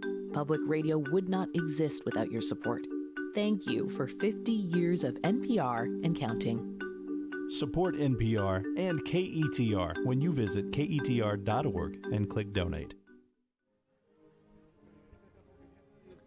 Okay, one more time from Don Meredith Stadium in Mount Vernon, where Mount Vernon wins its homecoming game tonight over the Tigers 63-22. But Kevin, a little bit of scare, I think the Tigers put into Mount Vernon in the first half, and I think that was a very frustrated bunch of Mount Vernon kids there throughout the first quarter with those 4 fumbles in the first half, and how many of them? 2 at least in the first quarter. Yeah, and 2 at the 3-yard line as well. 3. I mean, 3 in the first quarter. Yeah, and 2 at the 3-yard line. I mean, that was tough, and you saw them get a little chippy. They had a couple of, at least one ejection that we know of. And then Commerce had some players go out that hopefully we'll see again next week. But that was a tough one. Mount Vernon fumbled and lost the ball on their first 3 possessions of the ball game. You think that they might hear about that from maybe head coach Brad Willard next week? Maybe a little bit, yeah. And maybe tomorrow morning? Yeah, I think so. Well, we'll recap it. The Tigers scored on the first play from scrimmage on a 50-yard swing pass from Darren Beal to Ashton Seal, and then scored on a 2-point conversion play as Beal passed Isaiah Simon in the flat, and Simon scored easily. It was 8-0 Commerce with 11:42 left to go in the first quarter. Then the Tigers got the first of their fumble recoveries. I had that as Jack Nichols making the recovery. Okay. Not certain of that, but I felt pretty sure of it. Then Henry Serrano had a fumble recovery for Commerce. The younger Serrano brother, Carlos Serrano, then had a fumble recovery. They were looking good. They were going to have a good family dinner tonight. And the family is sitting right down in front of us here, by the way, judging by the Serrano name on the back of the jersey there. So later, Carlos Aubrey recovered a fumble for Commerce in the first half. But Mount Vernon fumbled on its first 3 possessions, and the Tigers recovered all of those. And then Commerce, well, actually, Mount Vernon comes back, and they scored their first touchdown on a 27-yard TD pass from Braden Bennett to Jaden Horton, who had a big night for Mount Vernon. And Adrian Diaz, the extra point. We were very impressed by him tonight. 8-7 the score with 2:30 left to go in the first quarter. Tigers came back with I think, one of their most impressive drives of the year. 72 yards in 7 plays. They had a touchdown called back as Kendrick Greer scored on a 1-yard plunge, but they had it called back, and they didn't let that bother them. Then they got the touchdown on a 9-yard fade from Darren Beal to Tyshawn Harris in the corner of the end zone. Beautiful throw and catch. And then Castillo with the extra point to make it 15-7. Commerce leading over the number 6 team in 3A Division I, the Mount Vernon Tigers, at the end of the first quarter. Really, really a great first quarter for Commerce. But as we said at the time, long way to go. Tigers got that fumble recovery by Carlos Aubrey early in the second quarter, but couldn't do anything with it, and punted to Mount Vernon, and then they went on a 64-yard 2-play drive. Touchdown pass 60 yards from Braden Bennett to Jaden Horton. Yeah, he had 122 yards and 2 touchdowns. He had one more catch after that one for 3 yards, so 5 catches on the night. Big night for him, nevertheless. 15-14, Commerce still leading at this point. 7:51 left to go in the second quarter.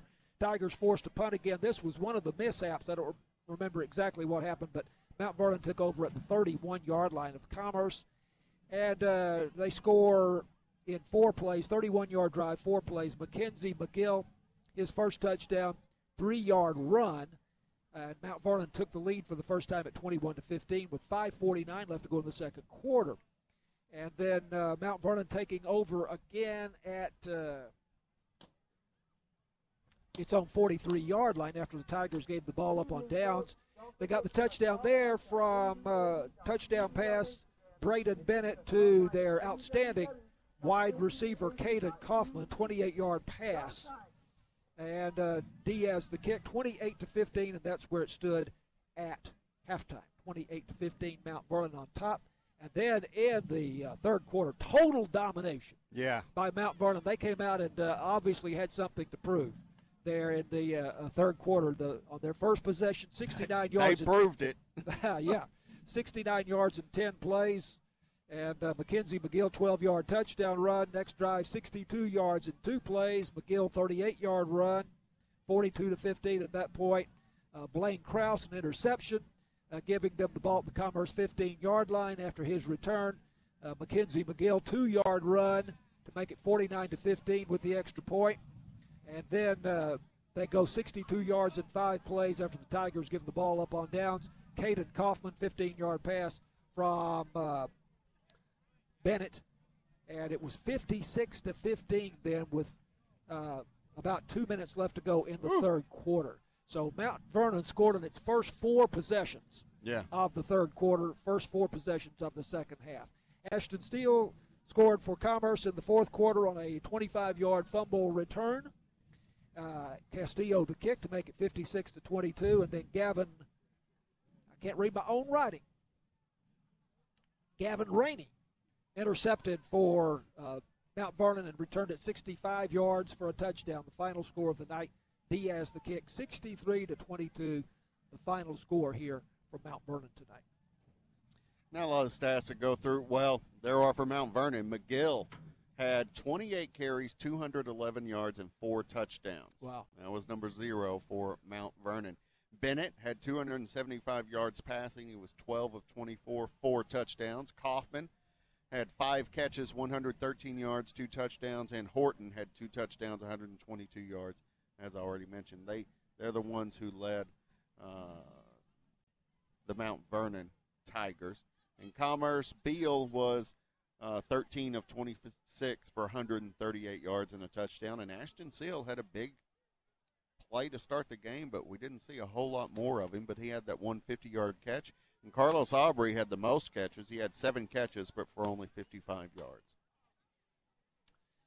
So, Tigers, again, they're game as they could be. You know, they play. There's no question that the kids play as hard as they can, but they're just a little bit overmatched in most of these games so far this year, and certainly tonight against the number 6 team in the state of Texas, and state semifinalists last year, the Mount Vernon Tigers, and I expect that we'll be seeing them playing in December again this year. So. No big surprise, but I'm very pleased to see how competitive the Tigers were in the first half of the ball game tonight. Gave Mount Vernon everything they could want there. A lot of fun in the early going. So Commerce Tigers now 1-4 for the season, 0-2 in district play. Mount Vernon 5-0 and 2-0 in the district. And our final score again: Mount Vernon 63, Commerce 22. Next week, the Tigers have another tough assignment as the Pottsboro Cardinals come calling to A&M Commerce Memorial Stadium and Ernest Hawkins Field.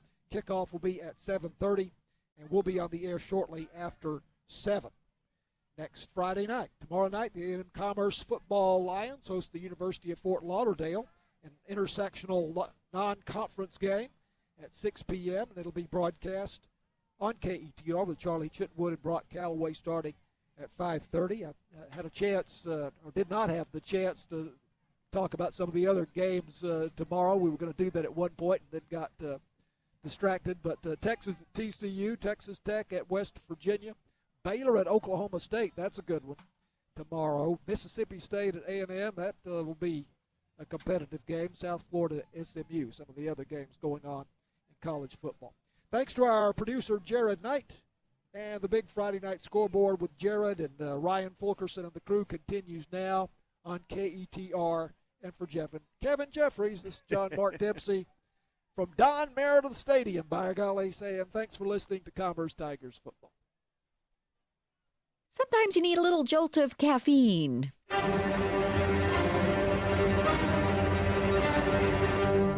Sometimes decaf is better.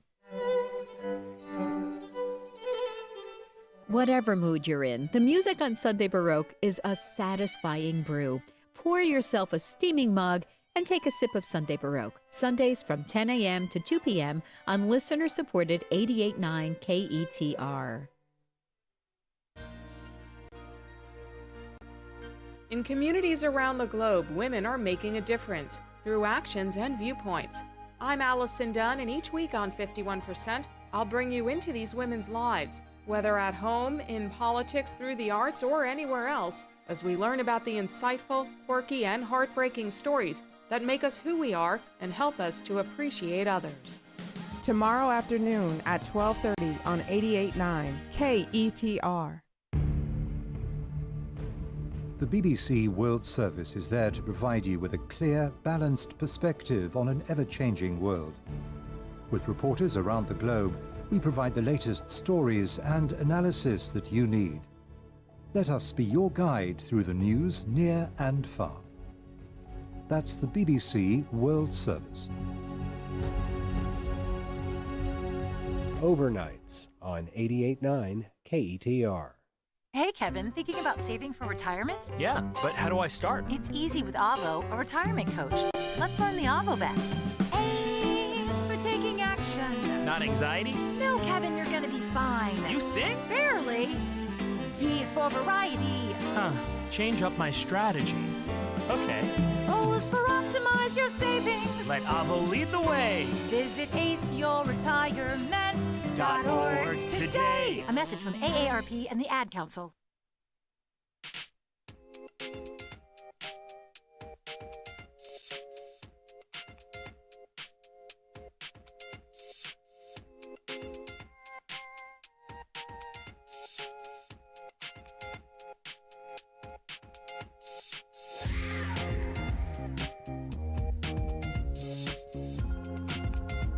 It's the big Friday night scoreboard program right here on your station, 88.9 KETR.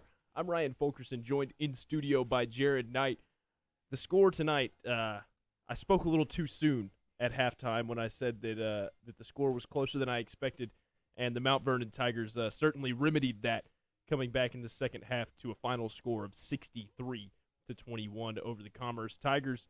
But I guess they really wanted that homecoming win tonight, Jared. Well, it's not easy to go up against number 8 team whenever you've got also homecoming. Also, there was homecoming. I mean, they had every motivation to win, and they had Commerce's first 2 scores came after some real shenanigans at the goal line for the Mount Vernon Tigers whenever they just kind of goofed on the football there and ended up with a couple of turnovers, which were causing the scores. Which, by the way, turnovers causing scores, really kind of a big story this evening throughout all of Northeast Texas on Football Friday night. But that was what was going on. So yeah, it's hard. It's hard whenever you've got a really well motivated football team that's also very good and fairly well coordinated. And that kicker, my goodness. Watching him work on the stream tonight, again, we have just become enamored with the idea of being able to watch these games. I have been involved with the production of high school and college football broadcasts for, I guess, year is it now? So I guess 20 years, a little over 20 years, and we have always, the job. You've got the job currently. You don't usually get to watch what's going on. It's true. And here it is this past year. It's like there's a whole new wrinkle to the job, which is paying attention to what you got to do in the studio, mashing the right buttons, while also being able to watch the game that you're helping produce and share with the audience. So that's, I don't know. There's obviously some huge positives, but there's also the fact that it can be distracting from time to time. This is true. It's also provided some interesting technical hurdles for us to get over this season. Right. But every day is a new day, and all that. Murphy's radio laws. Do we have to defer to Murphy and his laws at this point? What's going on with this Rockwall Heath Mesquite Horn game? It's got to be over. It's got to be. It's had 6 minutes left in the fourth quarter for like 2 hours now. It's been a long time. Let's get that final. Otherwise, we got finals galore, man. All across the board. That's you the do only them? one. Go ahead. Let's go ahead. Okay. Starting off at the top, we've got the Bullard Panthers. They traveled to face the Van Alstyne Panthers tonight. Van Alstyne defended home in that one. The final score, 24-6. The Panthers over the Panthers. That's the Van Alstyne Panthers over the Bullard Panthers. The score out in Rockwall Heath, or actually out in Mesquite, is number 8 Rockwall Heath traveling to face the Horn Jaguars. The score we've got is 45-3 Rockwall Heath ahead in the fourth quarter. At last check, right? Yes, that was at last check. 6 minutes remaining in the fourth. Some more finals here. We've got number 15 Rockwall, the Yellow Jackets. They hold off to defend home against the Mesquite Skeeters tonight, 25-22. The Paris Wildcats and the Anna Coyotes. This was a much different looking game earlier, but Paris came back to take a 7-6 lead. Anna didn't like that. They came back to get the win 18-7. The Mineola Yellow Jackets, they traveled to face the Bonham Purple Warriors tonight. Bonham led this game for a majority of the first half, so we thought there might be an upset in the works. But no, alas, Mineola, the Yellow Jackets, take the road victory 31-22. We also have a upset victory here out of Melissa, where the number 1 Argyle Eagles traveled to face the Melissa Cardinals in that one. The number 8 Melissa Cardinals. Melissa takes a 21-0 victory in that one. And this is another one of those stories, of turnovers causing points. All 21 Melissa points came from turnovers in that game. We have the Blue Ridge Tigers and the White Wright Tigers. White Wright taking the victory in that one at home tonight, 31-13 over the Blue Ridge Tigers. Winsboro, the Raiders, the highest scoring game of the night. Winsboro takes the victory in that one over the Howe Bulldogs, 70-17. The Pottsboro Cardinals, they shut out the Rains Wildcats at home tonight. Pottsboro taking the victory in that one, 45-0. The Lovejoy Leopards over the Rock Hill Blue Hawks. The Blue Hawks were shut to 0 points for a little bit, but they came back in the fourth quarter with 2 touchdowns. The number 3 Lovejoy Leopards get the victory on the road in that one, 55-14. The Princeton Panthers and the Lake Dallas Falcons in a defensive battle tonight. The final score out of Lake Dallas there was Princeton 14, Lake Dallas 12. The number 4 Longview Lobos over the Wiley East Raiders. Longview defends home with a shutout tonight, 56-0. The White House Wildcats, they traveled to face the Mount Pleasant Tigers. The final score in that one, Mount Pleasant 23, White House 7. The Jefferson Bulldogs of our very own Charlie Chipwood's neck of the woods. The Jefferson Bulldogs got the victory tonight, 38-22 on the road at the White Oak Roughnecks. The DeKalb Bears tonight, they defended home against the Prairieland Patriots. The final score in that one, 49-0, Bears over Patriots. The Honey Grove Warriors, they took it to Como-Picton on the road tonight. 19-0 was the victory in that one, Honey Grove over Como-Picton. Edgewood and Blooming Grove, Edgewood took that one 42-14, defending home against the Lions of Blooming Grove. Lone Oak and S&S consolidated. This one was a surprise. Lone Oak led the game the entire night until finally S&S consolidated came back with the 1-point victory, 21-20 in that one. The Rivercrest Rebels tonight and the Wolf City Wolves. I'm sure you're excited about this one, Jared. Wolf City takes the victory 38-27 at home over the Rebels. I thought it was neat that the Rebels had led most of the game. I want to say until the fourth quarter. Apparently, Wolf City kind of jumped out there. I know that we had a caller who said he was going to call in and let us know what happened. While we do have a final score, what we don't have is any idea what happened at the game. So if you want to call us up, you can at 800-882-KETR. That's 800-882-5387. Or you can also text us if you like. The text number is still wide open at 903-751-5145. That's 903-751-5145. I know you have a couple more scores there, but I was just going to say if you want to call in, right now is the time. Phone lines are open, 800-882-KETR here in the Big Friday Night Scoreboard program as we wrap up and share these final scores from around the area. We only have one more Friday night score tonight, but we can talk about the 2 Thursday games that we've already previously mentioned. The final score, this one was interesting. This was kind of back and forth throughout the night, but the number 7 Van Vandals, they pull out the 2-point victory over the Liberty Ilo Leopards, 27-25 on the road in that one. And the Thursday night finals, we've got Gunter, the Tigers over the Bells Panthers. Gunter takes that one 41-14. And, of course, the Celeste Blue Devils defend home against the Alba Golden Panthers. 44-21 was the final score in that one. So we still have final scores throughout the region. We're also still trying to get that one Rockwall Heath game that we're trying to get a final for. It went final. I don't know where it's at. Hang on, let me tell you. All right, this is hot off the presses. Hot off the presses. It's 45-3 final. 45-3 final. So nothing Rockwall changed. Heath wins over Mesquite Horn Jaguars. We've got a lot of games with big separation on the scoreboard tonight. I don't know if you noticed that one. Well, here's a couple things that are going on. If you'd like me to explain this to you. All right. So what's happening is we are now pretty well into district play, right? We're pretty This well is the second week. at the point now where district play is what's going on.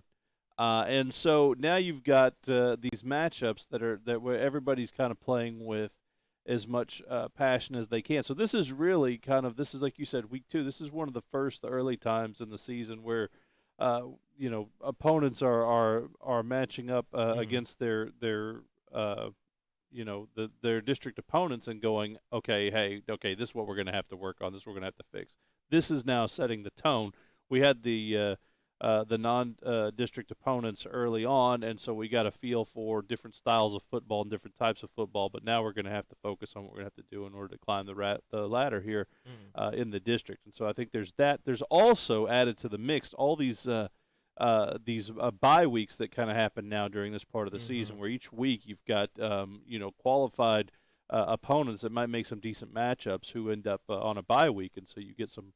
Occasionally you get some lopsided matchups, and that's what's happening. Bye weeks this week, by the way, we know that Bowles High School, also Ford High School in Quinlan, both on bye this week, as well as Sulphur Springs, Royce City, and Greenville also with byes this week. So we had a lot of teams that might have made for some good games who just weren't playing football this week, who were taking the week to regroup and make sure that they're ready to go for next week.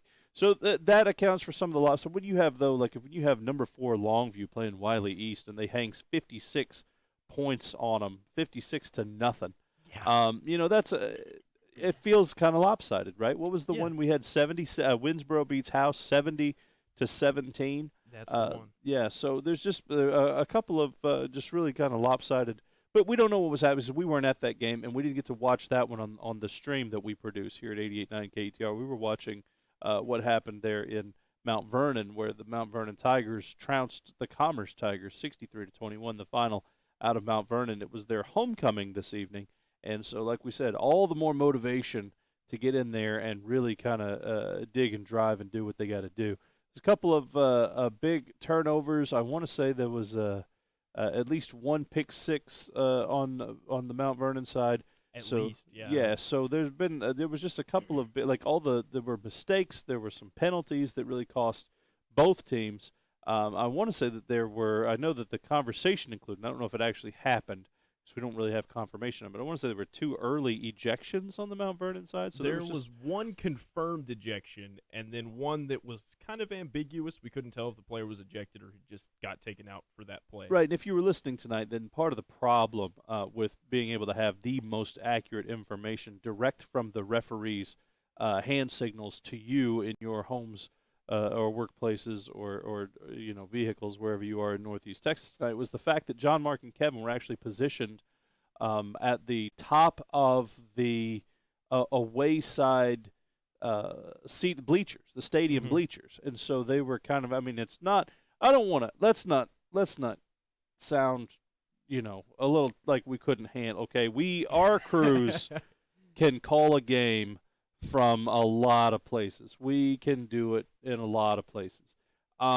There's and not every place has every creature comfort that you think of when you're talking about cushy seats and you're talking about air conditioning and you're talking. You know what I mean? Like, not every place. When a lot of people, they may not really think about in the context of calling a live sports event, that the people watching the game and attempting to describe it for the folks at home may have some physical obstacles to deal with whenever they get out there. And Kevin Jeffries is the ops manager here at KETR. Operations manager's job is to make sure that things sound good, they look good, they operate properly, the equipment's in working order, and so forth and so on. So he's a really good guy to have on scene whenever we have a situation where there's potential for rain like we had this evening. Whenever we're going to a place where we're not even really going to be indoors. I don't want to whine too much, but obviously we've become accustomed, with places and facilities that occasionally put us indoors whenever we do these games. And so we kind of, we get spoiled to that a little bit. And in this case, like I said, being on the away side, if you ever watched a football game in person, then you know that the referees have a series of hand signals and hand motions that will basically communicate to the official scorekeepers what exactly their decision is on the field. And they almost invariably make those hand gestures to the press box side, which is almost invariably on the home side. And so when the referees are signaling to the home side and your broadcasters on the away side, then they only the hand gestures whose motions go out beyond the sides of the referee do the broadcasters get to guess at what they were. Otherwise, it's really a guessing game. And so that's what was happening tonight, which made it where we have a couple of question marks about what all the calls were whenever we saw them. But that doesn't change the score. At the end of the day, the scoreboard everyone could see. And the final score out of Mount Vernon tonight was Mount Vernon 63, Commerce 21.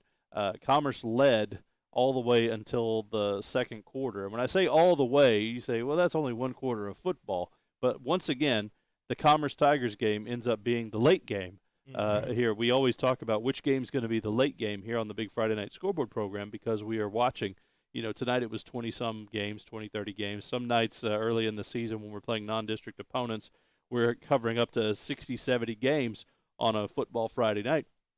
And so we always kind of guess it. You can kind of tell whichever game is the last one to get to halftime is usually the one that's going to be the last one to wrap up. And, friends, that was our game tonight. It was the last one to get to halftime. Last week. Yeah, last week we had the same. That's always the case where we, poor John, Mark, and Kevin, who both get up and do things on Saturdays, are staying out until late in the evening on a football Friday night calling games. But anyhow, we have final scores. We've been happy to share them with you. I guess if you wanted to make the phone ring, you could. 800-882-KETR. That's 800-882-5387. 800 Tubjets. And Ryan will answer your call. You can also still text the studio if you like to, 903-751-5145. That's 903-751-5145 if you'd like to text. It feels like a lot of fives in that number. There is a lot of fives in that number. It's more than a few. 903. Three of them. 3 out of 10. That's 5145. Yeah, that's 30% of the numbers are fives on that. One whole third almost. Yep. So hey, if you didn't catch your finals, we've been running them on the screen. We'll continue to run them on the screen here for the next few minutes. If you happen to be watching along at home on your Facebook machine, facebook.com/KETR Radio. We are also on YouTube, so you could go to your YouTube machine. If you have a dedicated YouTube machine, that's neat. If not, you could use a browser, I guess. Whatever thing you use to consume your YouTubes, you could go to YouTube, and we're live there. Look for KETR Radio. And we'll, like I said, we'll push the scores along on the crawl there so you can see the finals. I can tell you see it says Gunner and Bells. I know that was a Thursday night game. Gunner 41, Bells 14. I'm reading that right off the screen. Alba Golden 21, Celeste 44. We knew Celeste won that game. That was a Thursday night game. But we've got them baked right into the video feed. So if you're watching along, Van Alstyne beats Bullard tonight 21-6, a final score. So out of Van Alstyne tonight. This is the kind of stuff that you can get whenever you're locked into 88.9 KETR. You can also make a contribution in support of this fantastic public radio offering whenever you go to KETR.org and click the big red donate button. Usually, Ryan, we have some cool tunes that we have queued up to kind of bounce around to whenever we have Friday night. No, you don't have to. You don't have to do it. I'm just saying. We can pull some tunes up and maybe let folks rock out to some tunes as they make their way toward midnight on a football Friday night. We hope everybody's going to get home safe this evening. We hope you've enjoyed the broadcast. And like I said, final scores will continue online for the time being if you want to join us there. That's right. I guess we're is that it? Yeah, or we'll wrap come it. Back? Yeah, we'll wrap. We'll wrap, and we'll do some things online. So if you want to come chase us down over there, we'll be online for a little bit. All right. Well, for everybody involved, for Jared Knight, for Kevin Jeffries, John Mark Dempsey, and of course myself, Ryan Fulkerson, this has been Commerce Tigers football and the big Friday night scoreboard program right here on your station, 88.9 KETR. Stay tuned. I'm sure there's some good music to come. Programming on KETR is made possible by listeners like you and by Cypress Bank. Managers Eddie Smith and Robin Alexander are available to assist with deposit and credit needs at the Commerce branch. Other branch locations include Mount Pleasant, Lone Star, and Pittsburgh. More information at cypressbanktx.com, member FDIC, and an equal housing lender.